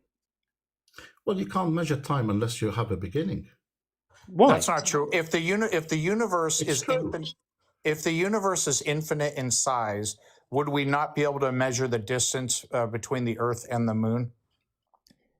Yeah, exactly. Right. That's completely different. It's not. It's a misunderstanding about infinite sets that people have. Yeah. If the universe extends backwards in time forever, and there was never a point that it didn't exist, you can still measure the finite distance between any 2 points on the number line. You don't. Okay, what's outside the universe? What's outside the universe? Nothing. There were time. I'll bring nothing. Okay, so what if we're saying this is an if? Okay. No, I'm not going to say if. I'm going to go to the theory of panpsychism, which I personally believe that it's a very near convincing theory. The panpsychism. Leaf, I'm sorry. Look, as interesting as this is, the reason this channel exists is that we have a community of people who like to hear commonly held religious ideas being basically demolished or questioned or pushed back on, the sorts of ideas that harm them, right? Like ideas about being judged and salvation and needing it and not being good enough and punishment and all of that. And as interesting as these discussions might be, they don't really have anything to do with our reason for being here, which is to. He said he's Druze. Yeah, he's written it there. Yes, I do agree, because the existence of religion, there was a reason why religion came through, and some of it political. It had something to do with political as well, and. It was political. Most of it was political. Okay, but that's not really within the kind of remit of anything that we are here to speak about. Unfortunately, there's so many interesting topics that are tangential to the things we speak about, but not. Yeah. But people come here for a reason, to hear discussions about. We're really here to deconstruct religious ideas. Not panpsychism, or not obscure sort of fair enough things like that. So I say that respectfully to you. It's like it's interesting, but I don't really think it's really what we're here to talk about. Yeah, I'm going to say a couple of things to the religious guys I was listening. Something what I think. I think the religion is man-made.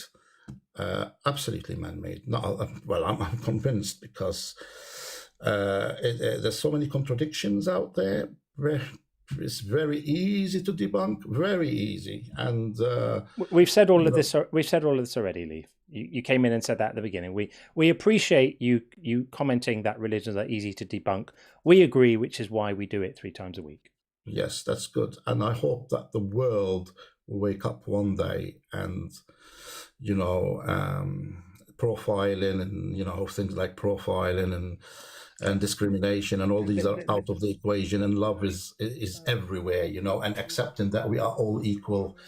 We all love all of that. So yes, yeah. Thank you very much, guys. I can see where you're coming from, and take care, Sean. Is it Sean or Sean? Would you call yourself? It's Sean. Yeah, sorry, it's Sean. Sean.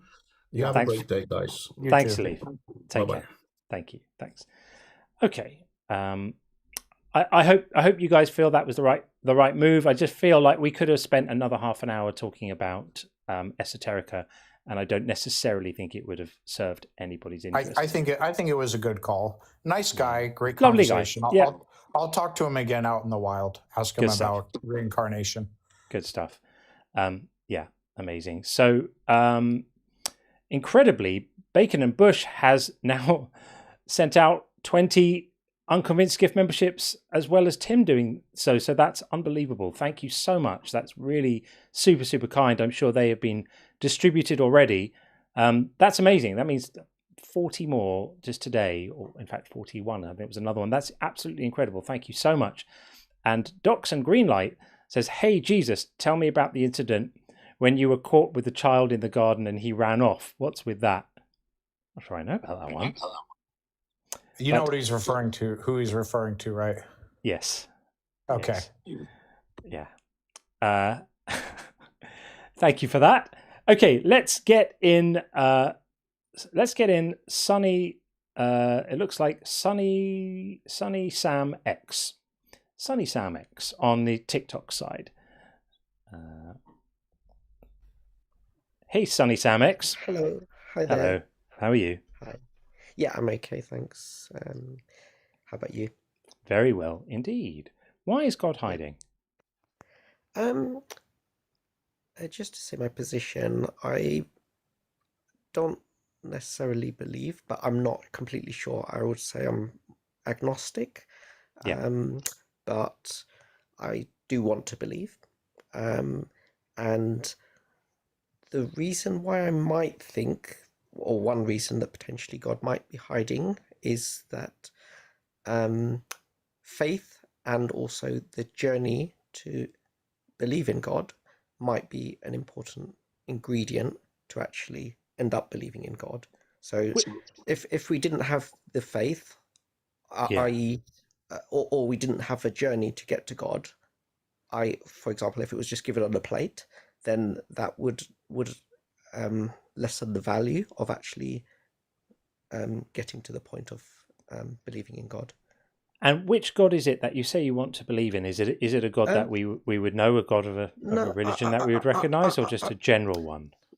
In general, I would say that most of the religions, in my feeling and my belief, have some kinds of essential messages, and I wouldn't prescribe to any specific one. And I would say most of the religions also have a lot of things that possibly are man-made and have been manufactured, but I would say it's more the essences of the religions, and the belief in like trying to do good.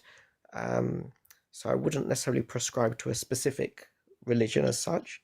How much value is the journey if you never end up believing in a God, or you end up believing in the wrong God? Yeah, and my belief is that potentially there's many paths actually, and that there's not only so ultimately I would, if I could describe potential of God, I would say it would be truth. So whatever where you end up would be the truth, whatever that is, whatever God ends up looking like, whether it's a being, whether not answering. Respectfully, that's not answering the question, because you said God. You said God potentially could be hiding because he values the journey and faith. Faith.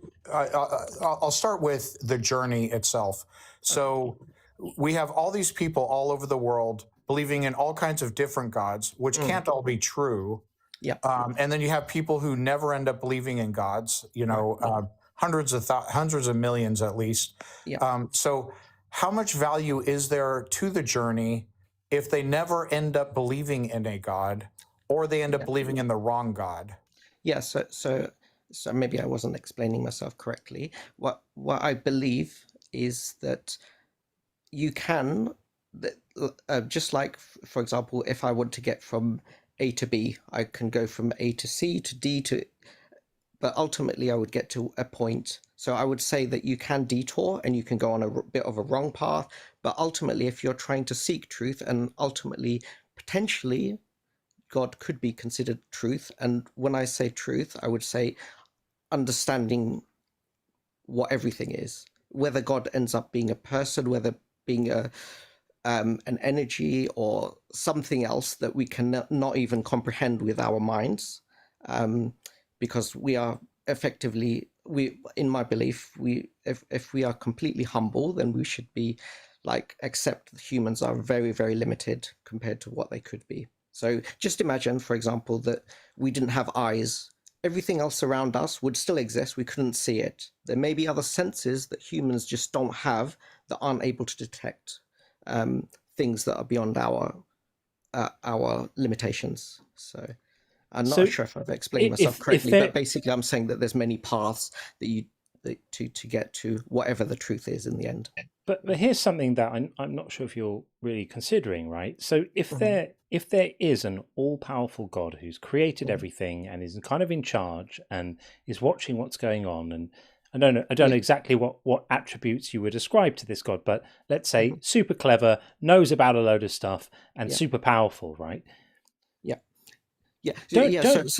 don't you think that immediately that entity would come under, like, I mean, the moral judgment that you would have to apply to such an entity purely on the basis of the suffering that's going on in the world today, just today. Forget about every other day in human history. Yeah. Like since we've been having this conversation, some number of children have been violently attacked by adults, right, in unspeakable ways, for example. And an all-powerful God would know this, would be capable of intervening in a way that didn't compromise anybody's free will, and still chooses not to. I don't understand this thing of wanting it to be true, because if it's true, then God is a monster. I'm not sure if I've even explained myself a little bit. My concept of God is not necessarily as a person. It may be a personal God. It may not even be a personal God. So I have a broad, maybe I'm like, I'm just too open to lots of possibilities. But I would say God could even be an energy. It could actually be something beyond our even imagination. But then the word God is so loaded, right? It's the word God carries with it so much baggage, and so why not just use the word energy and some, you could just say some organizing principle of nature that we haven't correctly discerned yet, and then you're describing something, but it doesn't come with all the nonsense that comes with God, which is like a mind, has a will, wants to do stuff, keeps an eye on people when they're alone in their bedrooms, all of that kind of stuff that it comes with that concept. I mean, I agree. We shouldn't, like, I think this is possibly where like lots of conflicts happen, that one person says that I'm right, another person says that I'm right, and one religion is right and one other religion is wrong, and so on and so forth. I would say, actually, if we all just try to seek the truth, whether that ends up, it could end up in the point that we say, okay, there isn't a God, but if we're all seeking truth without being like trying to push our points. So even I would be open. Like I said, I'm agnostic, but I actually do want to believe. And I kind of feel that there's like things that beyond our understanding. So even like you can have the point and say, okay, there could be a God, but then does that God then have another God, and so on and so forth? You could get beyond our understanding and beyond our sphere of, it's kind of reminding me of the conversation we just had with Leaf before, where we're really here to push back on religious concepts, and what you're describing isn't really a religious concept. You're sort of just expressing that you're open-minded about lots of different potential explanations for things, and it's good to be open-minded. But I do kind of feel like I said at the start, that if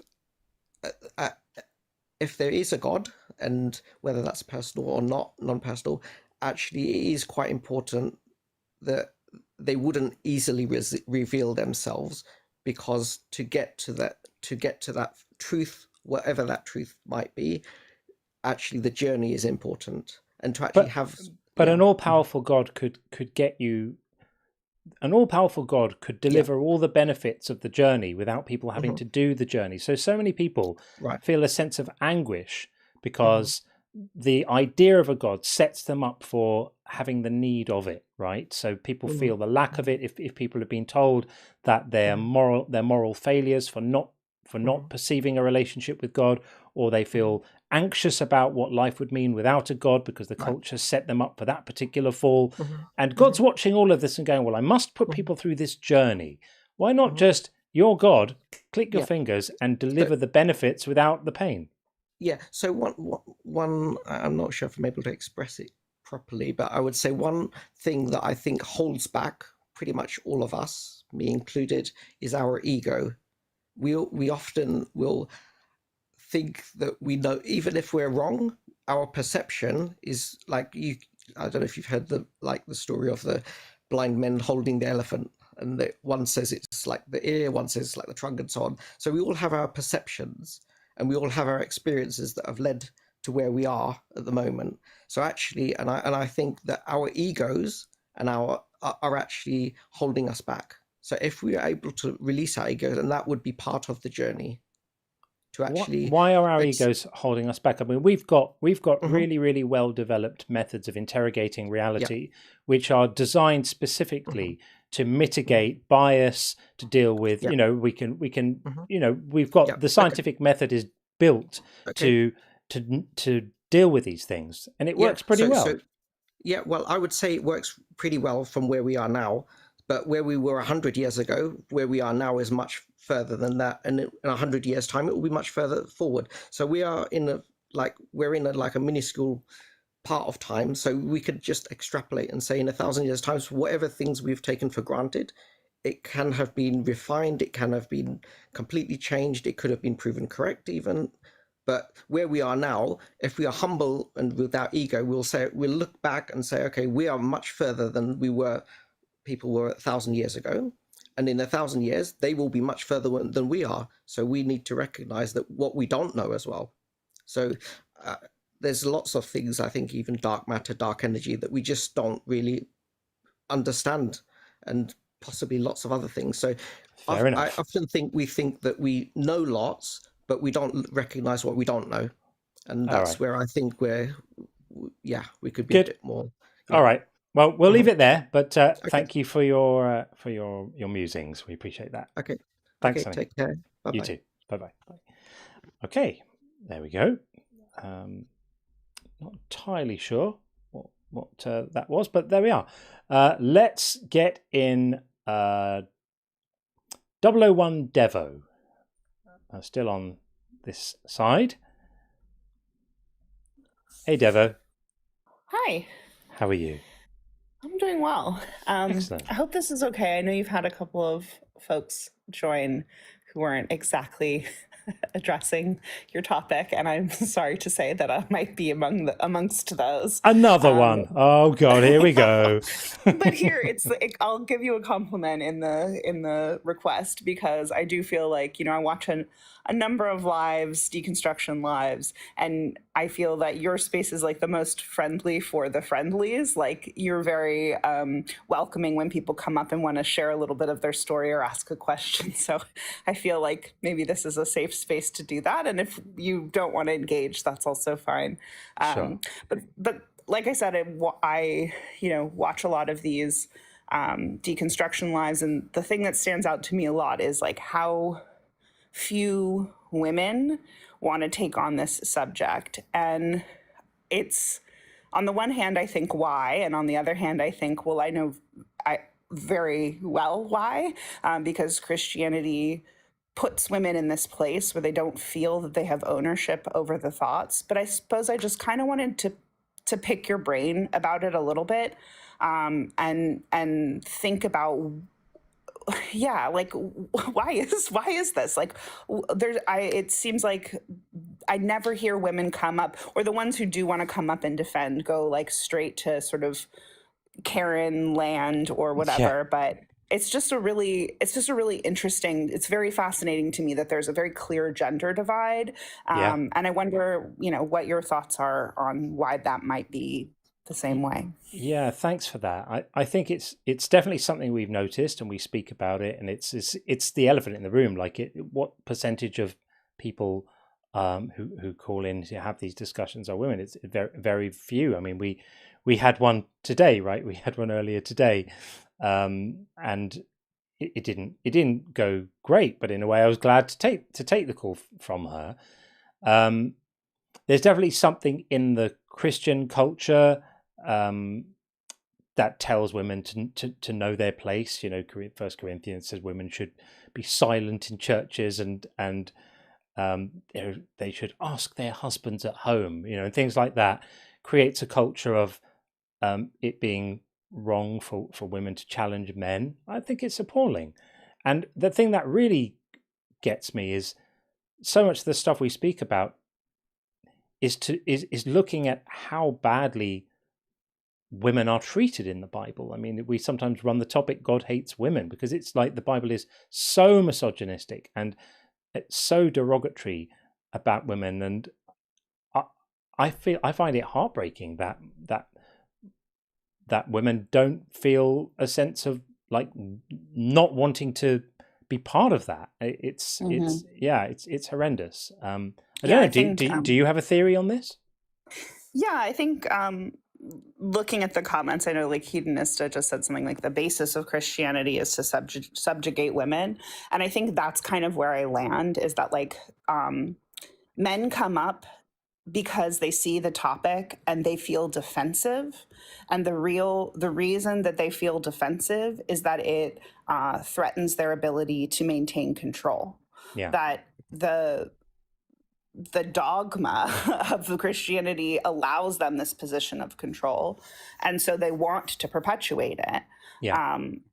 And like, I think when I say that to myself, I'm like, oh, that's so obvious. But then it seems like the pattern just keeps happening. I'm like, wait. It is obvious, but like no one else thinks this is obvious. And no one else seems to be talking about it. I don't know. It's just, it's just something I've been rolling around in my mouth, and I do feel like also, you know, I see a lot of in these comment sections, a lot of women want to hear this conversation, want to engage with the topic, but they're not coming up and they're not defending it or making points. And I guess I just kind of wanted to again hear your thoughts and, you know, I think raise it to the other. There's another aspect as well, which is that internet debate culture is kind of it's got a sort of machismo thing about it, hasn't it? And a lot of it is about sort of signaling dominance and who won and who got owned and who all of that stuff. That's typically quite a sort of male testosterone fueled. I mean, I hate that, right? I'm really not about that. I like to have good conversations. I like to let the arguments speak for themselves, and we're not really interested in the people who come in here and just want to try and, you know, dominate and all of that. Yeah. It's just, to me, it's infantile, but it's quite a male thing. It's like it's a testosterone driven need to dominate others. And I just think, in my experience, most women are too sensible to want to engage with that type of discussion. Do you know what I mean? It's like totally. And I agree with you. And then in the same breath, as like, there's so many women who continue to perpetuate Christianity. And you think all these, you know, cults, or where it really is about the women, because you need the women to perpetuate the children, to perpetuate the religion. And it's just such a strange phenomenon. I think, like, I also watch a fair number of things about cults, and, you know, a lot of the cults where there's you know, polygamy, and like when the women actually break out of it, and what you see about how they how they live when they're not controlled. It's just really interesting. I guess I just wanted to kind of chit chat about it, and also maybe inspire some you know, folks in the chat to think about it too. I don't know if we need like more women in this space, you know, like on TikTok or whatever doing this. I think, you know, you and many others do such a great job of leading the conversation. And I hate that it's like, well, this is, the men are going to listen to the other men. And I think that's a little bit of it, but. Yeah, no, I agree with you. I welcome more women participating in these discussions all the time. I think it's great. We want to have diverse voices across all sorts of different categories, and I think it would be great to have more women getting involved. I just looked up the stats from a Pew Research survey. It said in the U.S., U.S. atheists, 64% are men, 36% are women. So it's the tendency toward atheism tends to be more male. I don't know. I can speculate as to the reason why that is. It could be just in religious cultures, men tend to have more freedom in general, which would involve the freedom of thought, being in being in circumstances culturally to be freer to explore these things than women are. Yeah, it is interesting, because I do think as soon as the women wake up, like you see, oh, I'm really in a shit position here. Like, this is not where I want to be. I ought to get out of here. That's kind of why I would think more women would be atheists, who like come across it and say, well, all of this is just designed to subjugate me, and I don't need that. Anecdotally, from my experience in these spaces, the women who deconstruct are among the most happy to get away from it, and the most passionate about deconstructing and helping others in it. You know, like leaving faith is a prime example. There's tons of women that are in our community who are very passionate, you know, about fighting against the religious misogyny, etc. Yeah, certainly didn't mean to suggest that there like are no women atheists. It's just in the debate space, you know, we see. You are correct, though. It seems I've heard it before. I never looked it up. Actually, looked it up until now. Yeah, appreciate you doing that. Yeah, there are definitely significantly more men who identify as atheists than women. You know, and I kind of gave you my speculative reasons as to why, and it's an interesting thing to discuss.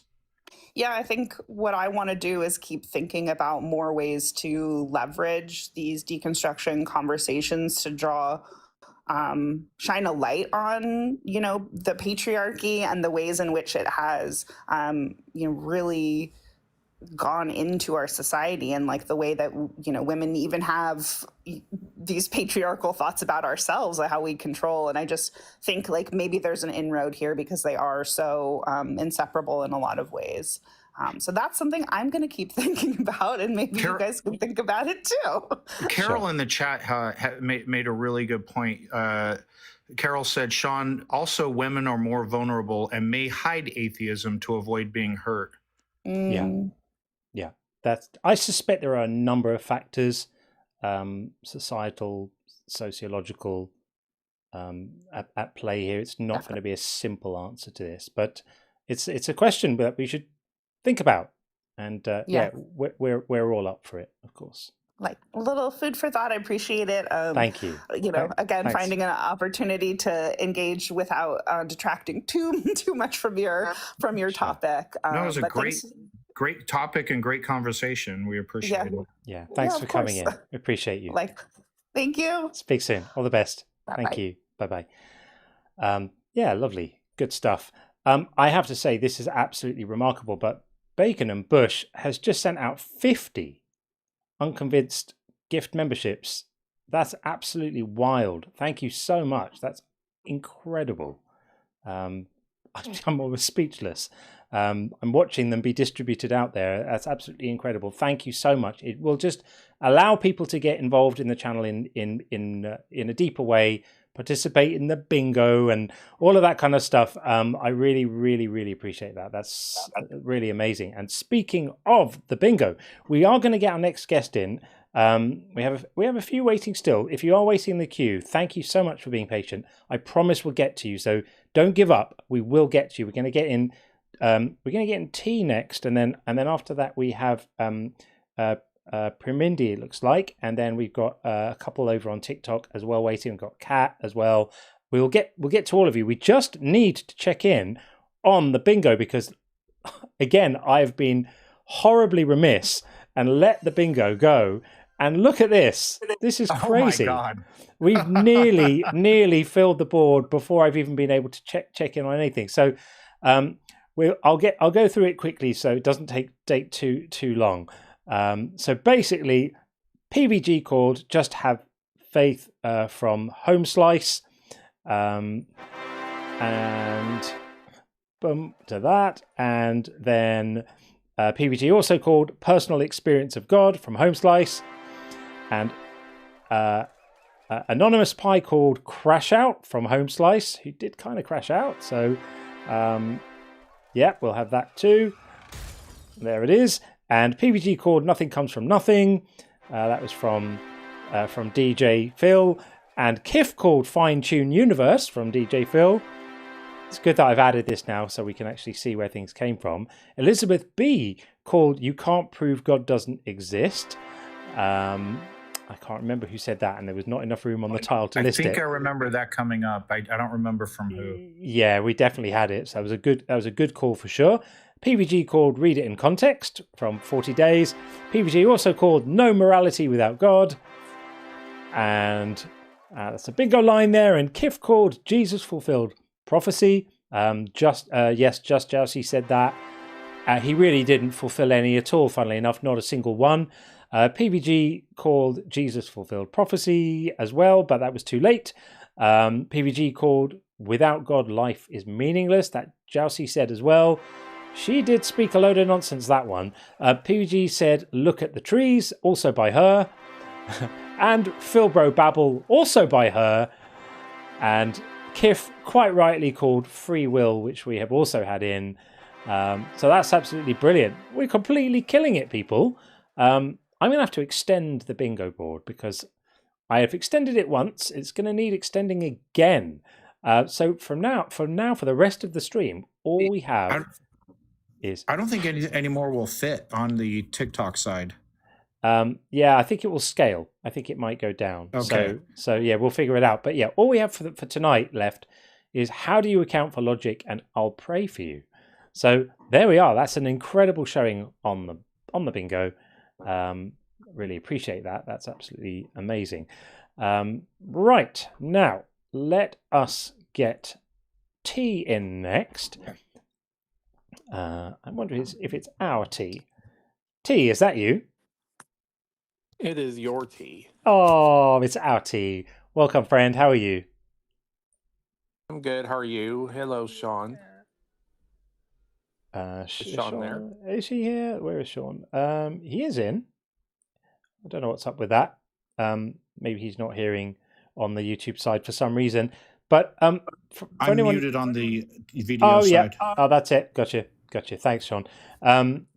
Yeah, for anyone who's listening who doesn't know... muted me. Sorry about that. I muted you because it was echoing before. T is the person responsible for the Discord server. So I think we need to have a massive thank you to Tracy for this. Absolutely incredible. In my wildest dreams, I didn't imagine that it would take off like it has in just, what has it been, like not even a week? Yes, been probably less than a week since we launched. Yeah, just a few days even. It's absolutely wonderful. I'm over the moon. Thank you so much for doing it. But yeah, I was just coming up to say, hey guys, we got lots of fun going on there. We've got poetry, art, we've got pet picks.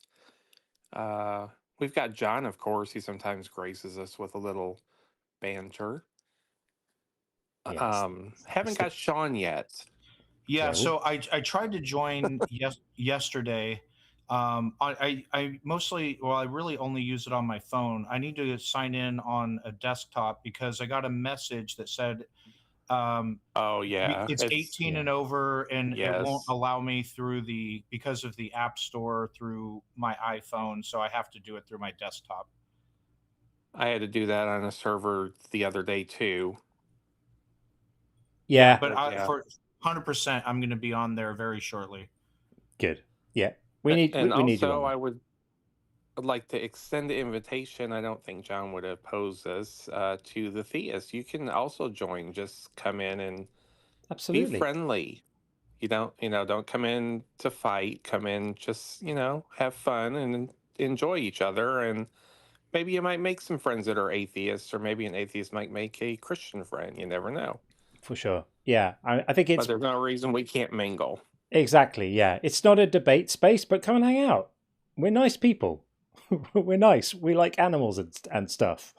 So, yeah, for sure. But it's brilliant. And we won't try to convert you, don't worry. Yeah, exactly. Yeah, exactly.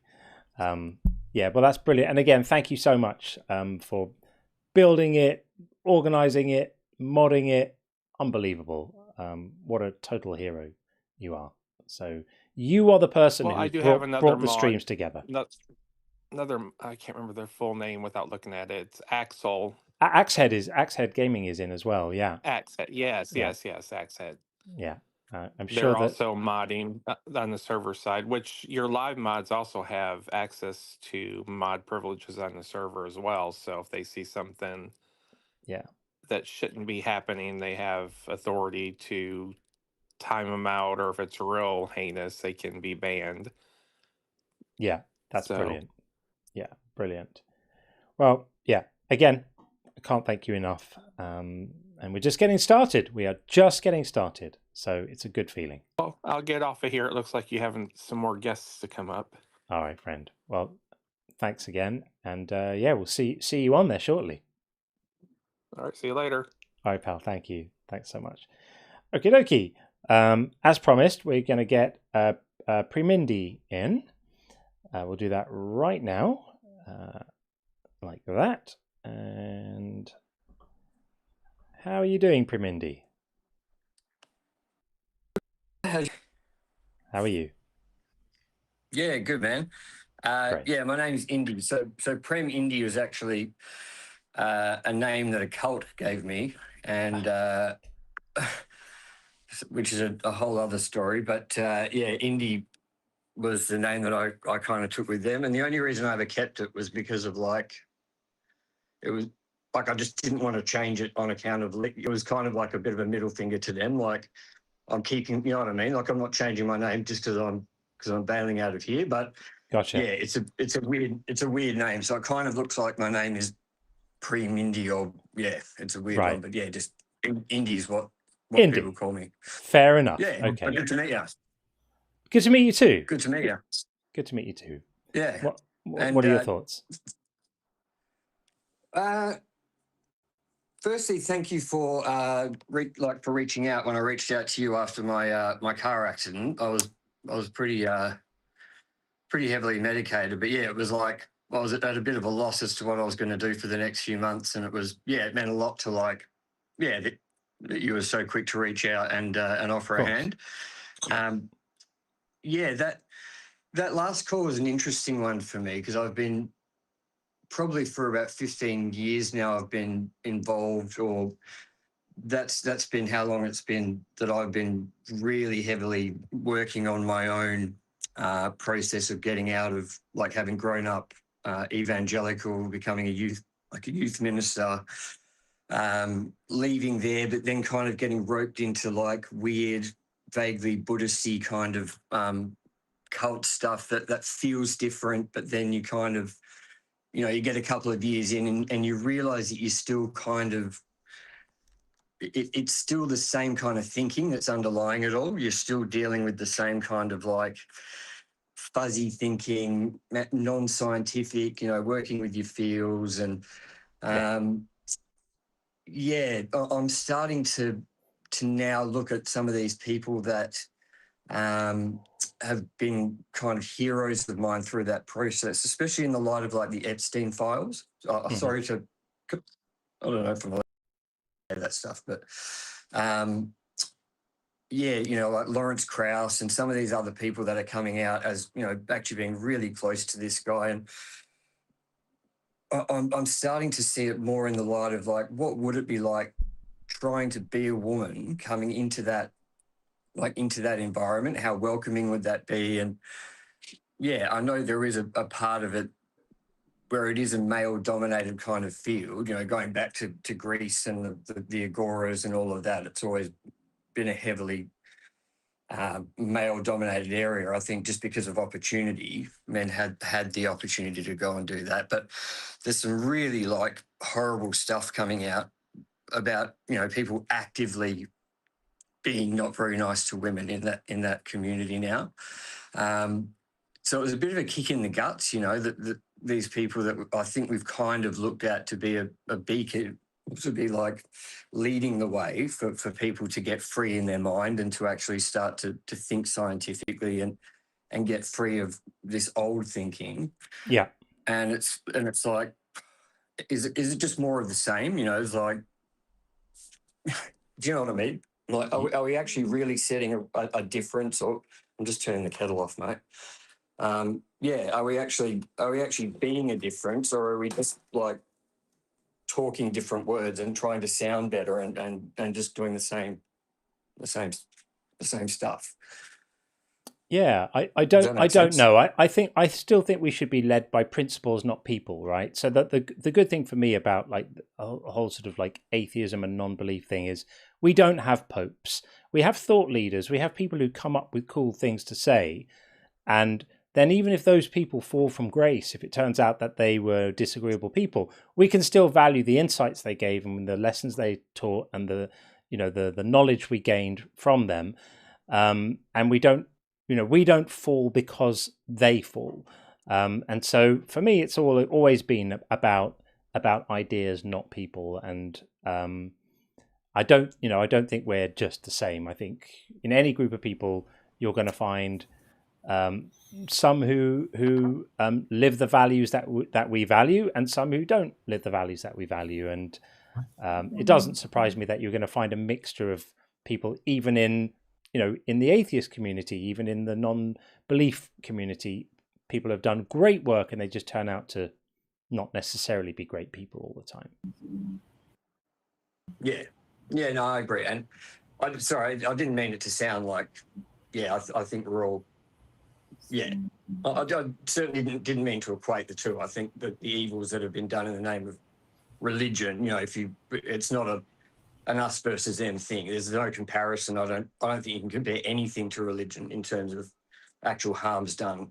I think if you could take one thing out of history that would take away more harm than anything else, it would probably be just religious thinking generally, believing crazy things on bad evidence. But most of that has been done in the name of some kind of like entity or some kind of higher power or something. But I guess it's probably more a question for myself, not that I'm involved actively in a lot of communities and stuff, but when I do get involved, like, I know that I do come from it's very easy for me to slip into a very combative space that I know wouldn't be very welcoming, probably even for a lot of guys, let alone, women, or like just for people generally, like how am I actually presenting? But like how actively do we make it welcoming for different people? Or I guess that's more of a me question rather than a community question. But it was an interesting one just to see that,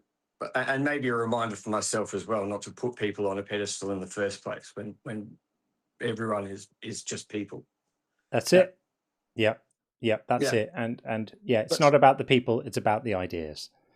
And there's a parallel there, because when I'm talking about the people on the other side, right, I always say when we're talking about like believers and like the opposition, right, it's that they deserve respect. It's not about them; it's about the ideas. Like we respect them, we don't respect their ideas. And it's not about them. We attack the ideas. We don't attack the people. It's about the ideas, not the people. And it turns out it's the same with our side too. It's about our ideas, and not the people. So it's a good principle, I guess, to hold in mind, right?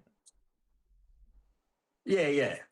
But for what it's worth, I think the reason I've enjoyed getting into your stuff is because you do seem like good people as well. So, but I like the way that I like both fronts. I like the way you present the ideas as well. I think the way that you do it is very conducive to. I see you get a lot of traction with people because you do present with a lot of respect, and I think I don't think you can fake all of that. I think you can be a very good presenter. I think you can have a good patter and all of that, but I think at a certain level you can only pretend to care about people so much.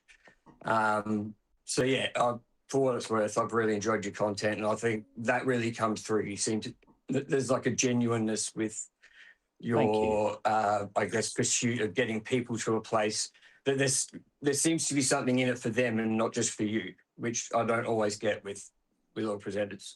I really appreciate that. I think I appreciate that. I think people know when things are inauthentic or performative, and there's no, I think people realize, and then people also can sense why people do things. And I've been doing this for years and years and years, although not like in this way, right? Not online in the same way. I used to do lots of like debating and all of that kind of stuff. But it was only after writing a book and then going online to try and promote my book that I discovered, actually, there's a community of human beings here that have been really, really impacted by the stuff I've been writing about.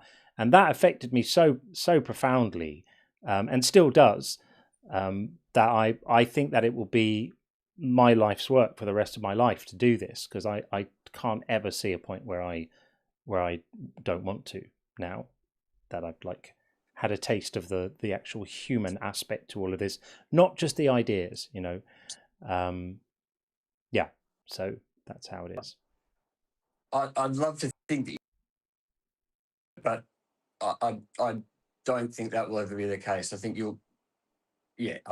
I think you'll always have a market, unfortunately, when it comes to not even just religion. I just think that there's something genetic, there's something evolutionary in it that we are, you know, but whatever it is, whether the descendants of those type 2 mistake babies or whatever, you know, that see things where they aren't. And I think it's just something that comes with like diseases or anything else that comes with this package. Is just weird thinking and thinking things are there that aren't. And we just kind of have to help each other.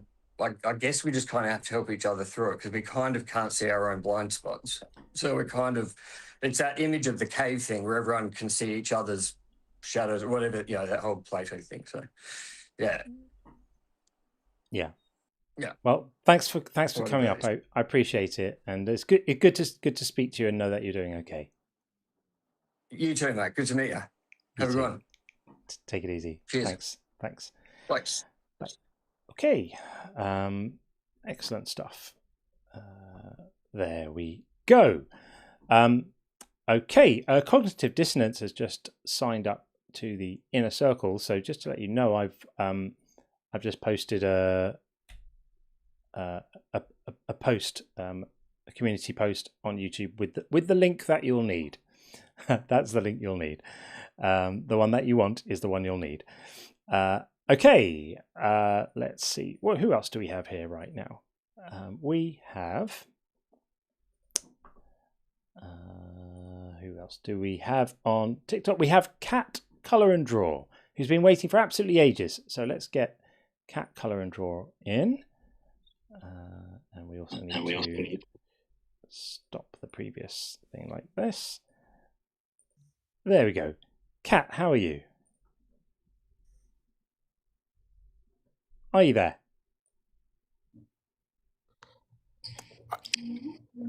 I was curious about the name. I was hoping Cat would come through. Cat, are you there? Looks like maybe it's a not. That's a shame. They were waiting in the queue for ages, so I'm reluctant to drop them back down. But if you ain't there, there's no one to talk to. Final chance. Cat, Color and Draw. Are you there? I guess not. That's a real shame. Okay, well, we'll drop you down, and if you come back, we'll skip you up the queue if there is a queue. Couple of super chats, and then we've got a couple of member questions to address as well. So Magic, Fire and Music says, woman here, women are less likely to value their contributions, including their intellectual ones, so they are more self-aware of the potential to be embarrassed online in a debate. My 2 cents. Yeah, and that makes me really sad, because there's absolutely no reason why a woman would be more likely to be embarrassed. And I think in the debate space, where women are not so busy trying to signal dominance, they're actually more likely to make sensible points and communicate without that whole dominance thing going on. But yeah, it's sad that that's the case, but I think you definitely are onto something, sadly. And Stephen Pierce says, thank you for this, Stephen. I found I tolerated irrational men more than irrational women. It's hard to deconstruct from my Catholic upbringing. That's interesting. I wonder if is that baked into the doctrine or the the religious conditioning in some way. I know it says, like, women can't teach men and women must be silent in church. And there's this whole culture there of, wives submitting to husbands, and that hierarchy is baked in. And I find it absolutely horrendous. Babs, lovely to see you. Thank you so much. Bab says, sit here, shut up, pray. You may take off your leash to attack the unbelievers. Good girl, good girl. Yeah, that's about it, isn't it? That is about it. Yeah, it's a weird one, and it's crazy to me that women within the faith are not saying, no, this is disgusting. We're being demeaned here. We're being told that we're worth less, and I just think it's horrible. So yeah, heartbreaking to see it. Okay, hopefully. Yeah. Hopefully my my question and answer wall is going to work. Is that going to work right now? Yeah, there we go. So Tracy, who we were speaking to before, had submitted this. Love the sinner, hate the sin. Yes, love the sinner, hate the sin. We've all heard this one before, whether it was being used towards us or we were using it towards someone else. This is such a slap in the face of the person who it's used on. Because the fact of the matter is, you can't hate the sin and love the sinner, especially when it comes to someone being part of the LGBTQ plus community. That sin, as they call it, is who we are. So if you hate the sin, you hate me. I just find this absolutely heartbreaking, and I completely understand it. Because if the culture is saying, we don't hate you, we just hate what you are. We don't hate you, we just hate how you're born. We hate some of the characteristics that you have. And let's not get it twisted. That's what this is. Like, the religious people might want to try and claim that somebody's sexual orientation is a lifestyle choice. But people wised up to that about 30 years ago. And we're not buying that shit anymore, right? So we now have to accept that some people are just same-sex attracted. Deal with it. Like, just deal with it. And now look what happens if we transpose this onto another characteristic. Imagine if we said that being born with a certain skin color is something that they disagree with. Or we don't hate you, we just hate your sin of being born with that color skin. Everyone would know that it's completely unacceptable. Absolutely unacceptable. And yet this is no different to that. Absolutely no different to that. Bigotry is just bigotry. Yeah, that's pretty much what I've got to say about it, I think. Sean, what do you think? Yeah, so imagine this, and this, it doesn't matter if you're gay or straight or bi, whatever your orientation. Imagine the person in your life that you love most in the world, that you're the closest to. You would die for that person. Here I am, I'm going to tell you, your relationship to that person is an abomination under God. Oh, and by the way, I love you. Yeah, right. Yeah, exactly. Exactly that. Yeah, that's well put. What does it mean, right? What kind of love is that when you're saying to someone, I don't accept you for who you are, but I love you. But yes, that's not love. So yeah, I completely agree. I think it was beautifully put by Tracy again, and quite heartbreaking to read. And we don't have any time for that nonsense at all. None of that. There was another question that came in from Sufficiently Advanced Tautology, who said, it. I know, brilliant, right? How much does the idea that you can't choose what you believe tie in with the idea that you are not your thoughts? The idea that you are not your thoughts proposes that you're an observer of your thoughts and that you can evaluate them but are not defined by them. This is a common idea in mindfulness. Do you consider belief to be outside of that process? As an ex-believer, the idea that I'm not my thoughts is liberating and allows me to not feel guilt for that over which I have no control. But it implies that one can evaluate their thoughts and that there's a choice in the process of deciding what you allow to define you. I would love to hear your take on this, and maybe one day I'll summon the courage to discuss it with you during your stream. Well, thank you for sending this in. It's a really super thoughtful question. I definitely agree that you're not your thoughts. And I think that there is some overlap between this and the idea of not choosing belief, because you don't really choose your thoughts either. This is the whole Sam Harris argument. Like, you can't decide what the next thought that's going to pop into your head is. It just happens. You can't decide it, because if your thought is, I'm going to decide what my next thought is, well, you would have had to have made a decision about that thought too, and that would have had to have been a thought, and it's kind of uncaused thoughts all the way down. So there's definitely some overlap there. Something is telling me, and maybe Sean, you can help me workshop this, but something's telling me that there is a slight difference, and I think the difference is because a belief is a condition, like it's an experience. It's a condition of being persuaded by something, and you could make a direct parallel to thinking is also an experience that your mind has. But I don't think that the idea of your identity not being your thoughts, because we're not saying your identity isn't your belief. We're just saying that the belief is just, so really our claim is actually quite mundane.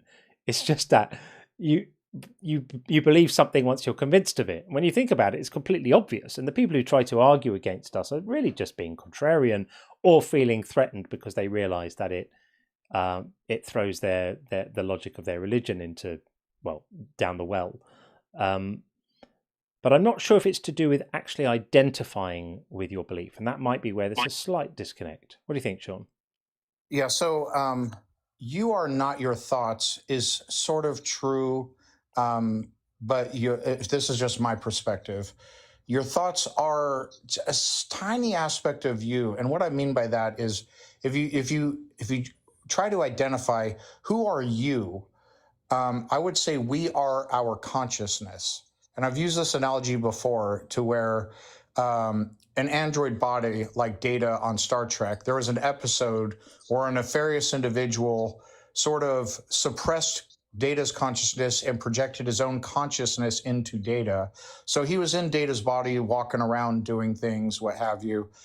Well, Data is now that person. So like if you were to transfer your entire consciousness into something else, that thing would now be you. And really, it's still the consciousness, your consciousness that's you. Now, what is our consciousness? It's a conglomerate of everything that has to do with our mind. It's our memories. It's our emotions. Part of it is our thoughts. It's, the decisions we make, the things we do, those are all rolled up in what make us us. And so, notwithstanding belief isn't a choice, but your thoughts are, in my opinion, a small part of who you are. But it is a small part. It certainly is not the totality of who you are.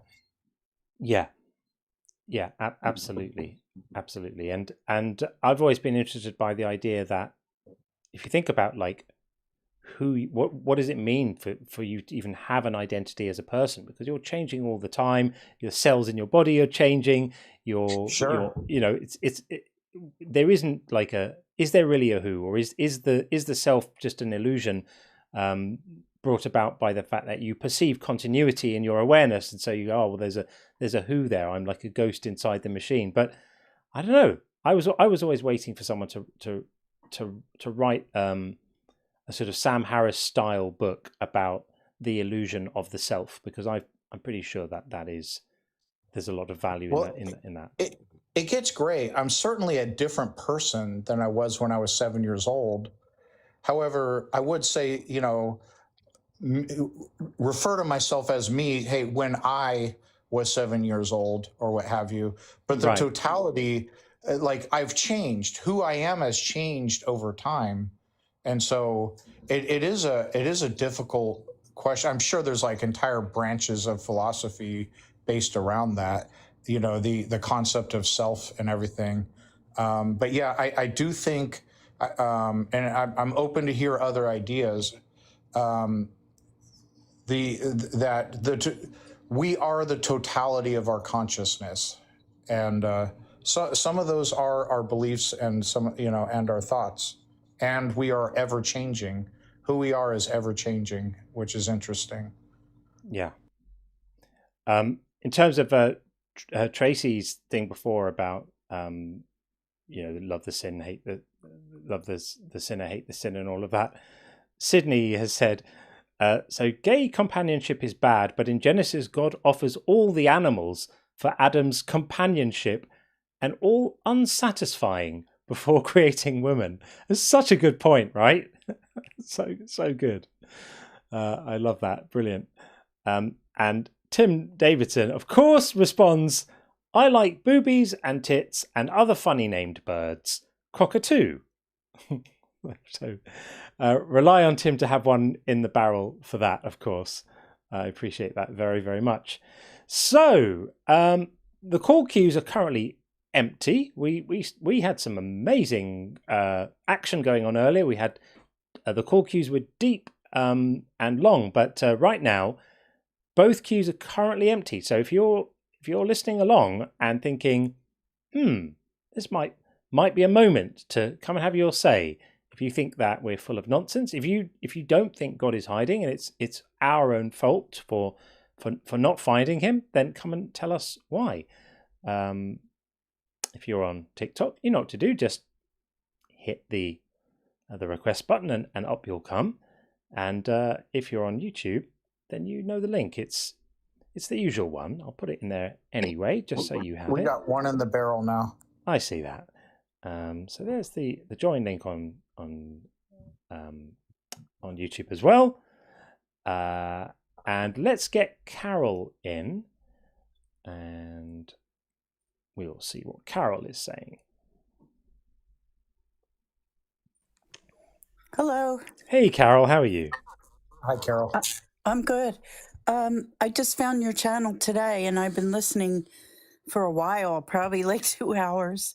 And I am an atheist, but I was baptized Catholic and went to Catholic school and all that nonsense. And even when I was young, I was like, what the hell is this? None of this makes sense. As a kid, you know. But anyway, the woman a while back that was trying to convince you that there was Josie. a God. Yeah. Well, she not only convinced me that I was right, that I am an atheist, that, wow, like that was crazy. But what I wanted to follow up on the woman and atheism. I find with myself, I have to feel safe in the conversation to admit that I am. Yeah. And that's not fair. It's not. But I don't know what to do about that. I've only admitted it to like 2 or 3 people in my life. I'm a boomer. I'm 71 years old. And so I can understand. That's all I wanted to say. I you know. Yeah, that's really interesting. And do you feel in your sort of everyday life that you have a very limited number of people that you can be honest with this stuff about? Yes. Now, I have a friend I have 2 friends that are religious. They're both Catholic, and they know how I feel, and they accept me for it. But everyone doesn't accept us for it. Yeah, that's right. Mm-hmm. That's right. And who you decide to share that with is a very personal decision. You don't owe anyone your inner thoughts. They belong to you.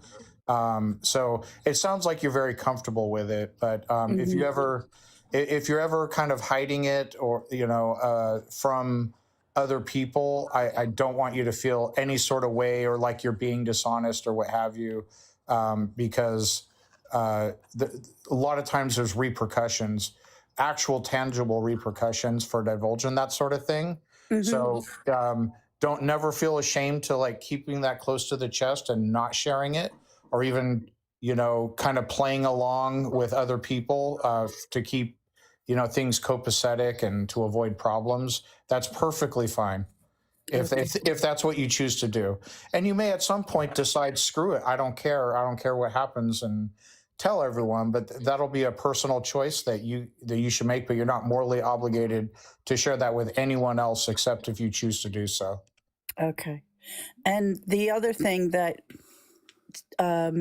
being an atheist, religious people don't understand that where we get our morals. Yeah. Oh, yeah. We Yeah, get that conversation all the time. Yes. Yeah. Like, wow. Like, to me, morals are common sense. But I am an empath. I'm very empathetic. And I know everyone isn't. But yeah, it's crazy. Yeah, they overprice that. Like they seem to think that it's some absolute killer gotcha, that if you don't believe in their cosmic policeman, you're not entitled to be able to say that you agree or disagree with how someone's behaving or an action or voice any kind of ethical opinion. It's such a strange one because, as Sean says, not a week goes by that we don't have it out with one or two people on here about that exact argument. On what basis do you base your morality? I think I even just, my latest video that I put up on YouTube was a conversation with a guy called Eli who came in on the last stream or the one before, I can't remember, and that was the exact same conversation of it's so empty, it's such a completely vacuous thing, but they all say it. Like, they think it's a massive gotcha, they think it's a massive flex, and it's not. It's pathetic. It's so easy. Like, treat people how you want to be treated. Like, that's, it's very, very easy. It's common sense that, do I need 10 commandments to tell me not to unalive somebody? Like, yeah. Mm-hmm. Madness. Yeah, if you need the carrot of heaven or the stick of hell to not desire harming people or to care about the well-being of other people, you're not a moral person. You're an awful person on a leash.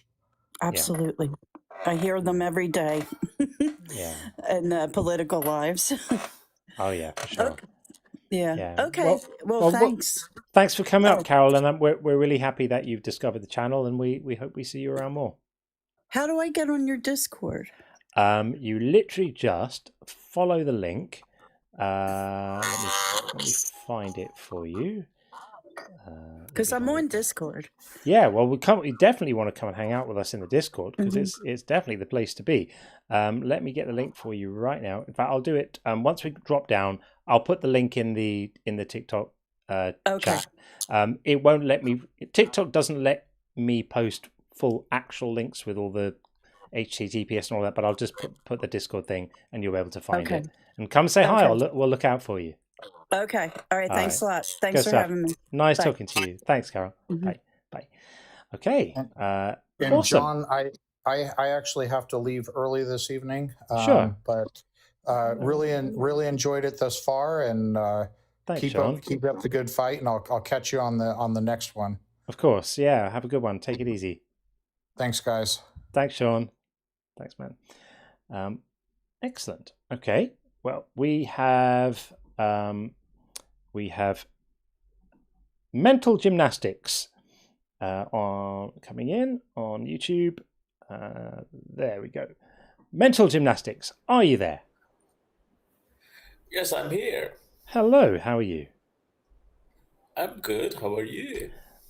Absolutely fine, thank you. Having a very, very nice Saturday night, doing just what I like doing. So, welcome in. Do you have a view on the prompt, why is God hiding? Yes, I do. By the way, I can't hear Sean. Oh, Sean's left, so he had to go. Okay. So you're stuck with just boring old me, I'm afraid. No, that's fine. That's fine. Oh my God, I can't pull this. It's me, PVG. Oh, dude. You actually fooled me this time. But we have to have words. We have to have words about this because you need to stop doing this because I'm not able to correctly manage the callers. If I think everyone else might be you, and when I don't actually know if it is you. So this will be our final pseudonym call, if you don't mind. But nice. I thought you would recognize my voices. I thought you would recognize my voice. Yeah, I actually didn't. I was trying to figure out where you were from. But anyway, welcome in again, as always. Yeah, nice to see you. Nice to see you too. What's happening? You've been killing it on the Discord. Oh yeah, it's a very fun place, and I really had some productive chats with the other members, and even Dr. Dig was kind enough to clarify my doubts about some genetic questions the other day. Fantastic. And it's really such a great community, and I'm having the best time. I mean, it's been the best community I've ever come across so far. Good. Well, that means a lot. That means a lot. I just wanted to point out someone mentioned why it's seemingly more difficult for women to come out of religion. And we do have some studies on observational psychological studies where vulnerable populations are more susceptible to be persuaded into religion. And especially in India, we have data from communities that are in poverty. Mm-hmm. And if you look at some of the churches in India, mostly they're both Catholic and Protestant churches. What they do is they pay money to people to convert from. Most of them are. So in Hinduism, you have the caste system, is it not?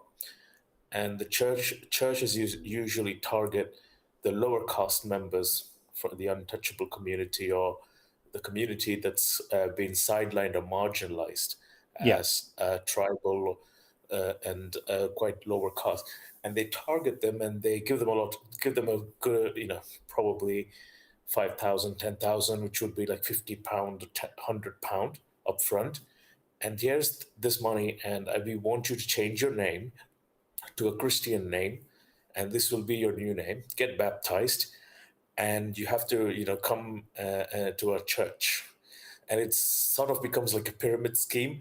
If they bring more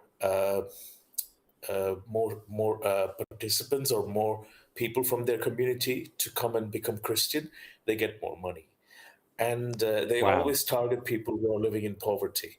And there's good data here from India.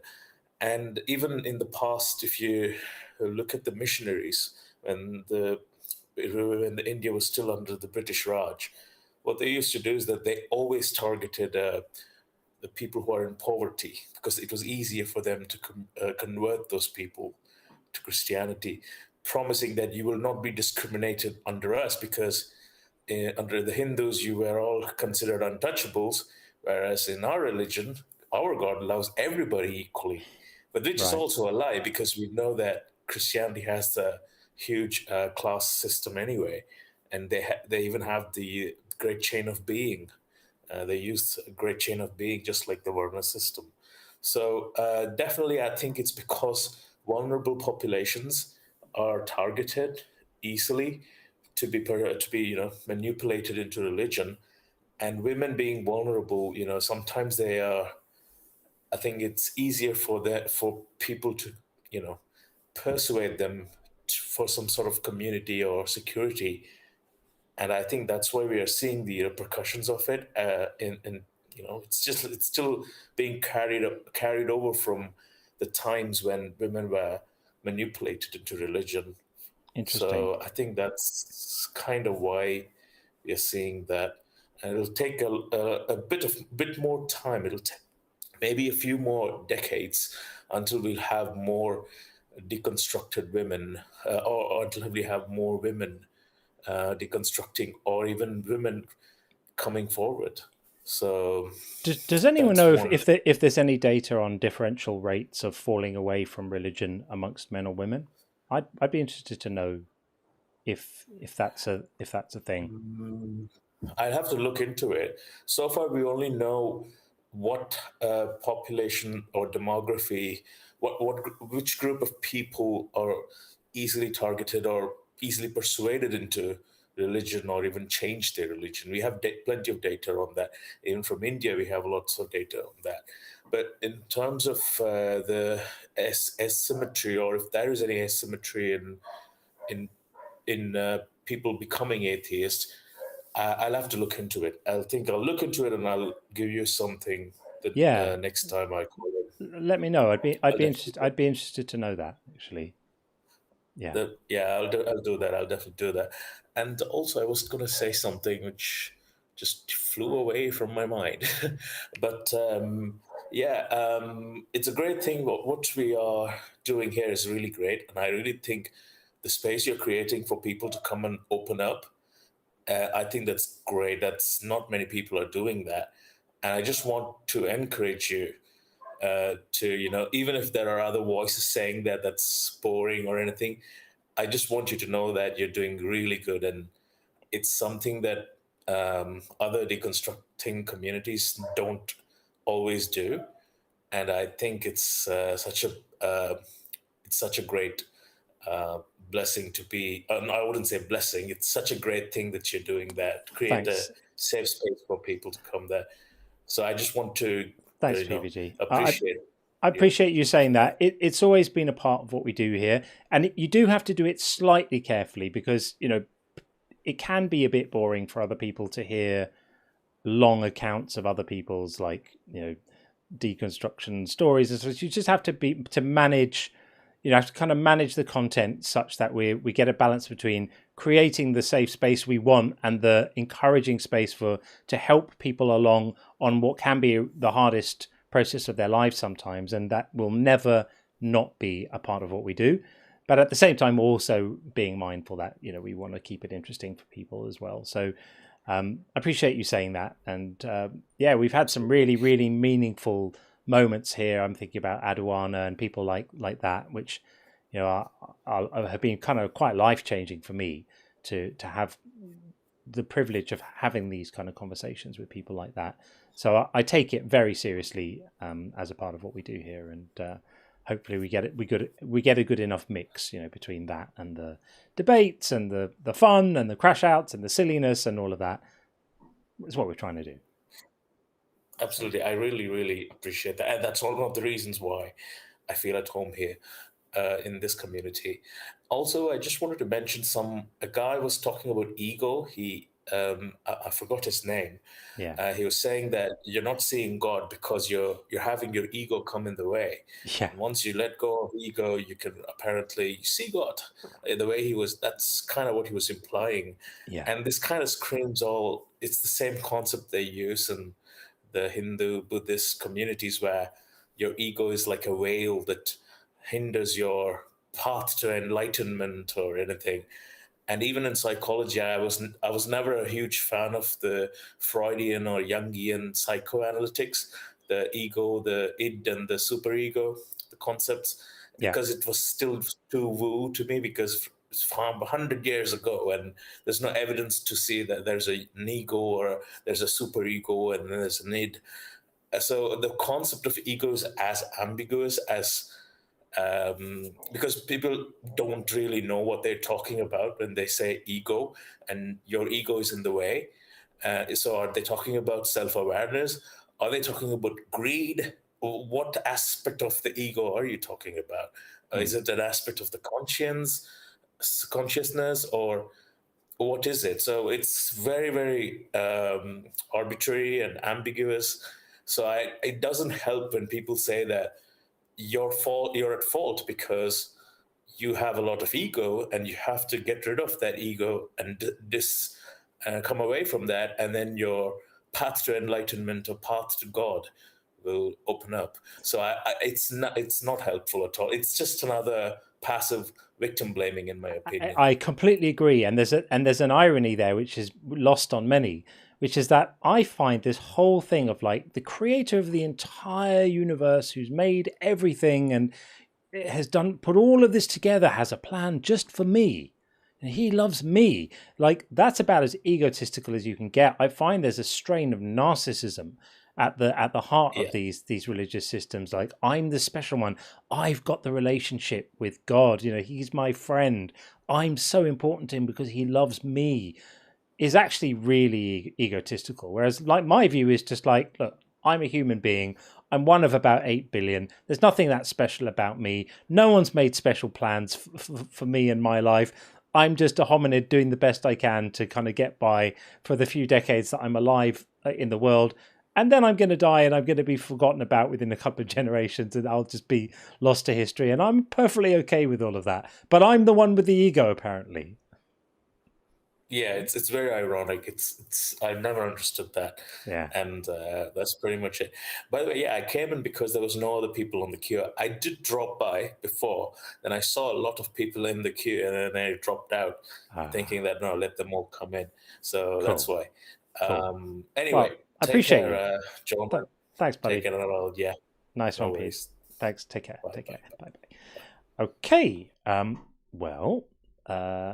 Let's just deal with getting the name off the screen like that. And the queues are still empty. So if you do want to come in and either defend God hiding or, you know, it's a quiet, we've kind of quietened down a bit. If you want to come and talk about something else, that's absolutely fine. Believer, non-believer, happy to speak to anyone, really. This is a bit like that old school late night radio call-ins when you just didn't know what you were going to get. You get one person who wanted to talk about gardening, and then another person who wanted to talk about who killed JFK. Good times. Babs says, the things I want to say, super chat shuts me down. Well, thank you, Babs. I'm so glad that you're here and part of the community with us. And now we have our other very good friend, Adam, has spotted a gap. Well, it's not a gap, it's a huge yawning chasm, in fact. And it's coming right in. I sense we may get some jokes. Adam, what's up? Oh, yeah. Not too much. I figured, you've got a bit of a lull, so I might as well call in. Nice. Well, always nice to speak to you. But how are things? But some of the callers today have just been real pieces of work. Like the lady trying to convince you, oh no, there's all this evidence for Noah's Ark, this thing that is a literal impossibility that has been scientifically proven to never have happened. It's just like crazy. Most of the major events in the Bible.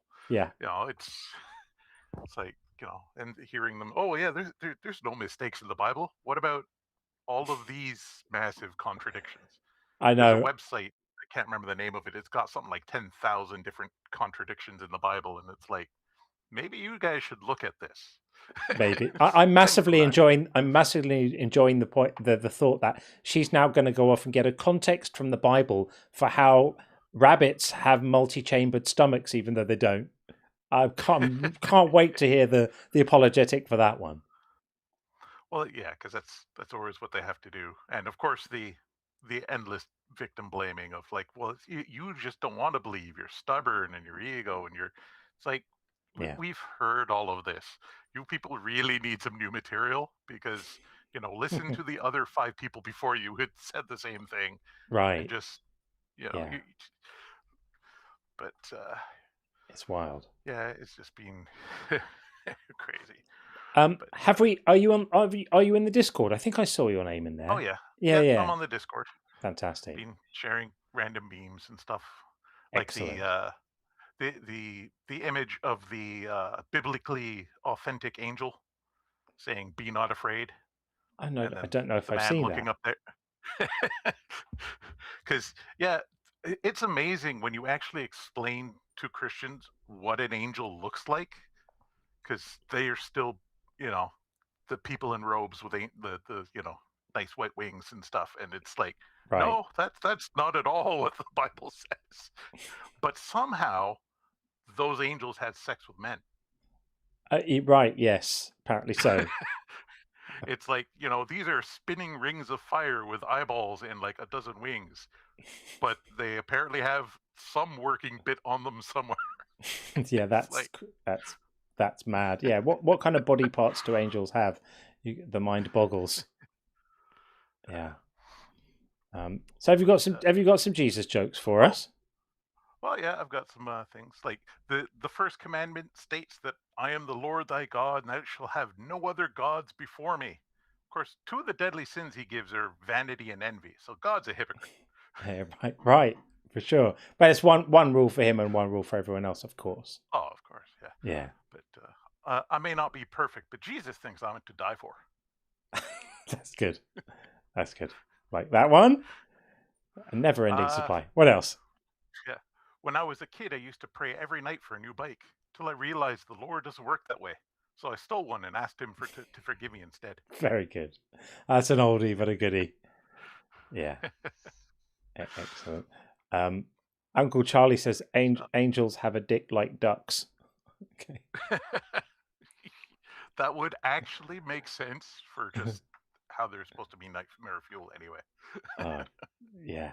Horrific. Absolutely horrific. Yeah, these little cherubic baby things playing harps, that's not where it's at. Those things are monstrous. Yeah. Yeah. Well, cool, man. Thank you for coming up. I appreciate it. Yeah, always happy to call in. Cheers, Adam. Care. Keep well, buddy. Bye. Thanks. Bye. Okay. Let's get in. We bring in Babs, and then after that, we've got Water. Water on the YouTube side, we'll take it in a moment, but we're going to speak to Babs first. We'll bring Babs in on TikTok and see what Babs is saying. Hey, Babs. Can you hear me? Yes, we can hear you. How are you? At the moment, I'm feeling very confused, and I would like the advice of the chat. I have just discovered that the guy who has been my best friend in Northern Ireland, who has been ringing me every week for 40 years, is a rabid Islamophobe. And I haven't got the slightest idea what to do. Well, it's tricky that. It is tricky. If you have a solid friendship, your friendship should be able to have honest conversations about how you view things differently. And in terms of that term, Islamophobe, I think that there is, I don't know if this will be of any use to you, but I think there's a difference between being prejudiced against people and discriminating against people. That's one thing. And then on the other hand, there's having an objection to ideas. Because like, I don't have a problem with Muslims, right? I have friends who are Muslims. I don't have a problem with any people, and I think all people are deserving of dignity and respect. But I do have a problem with some of the stuff they believe, and I do have a problem with a lot of the core tenets of Islam. So some people would call me an Islamophobe because I don't like the ideology. I don't think it's morally sound, and I feel the same way about Christianity, and I feel the same way about Judaism. So I think, you know, if your friendship with your friend can survive an honest conversation where you compare your views, if he's discriminating against people and being, you know, personally vitriolic to human beings, then I think that's pretty unacceptable, and maybe you have to consider whether that's the sort of thing that your friendship can survive. Or if he's just expressing views about his strong disagreement with aspects of Islam, he may well have a point. Well, there's a strong disagreement with aspects of Islam, but he is also telling me that Italy, Germany, Spain, many other countries have all expelled their Muslims, and Britain is going to be next, and we're going to get rid of the fuckers. Right. Well, that sounds appalling. And I did actually look it up on the internet and discovered that the last European country that expelled their Muslims was Spain in the 15th century. Yeah, it's complete nonsense. And there's a bit of a wave of right-wing nationalist politicking going on in the UK at the moment. And it does look like the country is going to be taking a fairly significant lurch to the right at some point in the next few years, which is something that I'm not very happy about. But I guess you might have to decide for yourself what the line is in terms of what a friendship can withstand. You know, I certainly have had people in my life that I've sort of ended friendships with, not in a big explosion, but just sort of quietly walking away, because I've realized that their views about certain things were just too incompatible with my own. And at that point, you know, you can decide to look to have friendships with people that are more ideologically aligned with you, because it sounds like your friend has got some serious problems. It does. Yeah. Yeah. You know, I've got big problems with a lot of aspects of the Islamic religion, as I have big problems with a lot of aspects of all religions, or most religions. But that's a very far cry away from starting to talk about expelling people, and that's a totally different thing. So I'm sorry that you're in that situation. It sounds horrible. It sounds like you need to get some nicer friends. That would be really nice. Yeah. Yeah. No shortage of nice people in the world, Babs. You pick some better ones. What I really wanted to do, I suppose, was find out if I was the asshole. No, you're not. If you're feeling a sense of revulsion at that kind of speaking, I think most people here would share the feeling. I feel a bit queasy hearing you say that. That's what your friend has been saying. That wouldn't be it. If a friend of mine said that, the friendship wouldn't last long. So I think you're doing all right. Right. Thank you. All right, Babs. Thanks for calling in. Appreciate it. Take it easy. How do we get down from this? I'll drop you down. Don't worry. Okay. I got you. Okay, we are going to get in. We'll say bye-bye to Babs like that. And we are going to get in Tony next. Give me a second, Tony. Just sorting all our little bits and pieces out here. That name's going to go off there. And we're going to bring in Tony, who I have spoken to before. Tony, yes, welcome back. Have. How are you, friend? I'm doing pretty well. I'm a little under the weather, but that doesn't keep me back too much. Good stuff. So, you know, with Babs, what she just said, I'm kind of having the same issue with my brother, who's an educated man, but he's become completely MAGA in the U.S. scene of things. And and whenever he gets into subjects, you know, if we talk about family and things that are pretty generic, he's tolerable. But when he starts getting into that, I just said, I don't want to talk to you about that. And we could either get on a different subject or I'm going on. And, you know, he's my brother. I love him. Yeah. And maybe that'll help Babs is an approach.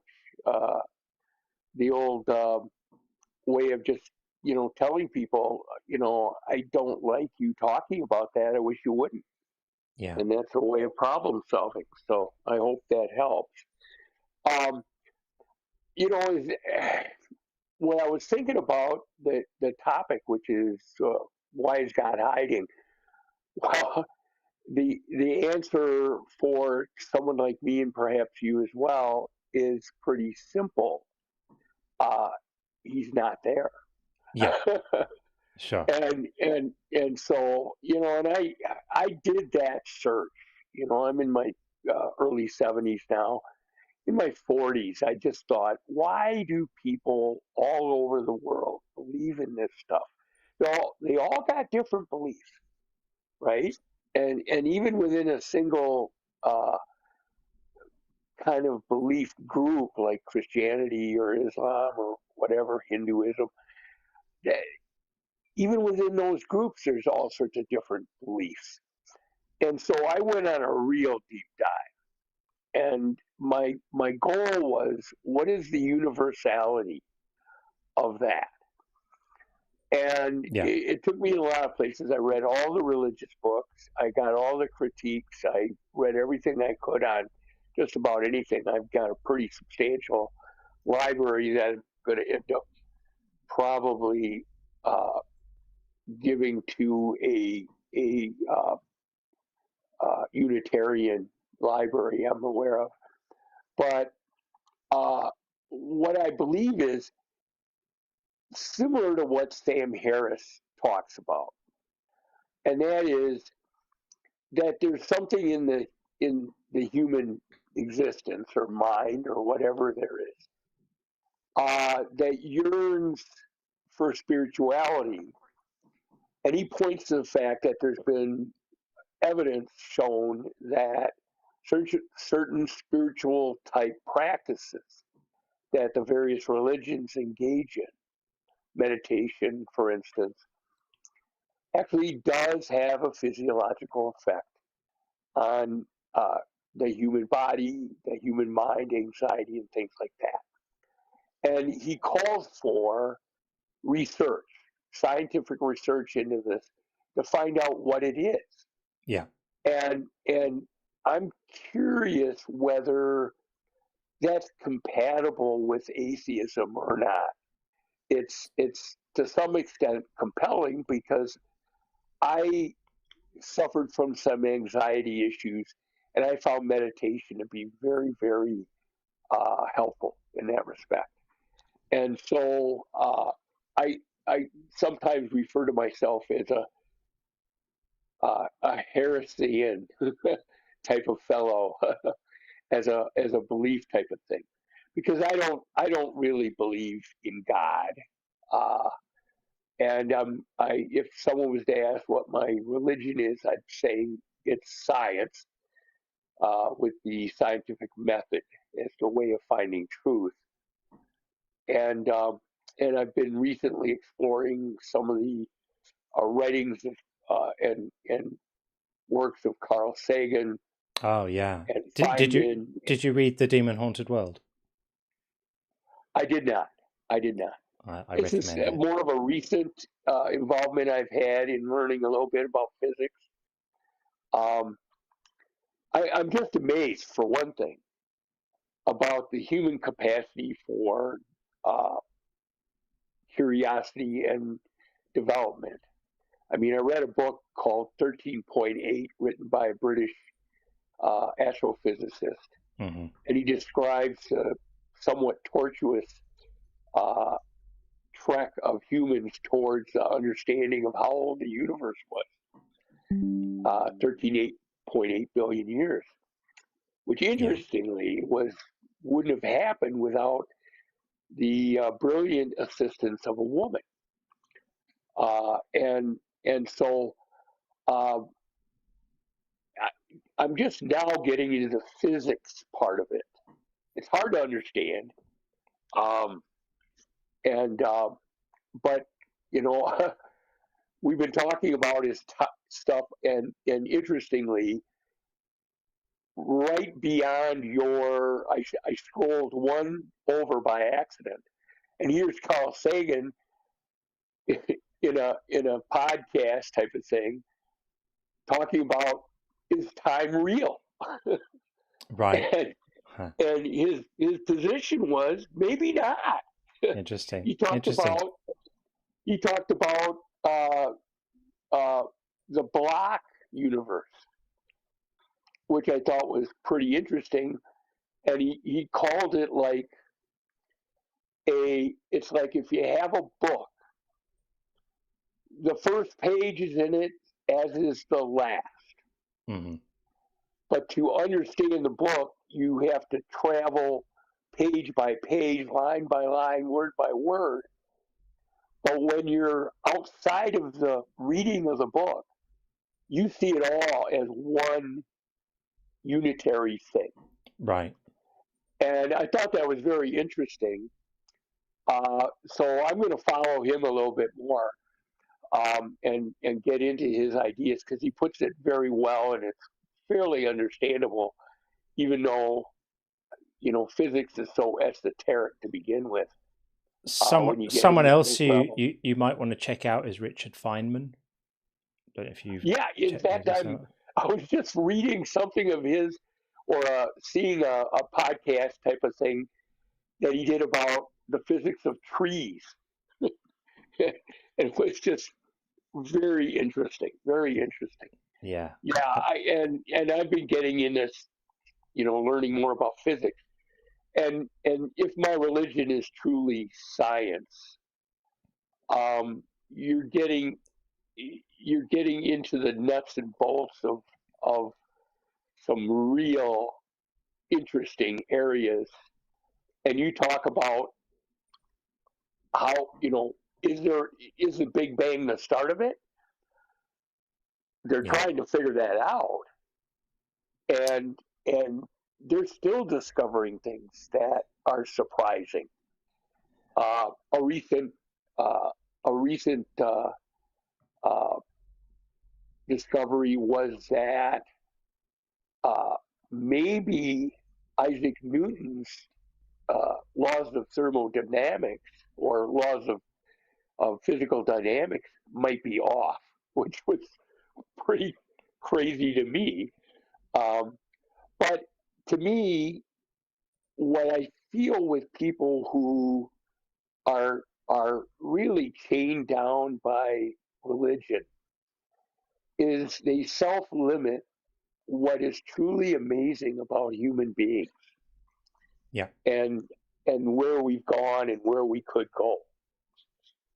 Oh, I completely agree. I mean, imagine if instead of all the research and pushing back the boundaries of our knowledge that we've done in the last, say, call it 150 or 200 years, imagine if instead of doing that, we just said, oh, God did it.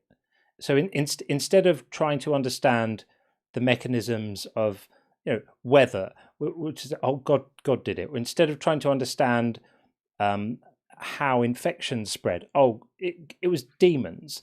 And imagine if we just removed all the scientific knowledge that we've gained in the last 150 or 200 years and instead listened to the people who wanted to just explain it in terms of God did it, or the demons did it, it's the devil's work, all of that stuff. Imagine the world we would be living in now. And it's so horrendous to me. I see these people, the hypocrisy is incredible. They come online using the fruits of technological advancement, right? Using the fruits of science, wherein people have understood that, pushed back the boundaries of our knowledge to be able to then leverage that information and create technology which allows us to communicate with each other and all of that stuff. They're happy to avail themselves of all of that whilst coming on here and then pompously just like denigrating all of it. I think it's ludicrous and horrendous. I would give you one thing though. I don't think, I mean, tell me if you think I'm wrong, but I don't think you should say science is my religion. Because I understand that you're being metaphorical and poetic there, but I think we should really be united as far as we can in pushing back on this idea that not being religious is a religion.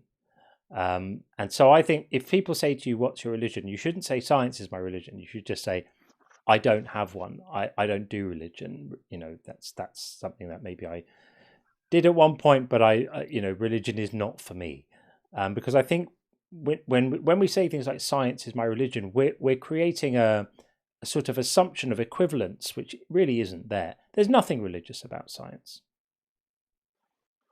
Yeah, and I agree with that. Most of the people, when they ask me if I believe in something, I say I believe in science. Yeah, that's good. And that's how I usually approach it, as opposed to my religion. I try to avoid talking about it. You know, what you just described, I heard in a discussion probably about 10, 15 years ago, in a seminar where Neil deGrasse Tyson was talking about naming rights. He named this discussion. I don't know if you've ever seen it. It's on YouTube. And what he described was how at the edges of scientific discovery throughout history, these very capable persons who are exploring new areas would get to a place where they were stumped, and then would say, well, that's in the area of what God does. Right. And then the next group would go beyond that. Exactly. And then the same thing would happen, and on and on and on. Yeah. And I'm thinking now it's getting to the point where, we understand to some extent, unless you're a physicist, I think you don't really grasp every bit of it, is we've got this big bang, right? And where did that come from? Well, it must have been God. Well, I'm certain human beings will come to a point where they understand what may have happened prior to that. I'm a believer that if something exists, there's evidence of its existence. And if there's no evidence, then it's not existing. And which I'm an attorney, so that's why the burden of proof is always on the person asserting something. Of course. Yeah. Happened, as opposed to it didn't happen. And why in a court of law we don't find a defendant innocent, we just find them not guilty, right? It's a totally different level. That's right. And that's what I did with criminal defense. Although interestingly, I would tend to prove the non-existence of their claims by showing that it couldn't have happened the way they claimed. So I'd have to present evidence of it not being the case, right? Yeah. So, and I was fairly successful in that, thankfully. But I think what it is you get to that point where you just don't know. And it's a quandary for so many people. Yeah. I believe, and I think I've expressed this previously when I've been invited on, is I think it's people's fear of losing their consciousness, their ego, if you will.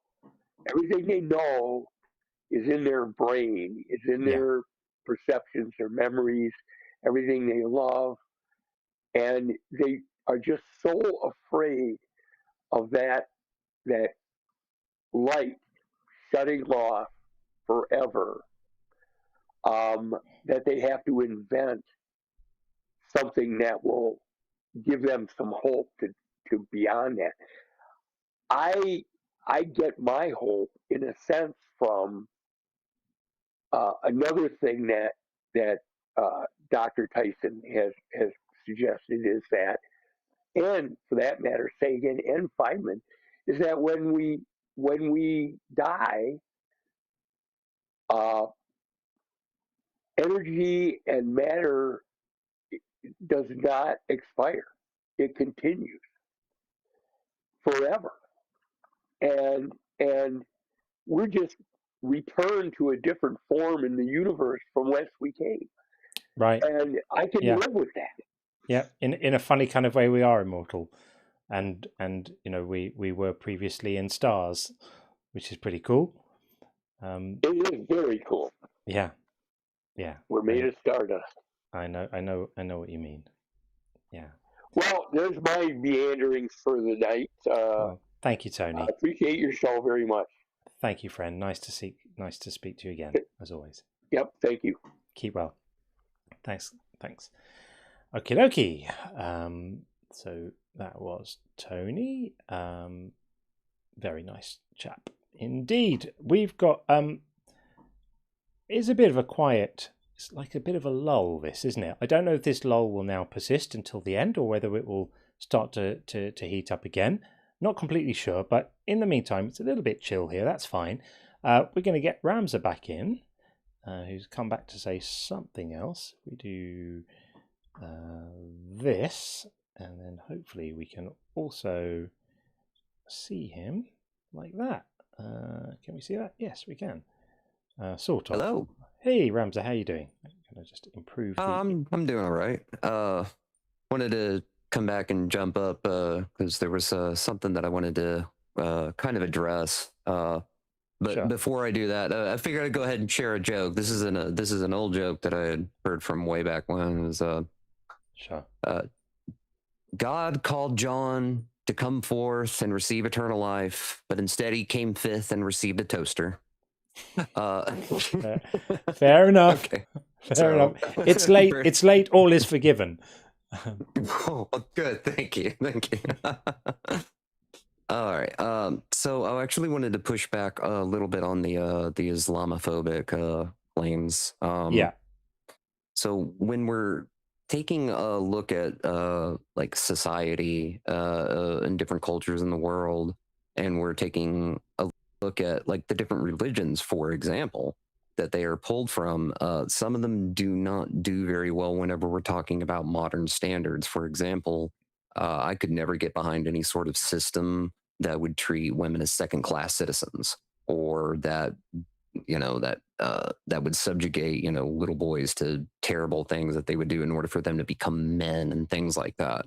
Yeah, I would have a problem with the bigotry for just hating somebody because they had a different belief than you. However, there are certain things within certain societies that in a civilized place, like you can't tolerate that. Like, I would never want to live in a place where women were subjugated to such terrible things, where little kids, or men using them as human shields, or whatever it is. Like, so I think we have to be really careful when we're ever throwing around the word Islamophobia. You can have very stark differences in the way that you hold yourself and the way that you think society should be run, instead of one that is also built off of the old belief systems and superstitions of Bronze Age Palestine. Because like it's not something that, I mean, we can if we were to sit here and say a Christian nation, for example, I'm sure that there are several different people within the community and within the chat that would shudder at that, because they know exactly what that entails. But the moment that there seems to be people that push back against Islam or against Judaism, all of a sudden they get hit with either Islamophobia, or they get hit with being the one that they use for anti-Semitic. Anti-Semitic. That's for me, the line is bold, right? It's, we should be always respectful of people, and we should always be maximally robust in our examination of ideas. We don't owe ideas respect. We owe ideas as much scrutiny as we feel inclined to give them.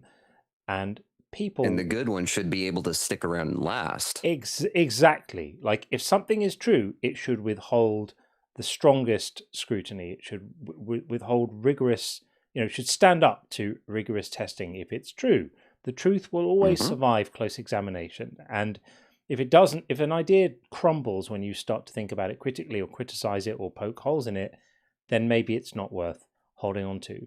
But I think that for me, the dividing line is always people are always deserving of dignity, especially as, like, for me, when I think about Islam, that many of the people who suffer the most as a result of Islam are the people in majority Muslim countries, who they're the ones who are being thrown off rooftops for being gay, or executed for apostasy, or whatever it might be. So I agree with what you're saying. I do, but I think that for me the dividing line is always ideas on one side, people on the other. And you can always tell when someone's talking about deporting people of a certain ethnicity or religion or whatever, that's completely unacceptable. We should be able to robustly criticize their claims, and even some of their practices where they're inhumane, or they're treating women badly, or children, or whatever it might be. But that's a far cry from saying you're going to, round them up and put them on boats or buses or trains and get rid of them. Like, the 20th century taught us enough lessons about where that kind of thing leads, and we ought to really know better. to speak in that way. Well, sure. And it also depends upon the way that it was presented. Was it rounding up a bunch of Muslims, or was it rounding up a bunch of people who illegally entered the country and are now like living off of the social services that the government provides to its own citizens, you know, living off of it, you know, with no repercussions or not having to put anything back into society or even being a citizen there? Like, there are very stark differences in that. But yes, you're right. We should be very careful. We should definitely scrutinize the ideas and do what we can to remember that they are people, and like everybody has flaws and everybody has faults, and that's not because like we can't just sit there and blanket people in just with broad strokes, because that would do people a terrible disservice and it would lead to inevitable consequences, and we can't have that. Yeah, completely. Yeah, totally agree. Well, thanks, friend. I appreciate you coming back up during this quiet time. I'm looking at the time now. What is the time? It is 3 a.m. here. Thank you for having me back up. Sure. Nice to speak again. Take it easy, friend. See you soon. Sir. Bye, Ramsa. Bye. Okay. That is TikTok checking in on me, making sure that we are not machines, which I don't think we are. I think we're human. There we go, TikTok. We passed your little cognitive test. Okay. Well, we're still going for a while. I have stamina to keep on going. If people want to call in, I'm happy to engage. I'm kind of hoping things might pick up a little bit, but it sort of feels like it's definitely a lull at the moment. Let's see. Let's see. I mean, we could do, while we're kind of waiting around, we could do a bit of a kind of AMA thing. If you guys want to ask me anything, I'm happy to answer any questions you have about anything, really. While it's just the 400 of us here. Oh, look, Rebel Apostate's in. We definitely want to speak to her. Let's bring Rebel Apostate in and do it like... and Water is back as well. So we'll speak to RA and then we'll speak to Water after that. And then if you still want me to, we'll do an AMA thing. I don't mind. I'll tell you guys anything. Let's do that and that. Hopefully the audio works okay. Rebel, are you there? Yes, I'm here. You can hear me? Yeah, we can hear you. It worked. Fantastic. Right. Welcome. I had to change my settings. That's why it wasn't working the last couple of times. Oh, okay. It's all good. Welcome back. Thank you so much. Thank you again for everything you're doing for the community. It's really appreciated. I try to follow live as much as I can. It's not always possible, but whenever I can, I'm here and I'm paying attention and I'm listening to everybody that's calling in. I really appreciate that. Sometimes I get really pissed off. I'm going to admit sincerely with some men, especially the last couple of days there. It's been hard. Yeah, so it does get testy, doesn't it, in here sometimes? And I think there's something to knowing when to walk away from those exchanges, because I've certainly had them on here, not so much on the lives, but maybe in the comments when someone's been really, really annoying and really persistent, and I find myself starting to get really irritated. I think, what am I doing? I'm arguing with a stranger on the internet. What am I doing this for? You have to select your battles, right? Yeah, absolutely. So the last live you've done, which was the day before yesterday, correct? Yeah. So there was this caller that called about the Worldwide Church of God with Herbert W. Armstrong. Do you remember? I don't know if I remember that. It is vaguely ringing a bell, but it wasn't something that I recognized.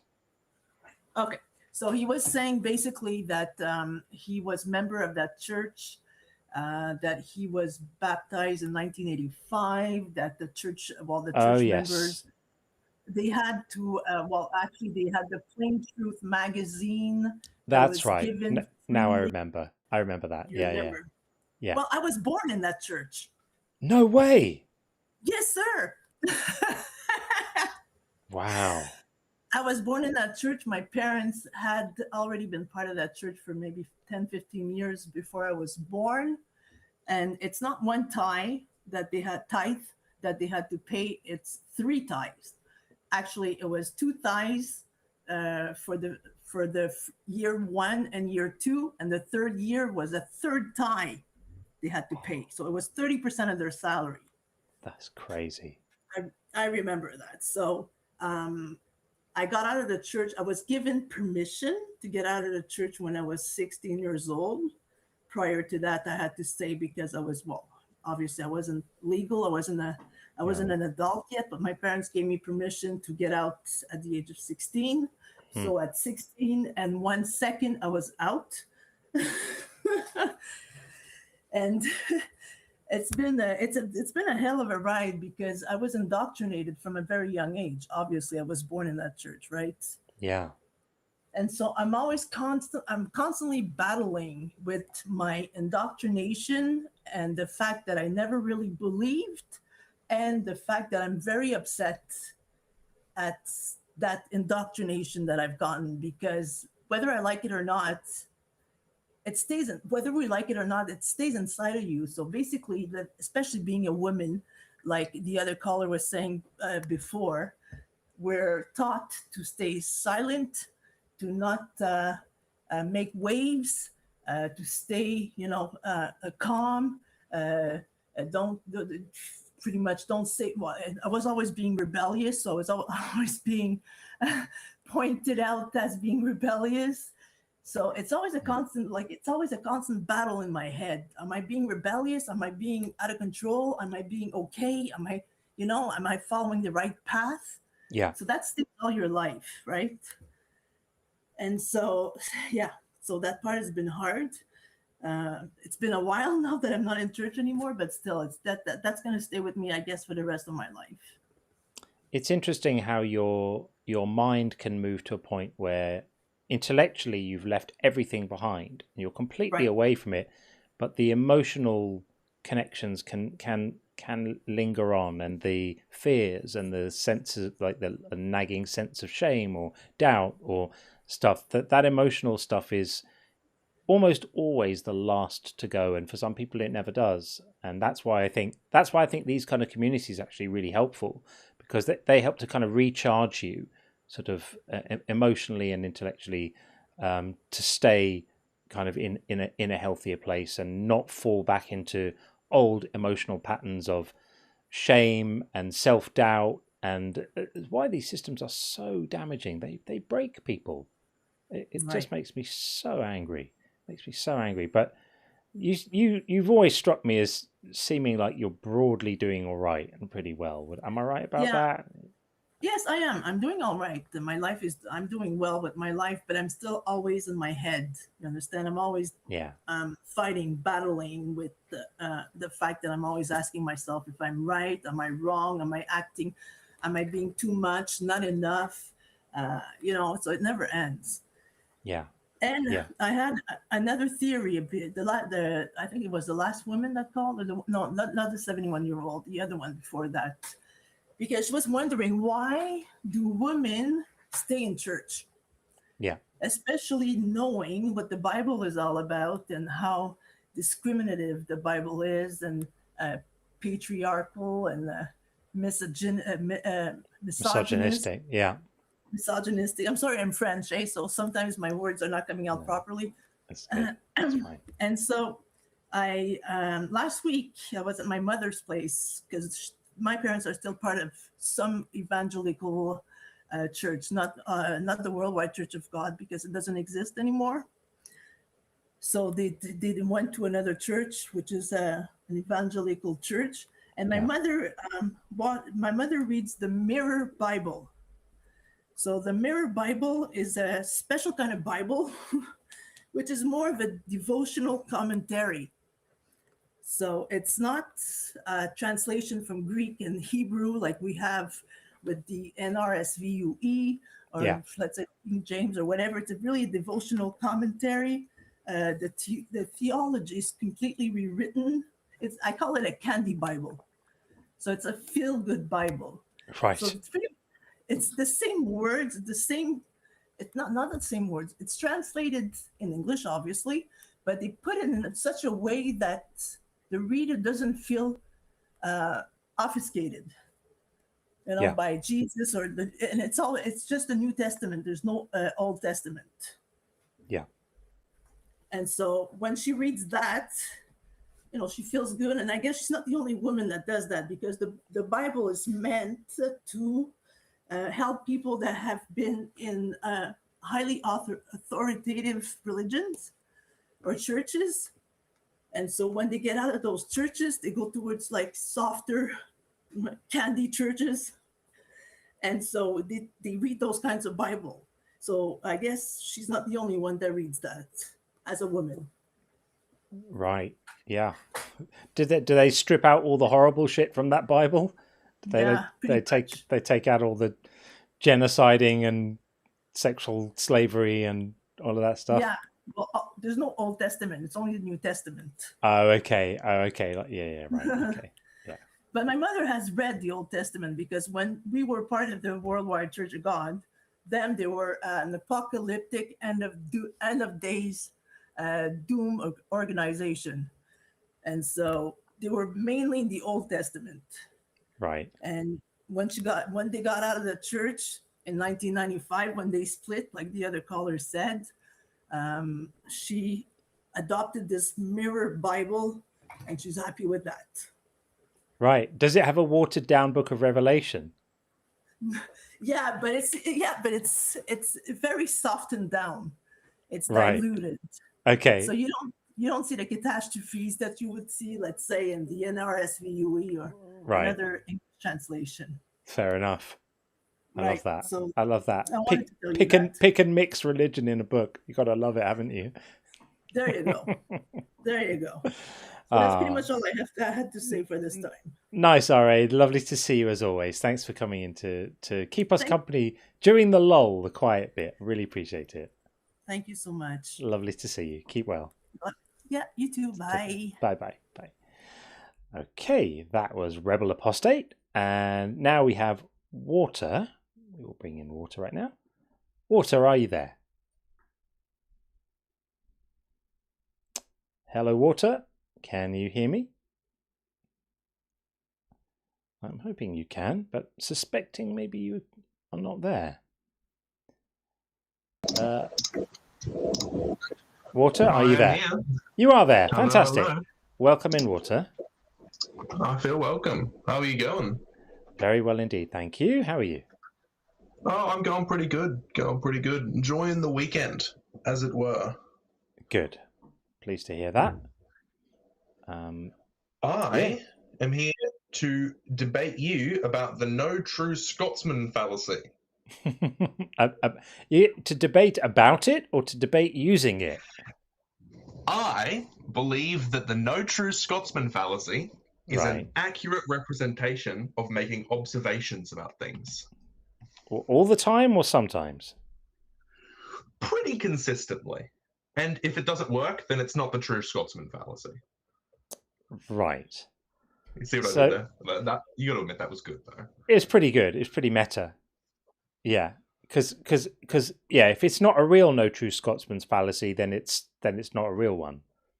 Yeah. But the example I have to support this is like, say there was a race of people who physically could not get intoxicated by alcohol, and then one of them got drunk, right? Right. You would observe that they mustn't have actually been of that race of people, if that makes sense. If there's a characteristic that would be universal amongst a group of people, and then you found someone who didn't have that characteristic, then you could make the claim that if it is true that that characteristic is universal amongst those people, then this person is not one of those people. But then I guess you could also make the argument that they are an exception to that. But that's why I said if it was universally true. So if it's universally true, there are no exceptions, right? That's why I put that qualifier in. If it's just true most of the time or some of the time, then you just have to say, well, this was an exception, right? This was a person who is still one of those people but doesn't have that trait. I think the reason why some people kind of get a bit annoyed about the no true Scotsman thing is it can be really, really disrespectful. So like I'm thinking about someone like Sean, right? So Sean is habitually told by people that he was obviously never a Christian because he isn't one now. The implication being that the only true Christian is someone who stays one for the rest of their life. And that's just clearly not true, because there are people who have lived the Christian life as fully as anyone else, more fully than most. I'm thinking of people like Dan Barker, absolutely committed for decades to the Christian life, winning souls at altar calls, associate pastor in a number of churches. He was the guy that the other religious leaders would call to question, to discuss stuff about scripture and interpretation and apologetics. And if he's not a Christian, no one is. And yet he just went on an intellectual journey and eventually wasn't one, right? And as is Sean, no longer what he was. So for someone to say that for that reason you never really were one, it's just really disrespectful. I think it's really disrespectful. It's not okay. As much as I love Sean, you're awesome. I'm gonna have to disagree with you. Trying to put my mind in a silly Christian's body, right? I would say that I would consider a Christian as someone who has proof that there is a God, someone who knows for sure 100% that there is some kind of God and there is a divine force, right? And the only way they'd be able to know that is they had some sort of undeniable proof, right? Apart from, like a Boltzmann brain and all that stuff. The only way they could be fully sure, like it's the biology of belief and all that stuff. It's, they're convinced because they must have had something that convinced them fully, right? And that has to be some sort of substantial piece of evidence.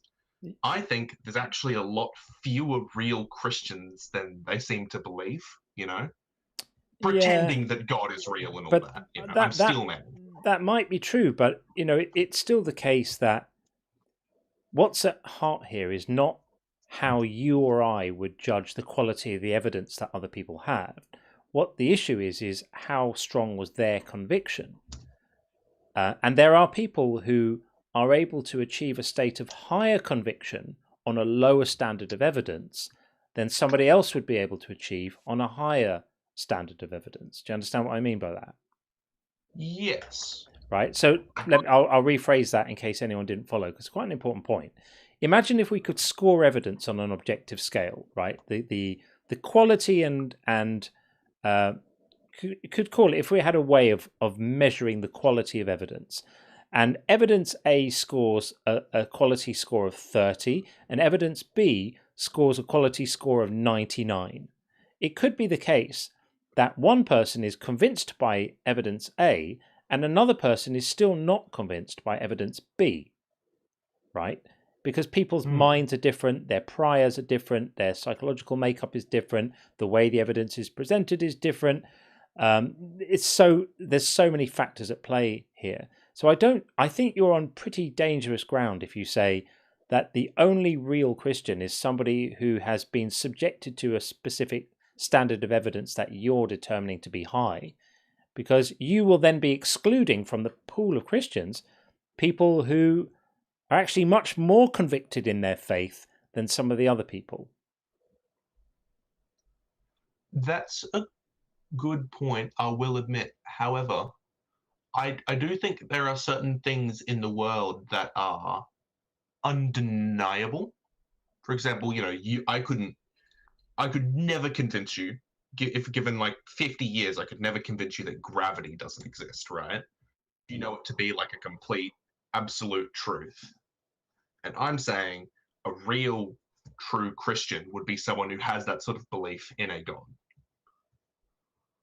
Yeah, but there are lots of people like that who still lose their faith anyway. Dan Barker had it. Dan Barker had it. He devoted his whole life to it. He was a complete fundamentalist, young earth creationist, biblical literalist. Every word was true, and he completely organized his entire life around this. Moved his family around the country to move from church to church. I mean, you won't find... you should read his book. It's interesting. It's called Losing Faith in Faith. Yeah. So I think that the problem is that we don't, as I said before, we don't want to be judging people on the quality of the evidence that on what we perceive to be the quality of the evidence they had. You want to be judging somebody's conviction in their religious identity by how they live, how they embody the values. You can spot it. There are people who they give up everything. They give everything. They devote everything. That's it. That's what it means. Yes, but I would argue the fact that they lost faith at all means that either they haven't, deluded themselves enough into becoming fully Christian, or they simply didn't have a good enough piece of evidence to keep them that way. Well, my contention is that no such evidence exists, right? I don't think there is I agree with that, any evidence like that, right? So all you're left with is the degree of somebody's belief, right? The degree of somebody's confidence in the things they believe. And you can believe something with the highest level of confidence possible, approaching certainty or even feeling like certainty, and then you can become less convinced about it later. And then you can end up rejecting it. It doesn't mean that it wasn't sincerely held at that point in time. You must allow conceptual space for people to change their minds about what they find convincing. It's true, but in the mind of a, theist, facts about God's existence are as concrete as gravity, as a fact. Yeah. Like, I know some religious people who say they've, been saved by God. My grandfather has a pretty firm belief that he was saved by God, right? And because of that direct fact, he has never been able to lose his faith. And by saved by God, I mean he literally fell off a cliff, and then he believes that a hand pushed him back up onto the cliff, which is obviously absurd, but in his mind, what a dick was, what a dick God was for engineering a cliff fall for him, right? That would be another way of looking at it, of course. Of course, but in his mind, you can see how that would be some kind of unshakable proof. And let's pretend that God is real for a second, and that undeniable existence and proof of his existence works, right? I'm defending the truth Scotsman fallacy working in the mind of a theist, right? If that makes any sense. Yeah. Because in their minds, there is this concrete, undeniable proof that a God exists. And if someone hasn't been provided that, right, then they were just believing because of the words of other people, which, in my opinion... Maybe they had a life-changing experience, right? Maybe they walked away from an unsurvivable crash. Maybe they had, whatever. People can have incredibly powerful experiences that galvanize in them a level of religious conviction which is as strong as anything you'll find anywhere. And the majority of people who have experiences like that never lose it. But some of them do. Some of them come to contemplate it differently later and, get exposed to different ideas and are able to recontextualize the experiences they had and think about things in a different way and go, you know what, I felt absolutely certain about that, but now I realize I was wrong. That's the thing. But that would be because they were provided with an alternative answer which changed what they believed. If they were not presented with an alternative answer, then they would have continued to believe. Yeah, that's always the case when anyone changes their mind about anything, is that you've been provided with some kind of input which has allowed you to reconsider a position you held before, right? That's what changing your mind means. Yeah. But that means in their mind it stops being God's hand, right? And starts being something else. So it's not... Oh, I had a really good point. You're just going to have to believe me. I've forgotten it. Just pretend I said something really, really smart. That was incredible. Yeah, I stand corrected. Yeah, never doubt me. Well, I'm gonna get a shuffle on. You've given me a lot to think about. Thank you. Thanks, Walter. Thanks for coming in. Appreciate the discussion. Appreciate you. Thanks, man. Take care. Okay, there we go. Interesting approach. Okay, let's have Lupine Lunatic, and then after that we have Laquisha the Fourth and Rosy Toes. Good names coming up in here tonight. So Lupine Lunatic is also a good name. Very good name. Hello. Hey, John. How are you? Fine. How are you, my friend? I'm doing well, sir. Thanks. Great. So, I am not op. I don't think. I don't know.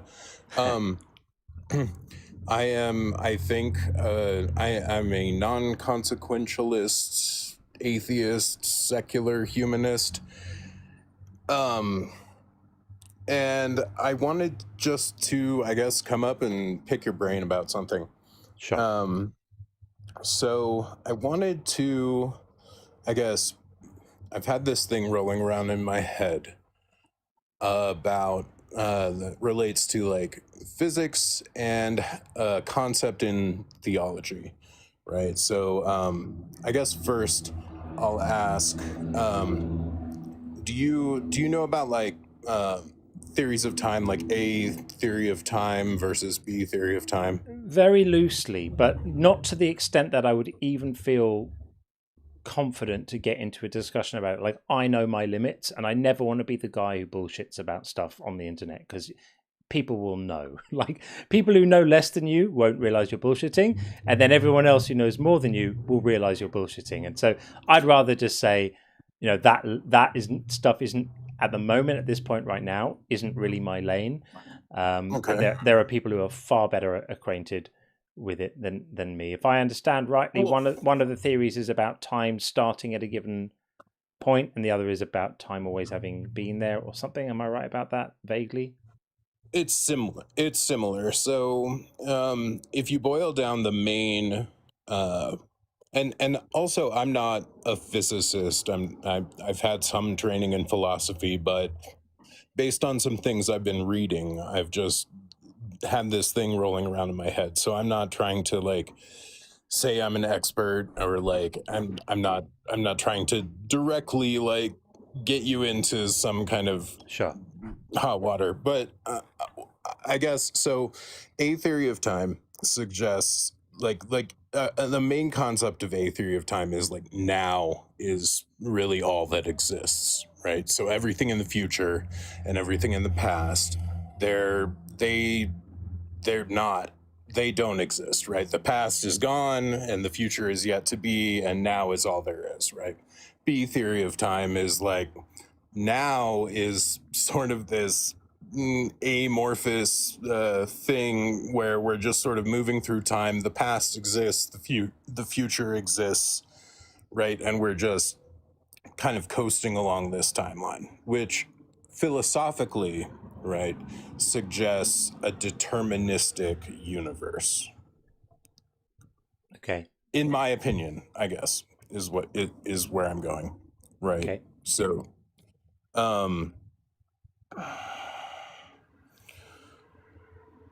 so I guess I asked that question because it seems like a lot of philosophers that I talk to that are atheists subscribe to B theory of time.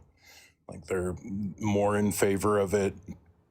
And I think it makes sense. Like I think the concept of an infinite cosmos is kind of makes sense to me.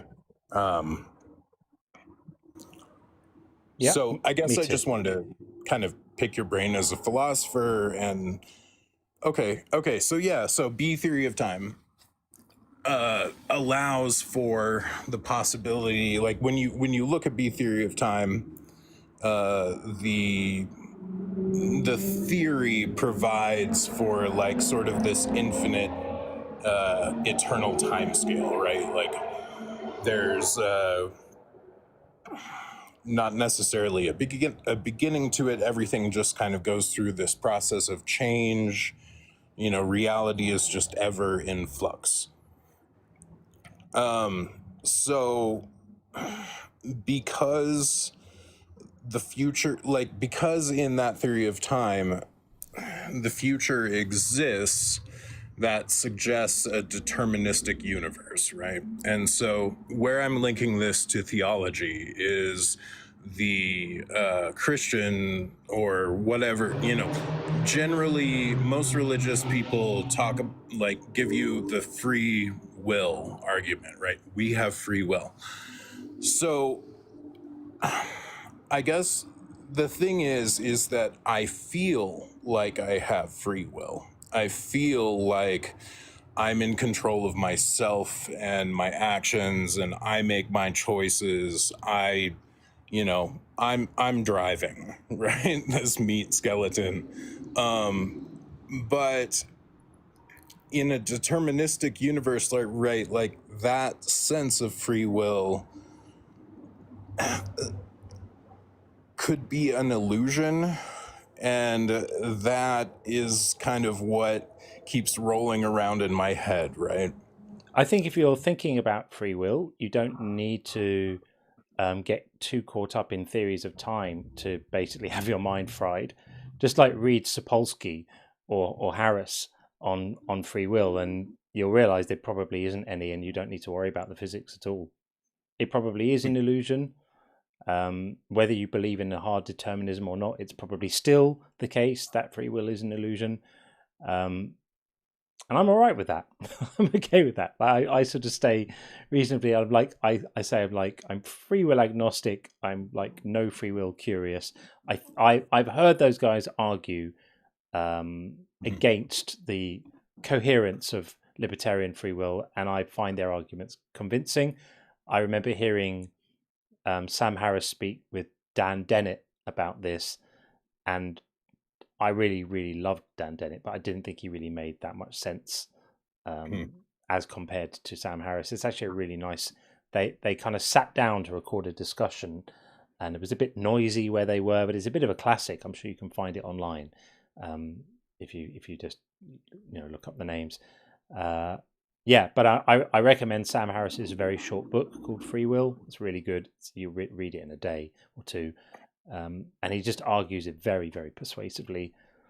And if you know my stuff, I don't really go there about this because I don't want to distract from my core thesis, which is about belief, because I think my views about belief would be true whether or not we have free will. So they would be true if we have free will, and they would be true if we don't have free will. Obviously, if we don't have free will, nothing's a choice, right? So obviously, belief wouldn't be a choice, but it wouldn't be a choice even if we do have free will.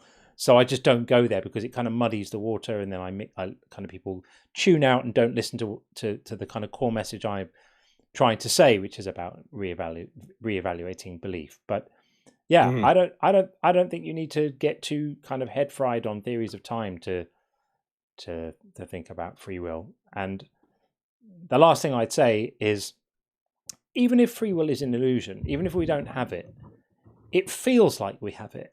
We have an existence where it feels like we are agents acting freely, and you still got to brush your teeth in the morning. You still got to get the kids to school, or you still got to get to work, or do the things. We still have obligations, commitments, things that we need to do to stay alive, to look after the people we love, all of that kind of stuff. So in a way, it kind of doesn't matter because you're still going to just do the things you need to do anyway, right?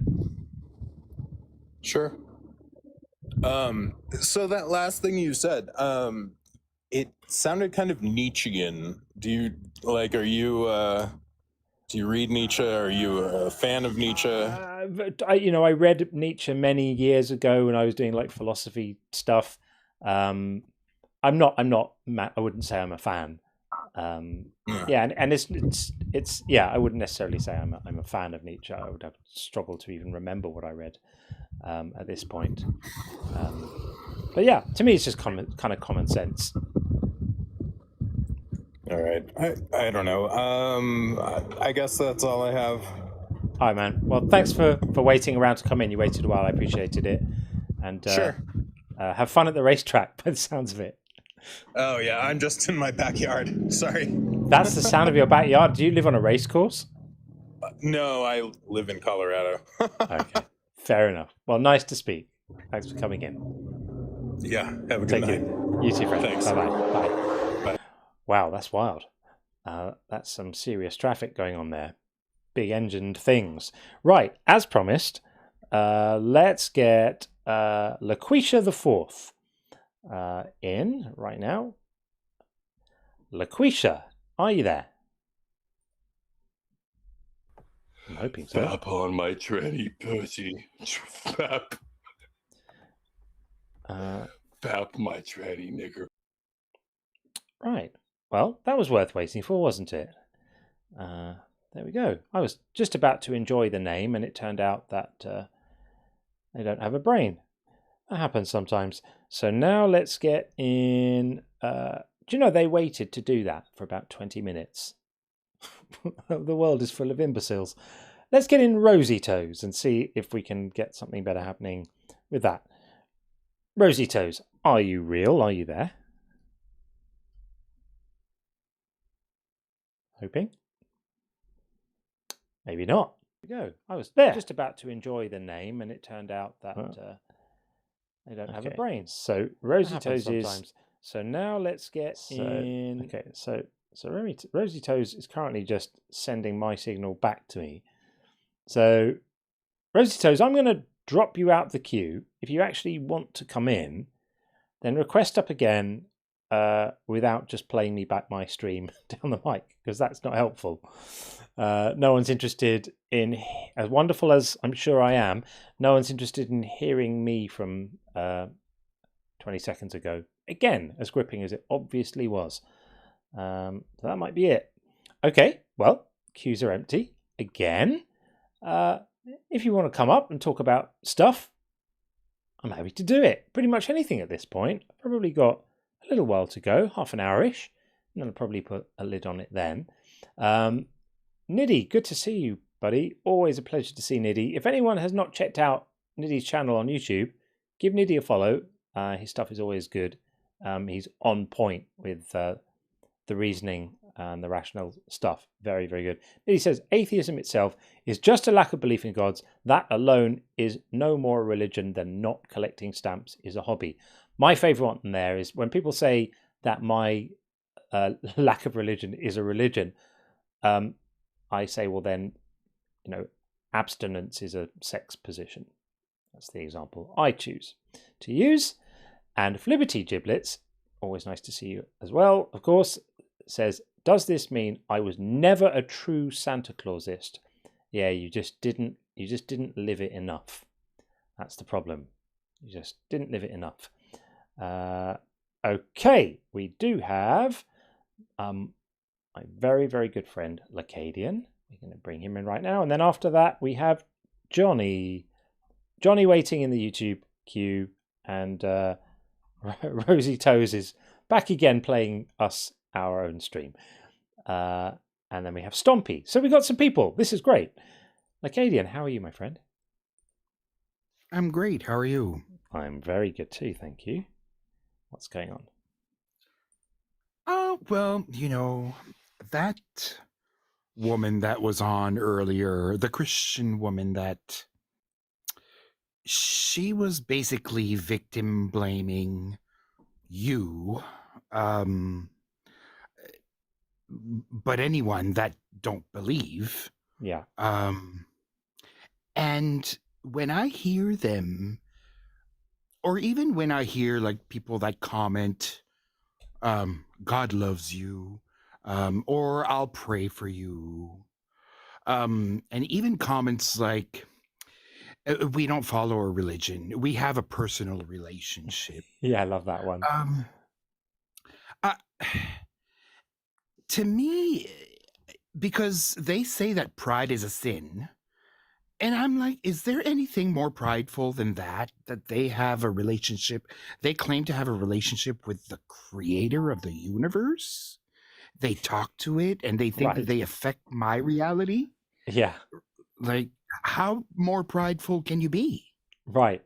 Yeah. They all suffer from main character syndrome, big time. I just find that when I was a Christian, I wasn't seeing it that way. Of course, I was seeing it the same way they are. And if you say that, I think you're prideful, they'll say, well, no, I'm no better than you. But I can do things that you can't. Like I can pray, I can heal people, or I can. Yeah. It's just, it's fascinating. It's fascinating. But yeah, I wanted to come up and talk about that, but I also want to let the other guests come up. So I won't stay up. All right, friend. Well, always a joy to speak to you. And again, thank you for all you do. I can never thank you enough for your help and support with everything with the channel. We wouldn't be where we are without you. So thank you so much. Well, thank you. It's a pleasure to do the work that I do for you. Thanks, buddy. All right. Have a good night. Speak soon, friend. Lots of love. Bye. Yes. Bye. Okay. He happens to be an exceptional human being. So, with that said, we now have a few in the queue, which is great. Let's get Stompy 27 in, and then we'll start taking. Then we'll get to Johnny after that, and we also have Ali Joe as well. But for now, Stompy 27 coming right in. Stompy, how are you? I'm fine. How are you? Very well indeed. Thank you for joining me late at night, isn't it? Or maybe it isn't. Yes, it is. Where are you? I'm in Tennessee, but I'm a transplant. Ah, fair enough. Okay. Well, I'm in the UK, so it's coming up to 4 a.m. for me. But I'm very happy to have you in. And the floor is yours.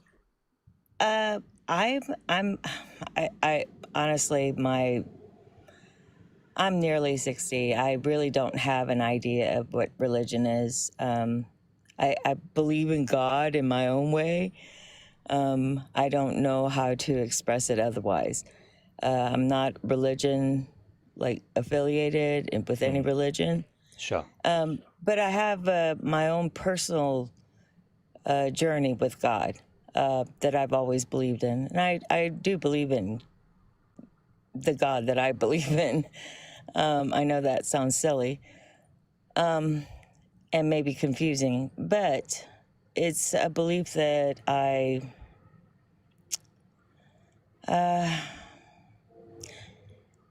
guess it's confusing, right? But anyhow, I think what I wanted to talk to you about was just recently a neighbor was talking about something that was supposed to happen in the next couple months that was going to be similar to like a rapture and everything. And right. I listened to him, and I because I'm a listener. I listen to people. I'm not somebody who turns away people from whatever they say. But I am always I'm very objective about things. But I guess, is that a religious thing that's going on? Is that something that's being talked about in the religious circle? That, yeah. Yeah, I wouldn't necessarily know. I mean, at any one time, there's always people talking about these kinds of things and making predictions and prophecies and declaring that there will be wars and rumors of wars and nonsense like that. I find the prophecy industry massively underwhelming. They always get it wrong. And when they get it right, I think I said this earlier, when they get it right, it's either because it was like something that they could fulfill. So some prophecies end up being fulfilled because the people in a position to fulfill them know what the prophecies are, right? So they're like, okay, now we have to do this because we're going to do this to make the prophecy come true. But it's something that they could do anyway, right? And they're doing it because it's written in a book. So then obviously the prophecy is going to come true because they've done it. But that to me is not very impressive. You know, a prophecy would be impressive if it made detailed predictions about something that was going to happen and the people doing the thing didn't know about it. Then that's quite impressive. But people, I agree with that. yeah, people holding the prophecy in their hand and saying, you know, this is going to happen. And they say, well, it says it in this book, we ought to do it then. That is very unimpressive to me. I agree with that, but I wanted to give that person their voice, and because I'm not religious, I wanted to know if that was something that was talked about in the religious community, or in the realm of that community. since I'm kind of out of touch with all that, because I specifically just try to live my life in a good way.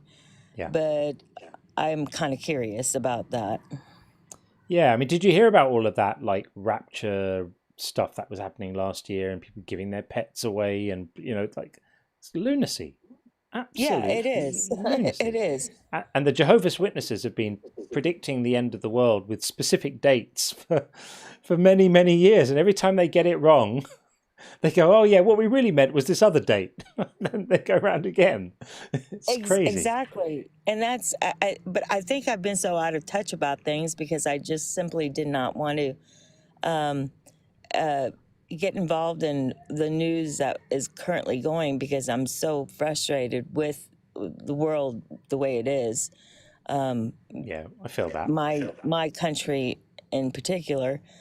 And but I thought, well, let me give my ear to this person and hear what they had to say. And typically I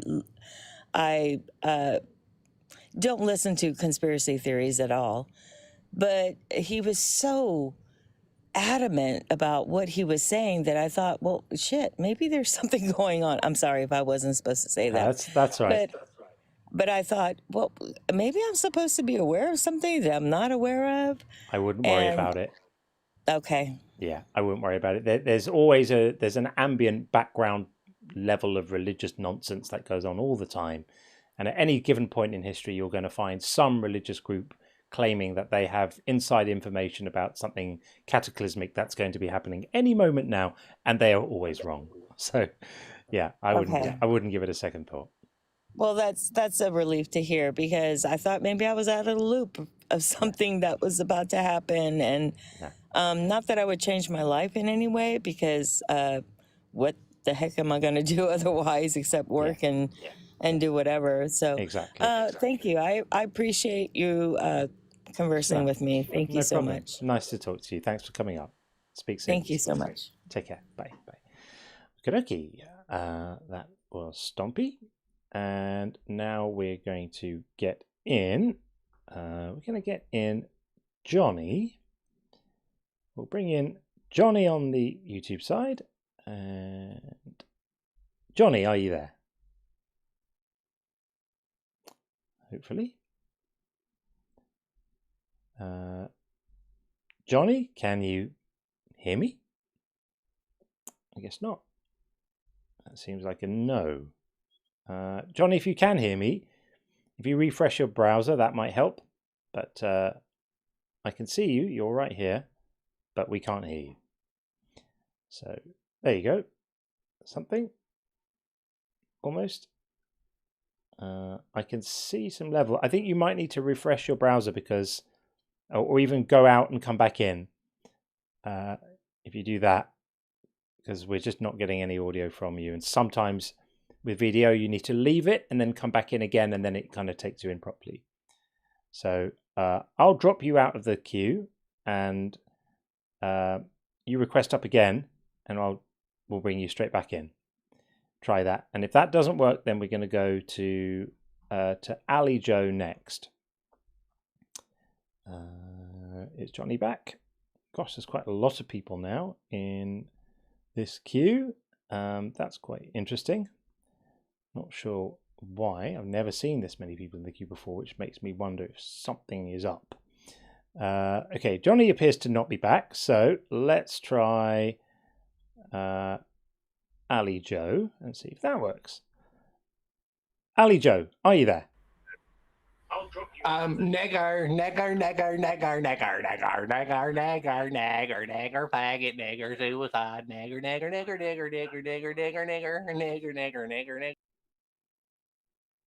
Anything else? No? Okay. Oh, there we go.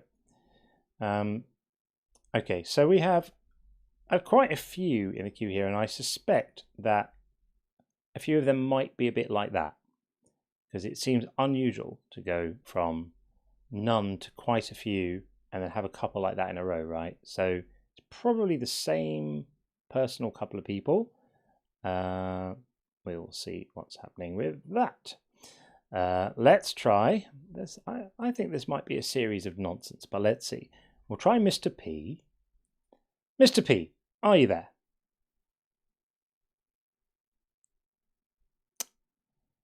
Fun. This is how people spend their Saturday nights. Like waiting in a queue for 20 minutes to beclown themselves on the internet. Amazing. And I thought I had a misspent youth because I spent too much time playing the piano. Okay, I guess Mr. P isn't there. So hacking our way through this queue of people, we're going to try Benny Thompson next. We're going to try Benny Thompson, and this might be another one the same. Benny Thompson, are you there? Another one the same. This is the microphone is muted. You can unmute your microphone and then we can hear you if we would want to do such a thing. I take you to all the best places, don't I? Okay. Our long queue of callers is becoming shorter by the moment. Okay, I'm going to give up on that, and we're going to give up on this nonsense for a moment, and we're going to get someone who's an actual real person in, who I've had the pleasure of speaking to before, Sir Jedric. Hello. How are you? Hey, good. I'm good. How are you? Doing well. I just heard all the crazy going on and thought, well, hey, I'll jump in here and maybe send some love and just some appreciation towards y'all. Oh, thank you. It's always lovely to speak to you. Are you well? Yeah, doing pretty well. Sick last week, but picking back up this week, and yeah, having a good day. Sorry I wasn't able to catch the whole live, but I've enjoyed what I've heard so far. Of course. No, lovely to have you back. And how's your lovely wife? Is she okay? She is doing well. Good. She's absolutely well. We have both been dealing with some, it seems to come in waves, some of the religious trauma that keeps popping back up. You know, the brain is a weird thing. And occasionally you remember some things or something jogs your memory. So we've dealt with some particularly awful things this week, but we are both doing well together. My little man is doing good too. So yeah, we're rolling right along, doing well. Oh, pleased to hear it.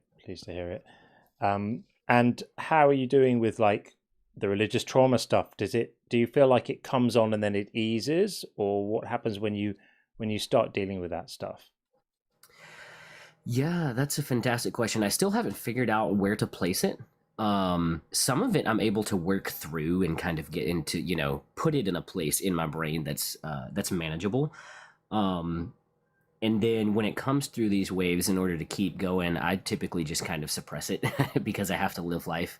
And then, it pops back up and it's kind of a reoccurring cyclical loop for me at the moment. But slowly starting to chip away at some of the edges, and hopefully the cycle will slow down some. I think we're starting to make some progress on it.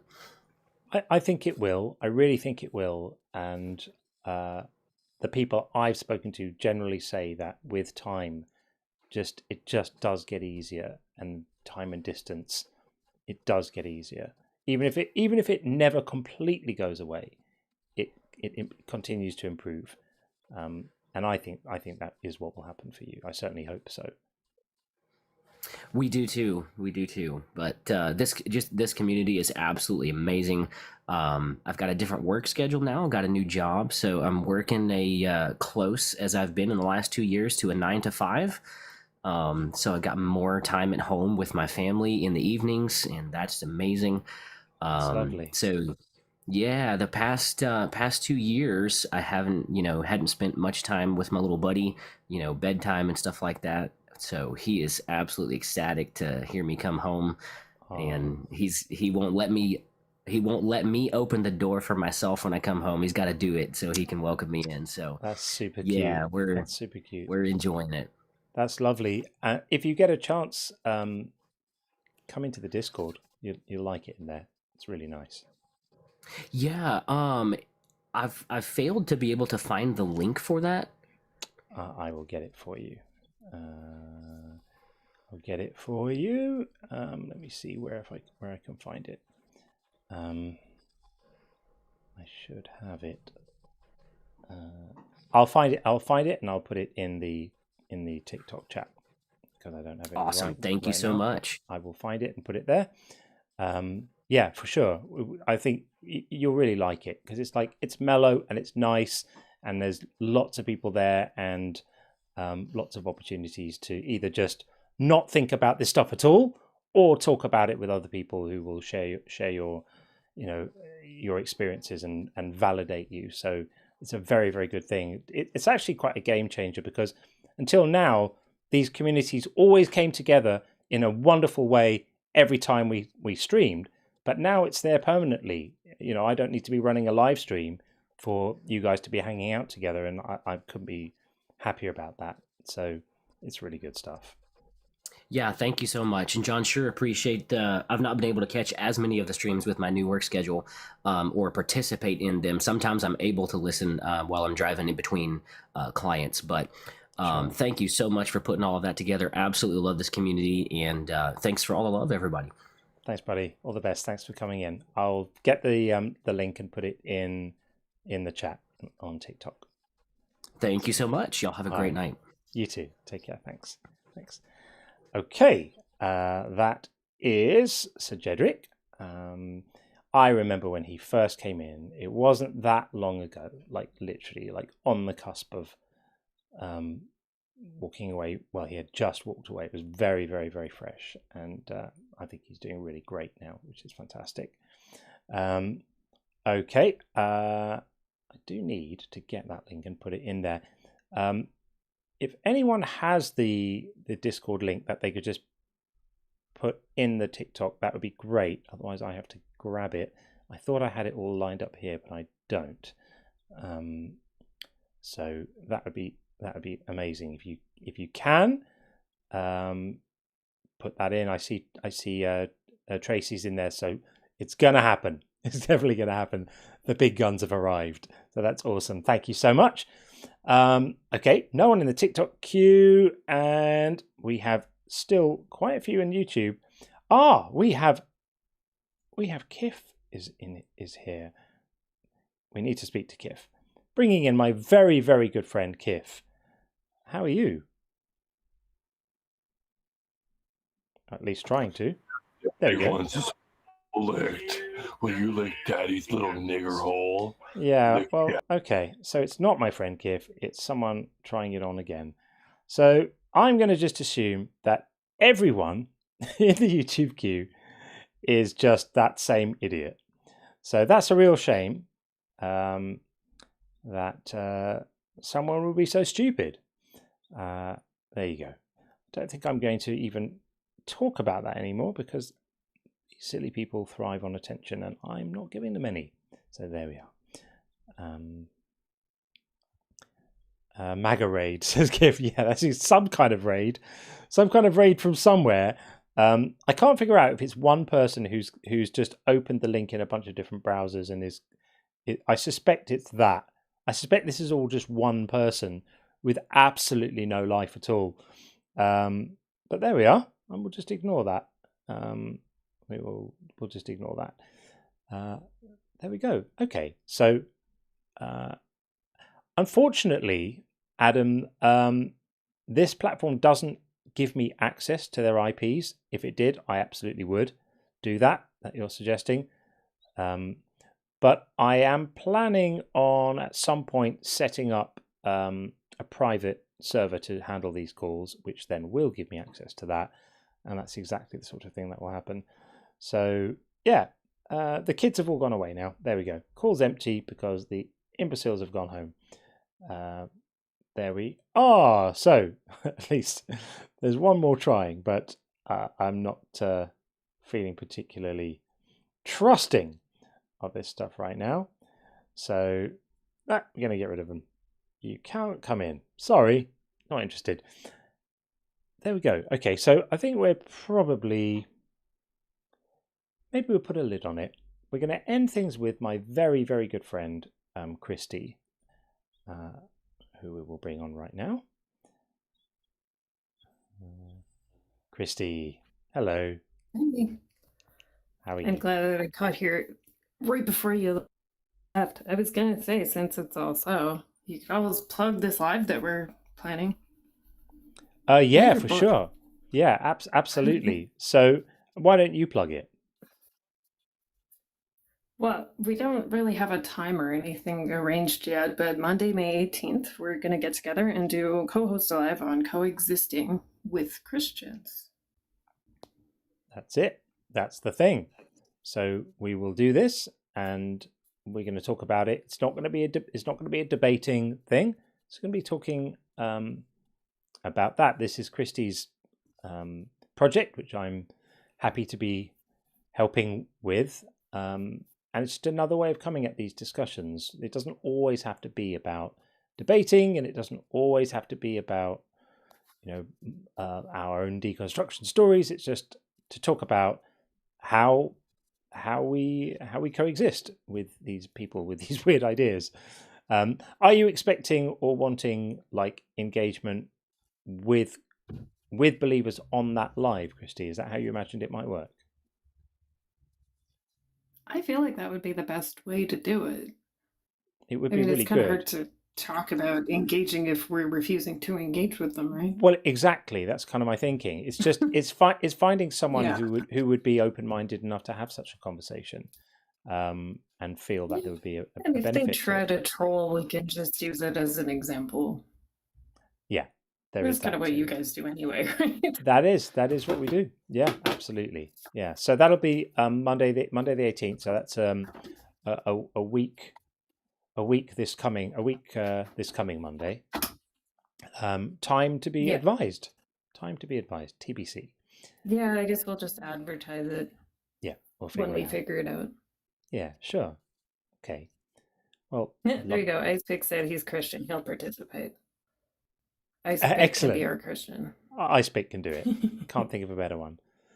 Perfect. All right. Well, was there anything else you wanted to say?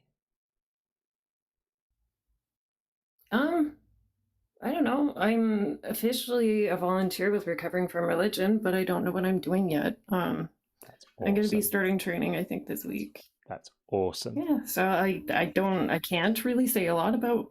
I'm going to be pretty much doing what I do here, but for them, online mod. It's more of a kind of support group role, though. That's so cool. I nearly told people about that in the last stream. I started saying it because I thought you were in, because I'd seen you in the chat. You're allowed. I put it on my story already. No, but it was a few days ago, and you had already. I just wasn't sure, and I didn't want to be talking about your stuff to other people without your permission. So I stopped myself. I slammed the brakes on them and said, "There is something really cool about Christie, but she'll tell you herself." That's no there's small lots thing. Cool about Christie. Everything is cool about Christie, John. Of course, everything is. But it's no small thing to be volunteering for Recovering from Religion is so like spot on with what we're doing here and what we're all about. So I massively admire you for doing that. And for anyone who doesn't know, am I allowed to say who you spoke to when you were speaking to the organisation? I don't see why not. So Christie had a conversation with Recovering from Religion about the role, and ended up speaking to Anthony Magnabosco. And if anyone doesn't know who he is, he's an absolutely fantastic guy who has a street epistemology channel on YouTube, has been going for a little while. I've really enjoyed watching his stuff for quite a while. He just has a wonderful, gentle manner about him in the way he engages with people, never gets into a flap, never gets angry. People don't even get angry with him because he's just so kind of charming and lovely. And he just kind of leads people down conversational... You realize that you're describing yourself here. Well, a lot of people do get angry with me. That's exactly what you're like. And he's much nicer than me. Like I quite enjoy giving it back when necessary. He doesn't even do that. He's just like super chill, super lovely. Yeah, so that's fantastic. Absolutely brilliant. Congrats on that. And yeah, good for you. Thank you. That's all I had. And All right, plug Christie. your book. Plug my book. Yeah, my book, which is Yes. I'm waiting on the final. They're doing the typesetting at the moment for my book. If anyone doesn't know, I have a book coming out in November, which is kind of my entire point of all of this. It's about belief, and it's called Unconvinced. how belief is not a choice and why that changes everything. And I'm waiting for the publishers to send me the approval PDFs of, like, they've had it all beautifully typeset now, or that's happening this week, I think. Very excited about that. I can't wait to see it. And I might be leaking a few little snapshots of pages and stuff to the community once I have them. So that'll be fun to give you some little peeks inside. So that'll be good when it happens. So that's exciting. I have to drop off for bedtime, but thank you for having Thanks me for coming on. up. I'll Cheers, talk to you Christie. next time. Thanks. Take it easy. Bye. Speak soon. Bye. Okay, that is that. Let's get in Rosie Posey and see what Rosie is saying. It's always around about this time when I'm about to wind everything up that things start taking off again. It happens. Rosie, are you there? Yes, I'm here. Hi, can you hear me? I can hear you. Welcome in. How are you? I'm well, thanks. How are you? Very well indeed. I don't think we've spoken before, have we? No, we haven't. Okay. Well, but I've been listening to you for a while. I really love your channel. Oh, thank you. Well, yeah. welcome along. Yeah, thank you. Well, I was calling because the whole God is hiding really resonates with, my journey. I was raised in a family of, I have 7 siblings, and we were a very high control Roman Catholic home. And we're the Rosary. Are you familiar? Well, you probably know about the Rosary. Yeah. Yeah, so we were forced to pray the Rosary on our knees every single night. And it was actually used as like a literal ultimatum that we were told if we stopped praying our Rosary, then our parents would get divorced and bad things would happen in our lives. And inevitably, they ended up splitting when I was about 12. And, that the whole hiding God became very real to me, because at that time, my mom just dropped the faith instantly. And I was living with her instead of my father, who kept the faith but never went to church. And it was all very confusing. Right. And for the next 2 years, I was trying to find God and the God I was promised. And I actually still went to Mass alone even. And I would carry a Bible everywhere with me, essentially like trying to be more Catholic than my parents were, I don't even know. And by 14, I was in confirmation class. And around that time, I realized that God was not showing up for me. I started doing the math. I was starting to talk a lot with my boyfriend at the time. Right. And one of the main things about it was like this, and I actually remember talking about this with my dad a lot, because I was a very inquisitive child. And I would ask a lot of questions trying to make sense of things. And I remember the big one being, what about the kids in Africa, or what about the, people in other parts of the world where they don't know Christianity? What about them? What happens to them? Or why are no prayers answered for them? And there was never really an answer, there was always, the answer would always change, Yeah. And I have a son of my own, and he's a lot like me. He asks a lot of questions, and luckily I have not raised him to be religious. It's strange though that he's at the same age now. He's 12, and he's actually starting to rebel against the atheism. Not that I've been raising him atheist necessarily. I've actually been kind of raising him more agnostic. Just sort of trying to keep it open and not trying to force any type of beliefs on him per se, but just trying to keep it real. It's a tricky thing. And lately he's been really veering towards Christianity and wanting to latch onto that. And I just don't know what to do. Yeah. That's a tricky one, isn't it? That's such an unusual rebellion, isn't it? Away from cautious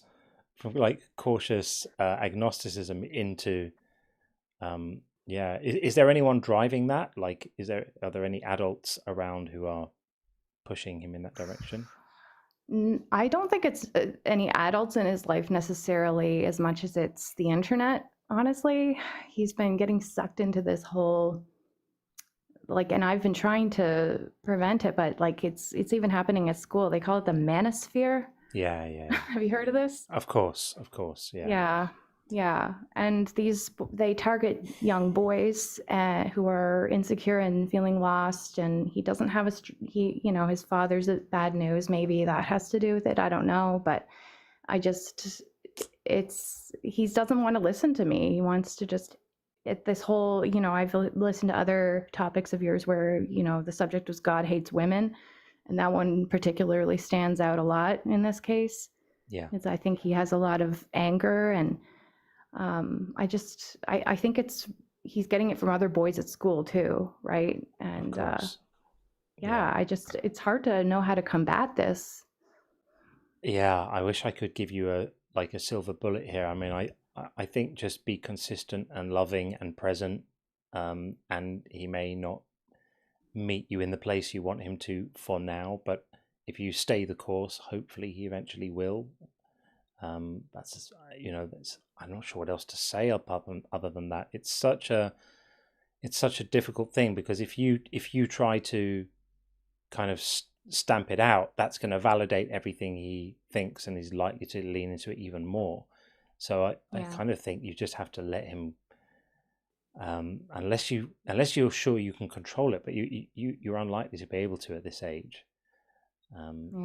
Did you say how old did you say he was? He's 12, going on 13. Yeah, that's very it's young, isn't it? Do you control his internet access? I do, but I'm co-parenting, so he's on the other side of the family just as much, and they do not monitor at all. And that is also kind of a problem. Yeah, that's so hard, Rosie. I really, really feel for you. It's a really, really tricky thing, because in these situations when a child is getting into something you don't want them to, you have to be so careful, because if you push too hard to stop them doing it, they do it even more. But if you're too relaxed about it, then maybe the boundaries that they might need to feel safe aren't there. What does his father think about this? His father's not present in his life. It's mostly the paternal grandparents. Oh, okay. Actually. Oh, okay. Yeah. So, forgive me. I just assumed when he said co-parenting. So the. Yeah, you would think. Yeah, I'm sorry, but my bad. I apologize. So, is there the possibility of a dialogue with them, or are they unlikely to? No, that's the other part of the tension, is that there's a lot of ambiguity and distrust between the two families, and my poor son. I never want him to feel caught in the middle of anything, right? For sure, yeah, that's like 101, right? Don't let the kids get caught in the crossfire. Is super important. Yeah, exactly. Are there any males that might be able to kind of be a bit of a role model that are more aligned with your values? Any men that who might be able to be there a little bit for him? Well, he does visit my brother once a week or so, and I'm hoping that they'll be able to. He doesn't necessarily like my brother as much as the uncle on the other side, who enjoys guns and conservatism and Republicans, and mentioning people like Charlie Kirk, which is completely inappropriate for his age. It very much upsets me, and it seems to be like what he wants to hear, because it goes aligned with that online kind of trend and that energy in general. And so when he visits, like, say, my brother, who he does look up to, it doesn't quite sit the same, right? Because it doesn't fit the whole narrative. Yes. Yeah. But there might still be some bridge that can be built there. Like if do you have the kind of relationship with your brother where you could speak to him about this? your concerns? Oh, yes, definitely. Yeah. So for example, I'm just trying to think creatively out of the box here. Like if your brother could come up with some cool thing that your son would really love to do, that might be a thing that they could do together semi-regularly as an opportunity to provide him with really good, enjoyable experiences away from all of that stuff, and then quietly use those as an opportunity to gently plant seeds of thinking about things differently and show a different way of being, by way of being a bit of a mentor or role model, if your brother would be up for it. Yeah, I mean, he's definitely up for it. He doesn't really know what to do. We're both sort of at a standstill. Yeah, it's really, really tough. My instincts are like a sorted man in his life. A male figure who can just give him a bit of guidance and love. And show him that actually being a real man isn't about that bullshit. Being a real man is just about being like a decent human being and having some compassion and love. That might help to tip the scales a little bit. I don't know if it is unlikely to completely transform things, but it may well help. I think for you to try and manage all of that on your own is hard while he's looking at sort of cultural things which are telling him that it's all about men. It's shocking. I'm so sorry that you're in this situation.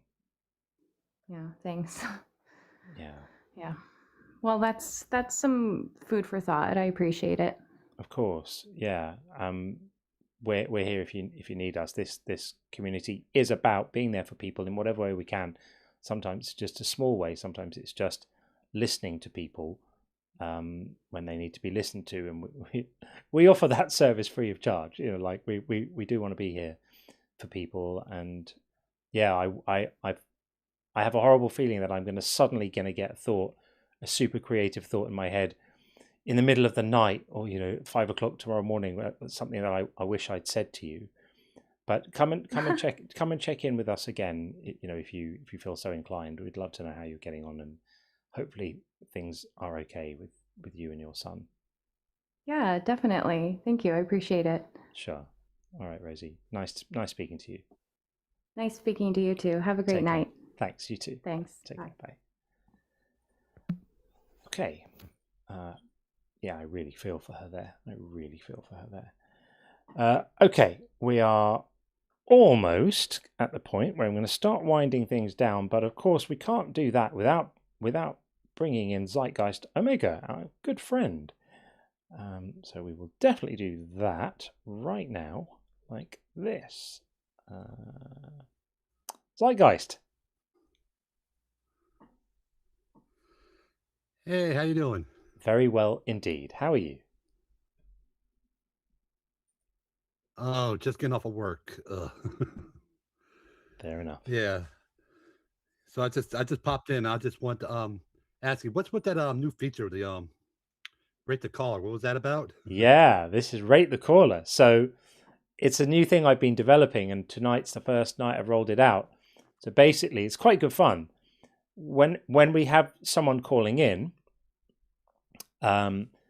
there's basically two ways that you can evaluate a caller, right? It's like, how good are their arguments?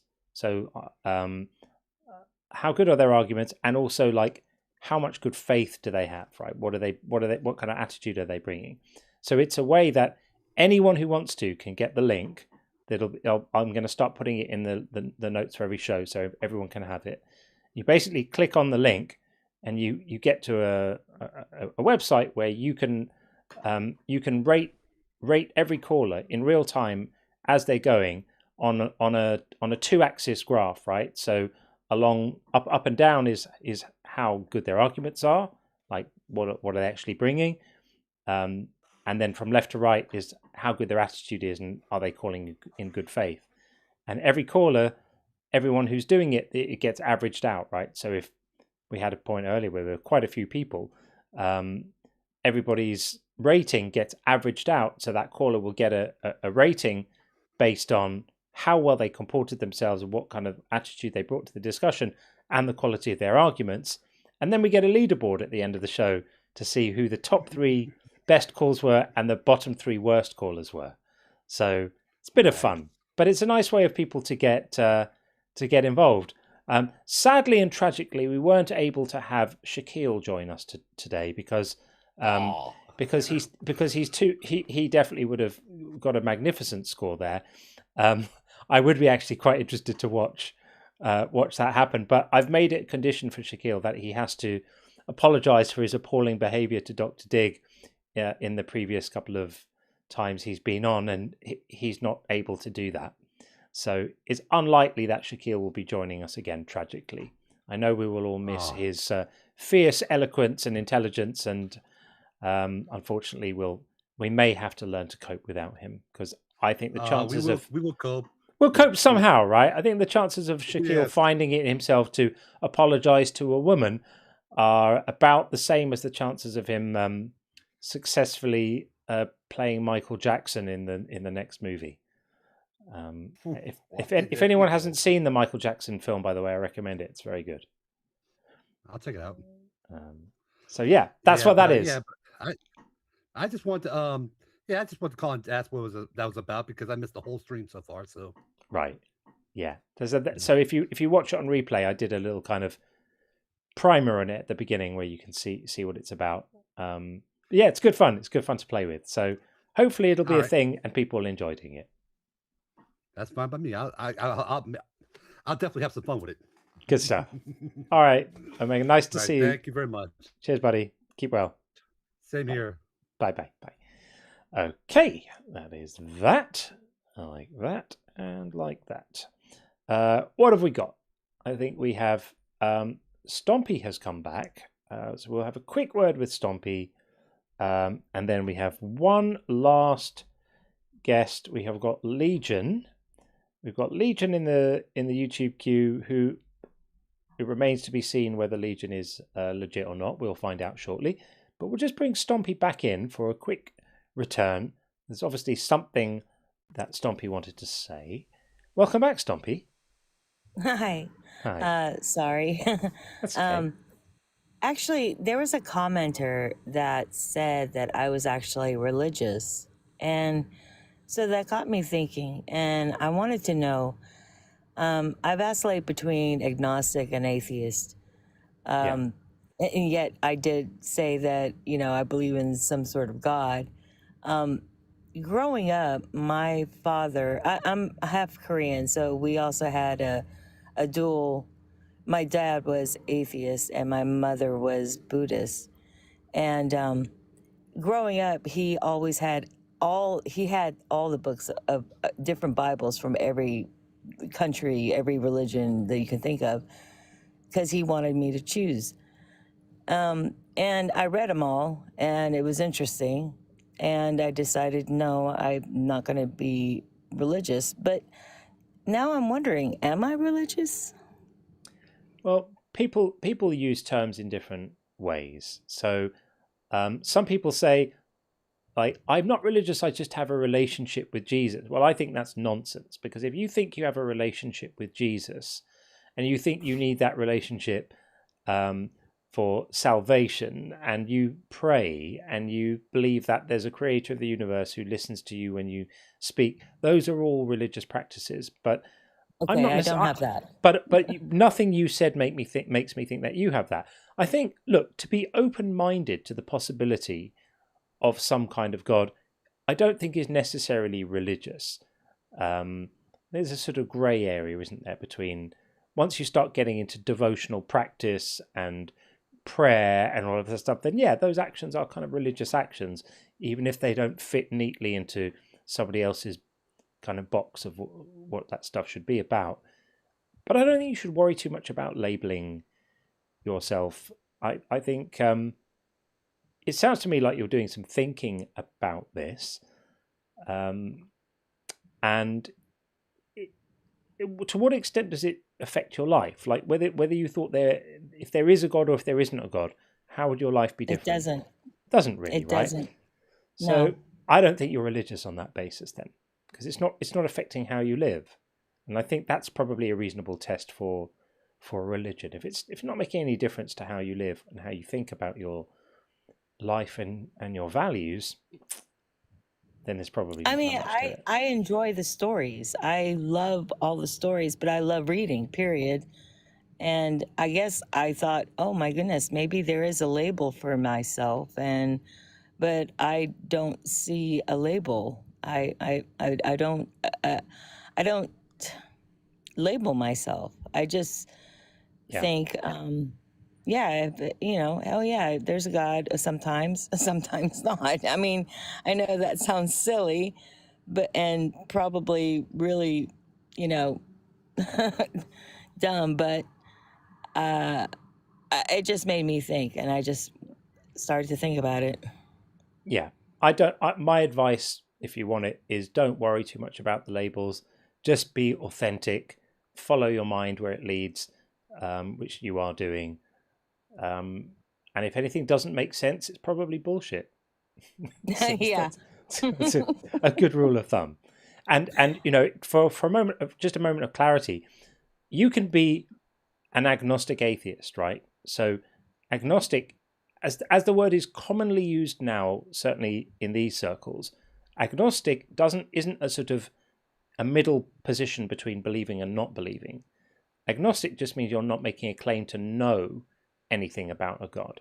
So you can be an agnostic theist, where you think you believe there probably is a God, you're just not claiming it as knowledge. Or you could be what I am, which is an agnostic atheist. I don't claim to know there's no God. I'm just lacking a belief in a God because never been persuaded that there is one. I'm open to it, but I just lack a belief. So because I lack a belief, I'm not a theist. And another word for not a theist is an atheist. But you can be an agnostic atheist, and you can say that with pride, and people will know what you mean, or at least some people will. Thank you so much. I appreciate you explaining. Thank you. I appreciate it. Nice to speak. Have a good night. Again. You too. Bye. Okay. We need to do some minor housekeeping. I need to tell you who these people are. Where have we gone here? There we go. This is the inner circle. These are the people who activate the kill switch. We have Amon-Ra, Cat B, Devil's Public Defender, Elizabeth B, Gordon Loves Science, Issa, K.R. Young, Lacadian, Big Town Brum, Cognitive Dissonance, Drew Smith, Flippity Giblets, How to Push Back, Jiffy Cones, Kif Webb, Make It So, and then we have the next batch, which is Moustache Boy, PVG, Rich, Shadow, The Leakest Wink, Toe Rag, Tracy, Welcome to the Real, Oceanus, Pseudo V Science, Riven Ash, Stephen Seymour, Tim Cooney, Tom, Upshot, and Wocky Slush. Now, if anyone joined in the middle of the show and didn't get added to this list, it sometimes updates afterwards. So if you did join and didn't see your name here, forgive me. It will be on next time. It gets updated after the show. So that is that, and I really, really appreciate your support. But as I say every time, if you're not on any of these things, if you're not able to support the show by being a member, either on Patreon or on YouTube, that's absolutely fine. Your presence here is what matters to me, and it's the people who turn up stream after stream that amaze me the most. I am humbled and grateful, really, really, really am. So thank you so much for that. Okay, I think that we're going to probably wind it down. We do still have Legion on the YouTube queue. I'm gonna give this one try because the last few YouTube callers were not real, so I'm not sure what's going to happen here, but we'll see. Legion, are you there? Good evening, Mr. Cohen. Can you hear me? Hey, I can. How are you? Delightful. I'm quite all right, sir. And you? Yeah, good indeed. Yeah, it's been a bit of a weird one because we had a bunch of pranksters up here, so I'm feeling slightly defensive, but you sound like you might understand. you sound like you might not be one of those. So for that reason, welcome. You're going to be the final guest of the night. What would you like to say? So, 2, perhaps 3 things. First off, I very much appreciate what you do. This is my first stream that I've watched live, first I've ever called into. And I heard someone once say that they didn't like shows like yours because you're giving people with, can I swear? Yeah. Perfect. You're giving people with shitty opinions a platform to be heard, but the platform already exists for anybody to be heard. And I think challenging this absolute nonsense, for one, it gives me hope. 2, it makes it clear that you can't just go on believing things that are just wrong or untrue and then hiding behind, oh, it's just my opinion. And 3, I feel like it arms me for in the of where someone starts throwing Bible verses at me and I really don't want to hear it. I picked up a Bible at the beginning of this year with the intention to read it as much as I could so that when someone inevitably does come at me sideways with Bible verses, I can say, oh, really? Well, in Genesis, blah, blah, blah. So how does that make sense? That's the idea. That is the idea. Secondly, I feel like I've been atheist for the majority of the time I've been a conscious human being. Like, before I had the words for it, as a child, when my grandmother would take me to Sunday school, there was, kids' Sunday school, and I would sit here and listen, and I'd go, huh, well, this is a really cool story, but I never thought that it was something I was supposed to believe with my whole heart. I thought it was like my father's bedtime stories. Yeah. But now that I'm older and I'm listening to people talk about how they believe in what in my, inner child mind is bedtime stories, I'm very confused because in order to believe the Bible in this example, you have to suspend your disbelief, I feel. You would not apply the same logic to Joe Schmo who's supposed to show up at 7 o'clock every morning to God. If Joe doesn't come to work and you call him and say, bro, where are you? And he says, I'm there. Just look at the trees or look at the work I did last week. That's not going to fly. You're going to lose your job. Yeah. But I do find myself, despite that, I do fall into, I think the phrase is magical thinking from time to time. Like I'll listen to something or something will happen where like only luck prevented me from not failing as hard as I could or from something bad happening to me. And it used to be for a couple days, but now for a couple hours, I'll think, oh my God, there has to be something beyond what we as humans can see, because why else would this, very fortunate thing be happening to me? I must be chosen or favored to have a special connection to that's interesting. The spiritual plane, but after like I go to sleep and wake up or whatever, I'll come back down from that, for lack of better words, high. And I can't always control when it happens, but it does happen. And I don't know, you seem pretty experienced. What would you say that is, and what would you give me or people like me who have moments like that? I think that in terms of your background, did you have a time when you were in the belief system, like when you were in a faith based? For Christianity, no, but for a time I did identify as pagan. Okay.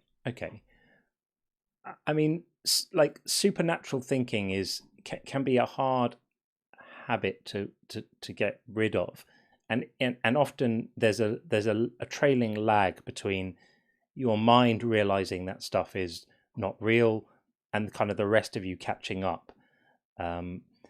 So I have seen this before, and I think that quite often you might find that the interval of time that it takes for you to go, no, hang on a minute, that's just nonsense, will start to decrease. And you might find that it eventually gets to a point where they just become like invasive thoughts rather than really thinking it for, a few hours or something like that. You could like cross your mind and go, oh, wow, I wonder what, and then you like catch yourself and go, no.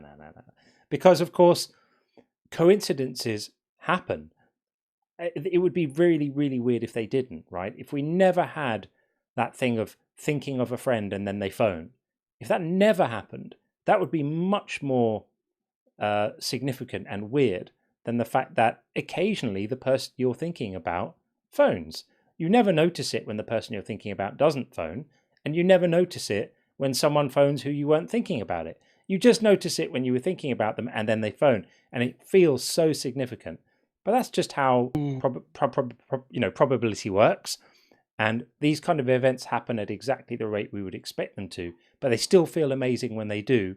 And so we still start writing stories about, ourselves as the main character in something special when these slightly interesting coincidences play out. And like you say, you're prevented from something worse happening to you. And you think, well, there must be someone looking out for me or stuff like that. Unless it starts, affecting your decision making, it's not the end of the world. It's just a thought, right? The best advice I can give you is your thoughts are just thoughts. And the fact that you're even able now to reflect on them, right? To take a step away from yourself and then look back at yourself and go, this is what I do. This is the thing that I do. That immediately sets you aside from most people who can't even introspect in that way. That's a fantastic quality that you have. And the more you do that, I think the more effective it will become at reframing, some of your, let's be charitable and say, not optimally rational moments.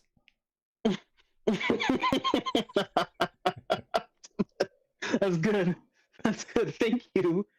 Sure. That's the best I can offer at 5 o'clock in the morning after whatever it is, 7 hours of streaming or whatever we've been doing. So yeah, I hope that's okay. Oh well, I won't say you're doing the Lord's work. I don't think that would be entirely correct to say, but I appreciate the work you do for reasons stated earlier. I feel like people like you, are a bulwark against Christian nationalism, which you could probably tell by my accent that I'm dealing with, more or less. Yeah, I'm sorry. I'm sorry for that. I'm sorry too. Yeah. Couple closing questions for you because it's 5 a.m. and you probably want to go to bed. Sure. Have you heard of The Lie and have you ever considered making an appearance? Yeah, I have heard of it, and actually, Matt D has been on and said that they want to book me to do a co-host with him on a Wednesday. So I'm just waiting for them to call to do that. I'd love to do it. I would absolutely love to do it. So yeah, I'm waiting. If anyone wants to drop them an email and suggest that or ask, that might help. That would be brilliant. If anyone feels so inclined to make contact with Jimmy or Arden to give them a gentle nudge, I'm ready and waiting. Yeah, we've had Matt D in a couple of times. It's great when he's here. He comes in and sits and listens and plays chess and makes the occasional comment. It's excellent. Oh yeah. So right. yeah, I would love to see you on that. Yeah, that would be fun. I think it'll happen at some point. So yeah, that'd be good if it does. All right. Good luck and more power to you. Last but hopefully not least, if I wanted to re-watch this particular stream, is there a place where you post it, or is it just come and gone to the ether? No, they're all permanently archived. So if you just look at my channel on YouTube, the channels have got the sections, right? You've got videos, shorts, posts, and one of them is live. Every live I've done on YouTube is there and will be permanently there. So they're all there. Sensational. Well, that's all I had for you, sir. And thank you again. Right. I did not realize how much you got trolled, and it would be funny if it wasn't so pathetic. Yeah, exactly that. Yeah, it would be funny if it wasn't pathetic. It is still kind of funny, but it's mainly pathetic. Yeah. I hear you. Thank you again, sir, and take care. Thanks, Legion. All the best. Thank you for your generous call. Take care. Thanks. Bye. Of course. Okay. Keep well. Bye-bye. Okie dokie. That is that one. And of course, now we have to see what the work result of all our rating thing is. Let's see if this works. Hopefully it will. Is this going to work? Let's see. You have to do this. Oh, come on. Don't fail on me now. You have to be good and work, damn it. There we go. There is the leaderboard. It is working. Hallelujah. So, the best conversation was Christie with a ridiculous score of 100. That's amazing. I think big, huge props for Christie there. Number 2 was Carol, and number 3 was Rosie. And then the worst conversation, Prince Amen got 8. That's pretty poor. And just Josie, I would have thought that she would have got the worst. She got 23. Was still fairly poor. And Lupine Lunatic, I think, got 24. Maybe that's undeserved. Maybe that's slightly harsh, that one. It's also down to, of course, how many people were in at the time, because there was a point when there were like 40 or 50 or something people voting. That's going to even things out a little bit and make it less likely to get real extremes, because wisdom of the crowds and all of that. When there are less people in, it might only take 1 or 2 to, give a slightly unfair vote, and it can look a little bit, unfair. So I'm glad that it's worked, though. I think for a test drive, hopefully this is good. You guys can let me know what you think about this. And if you like it, I worked quite hard to put it together. Hopefully you do. And if not, then I won't bother with it. But it seemed fun, and I enjoyed doing it. So I hope you liked it. Anything else? Anything else that I need to deal with before we go? I think that's about it. Huge thanks to, of course, the moderators and in both chats. You guys know I love you very much. You're amazing people. You turn up time and time again, and I can't thank you enough. So there is that. And thanks, of course, to Sean for being with us earlier. And the next stream will be Tuesday daytime. I'll confirm the time. Normally the Tuesday ones are either, the normal one is 12 p.m. UK time, which is super early, I know, in America. Sometimes I start them a little bit later. This week I started at 3 and went through until quite late, and it was really good. I really liked that. So maybe I'll do that, but we'll have to see. I promise I'll let you know. And finally, the bingo, of course, we can't leave without seeing exactly where we are on the bingo. We didn't completely finish it today, but we nearly did. We just didn't get, hang on, we got Kif's called I Pray For You. Okay. I think someone did actually say that.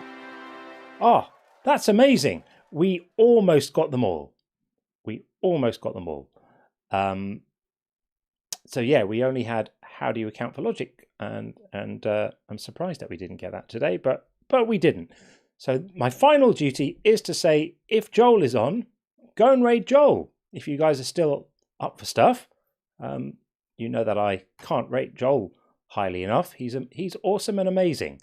So check it out, have a look, and see if Joel Reads Bible is on. And go and hang out with him. Tell him I sent love. And see you guys on Tuesday. Take it easy all. Keep well. Stay safe.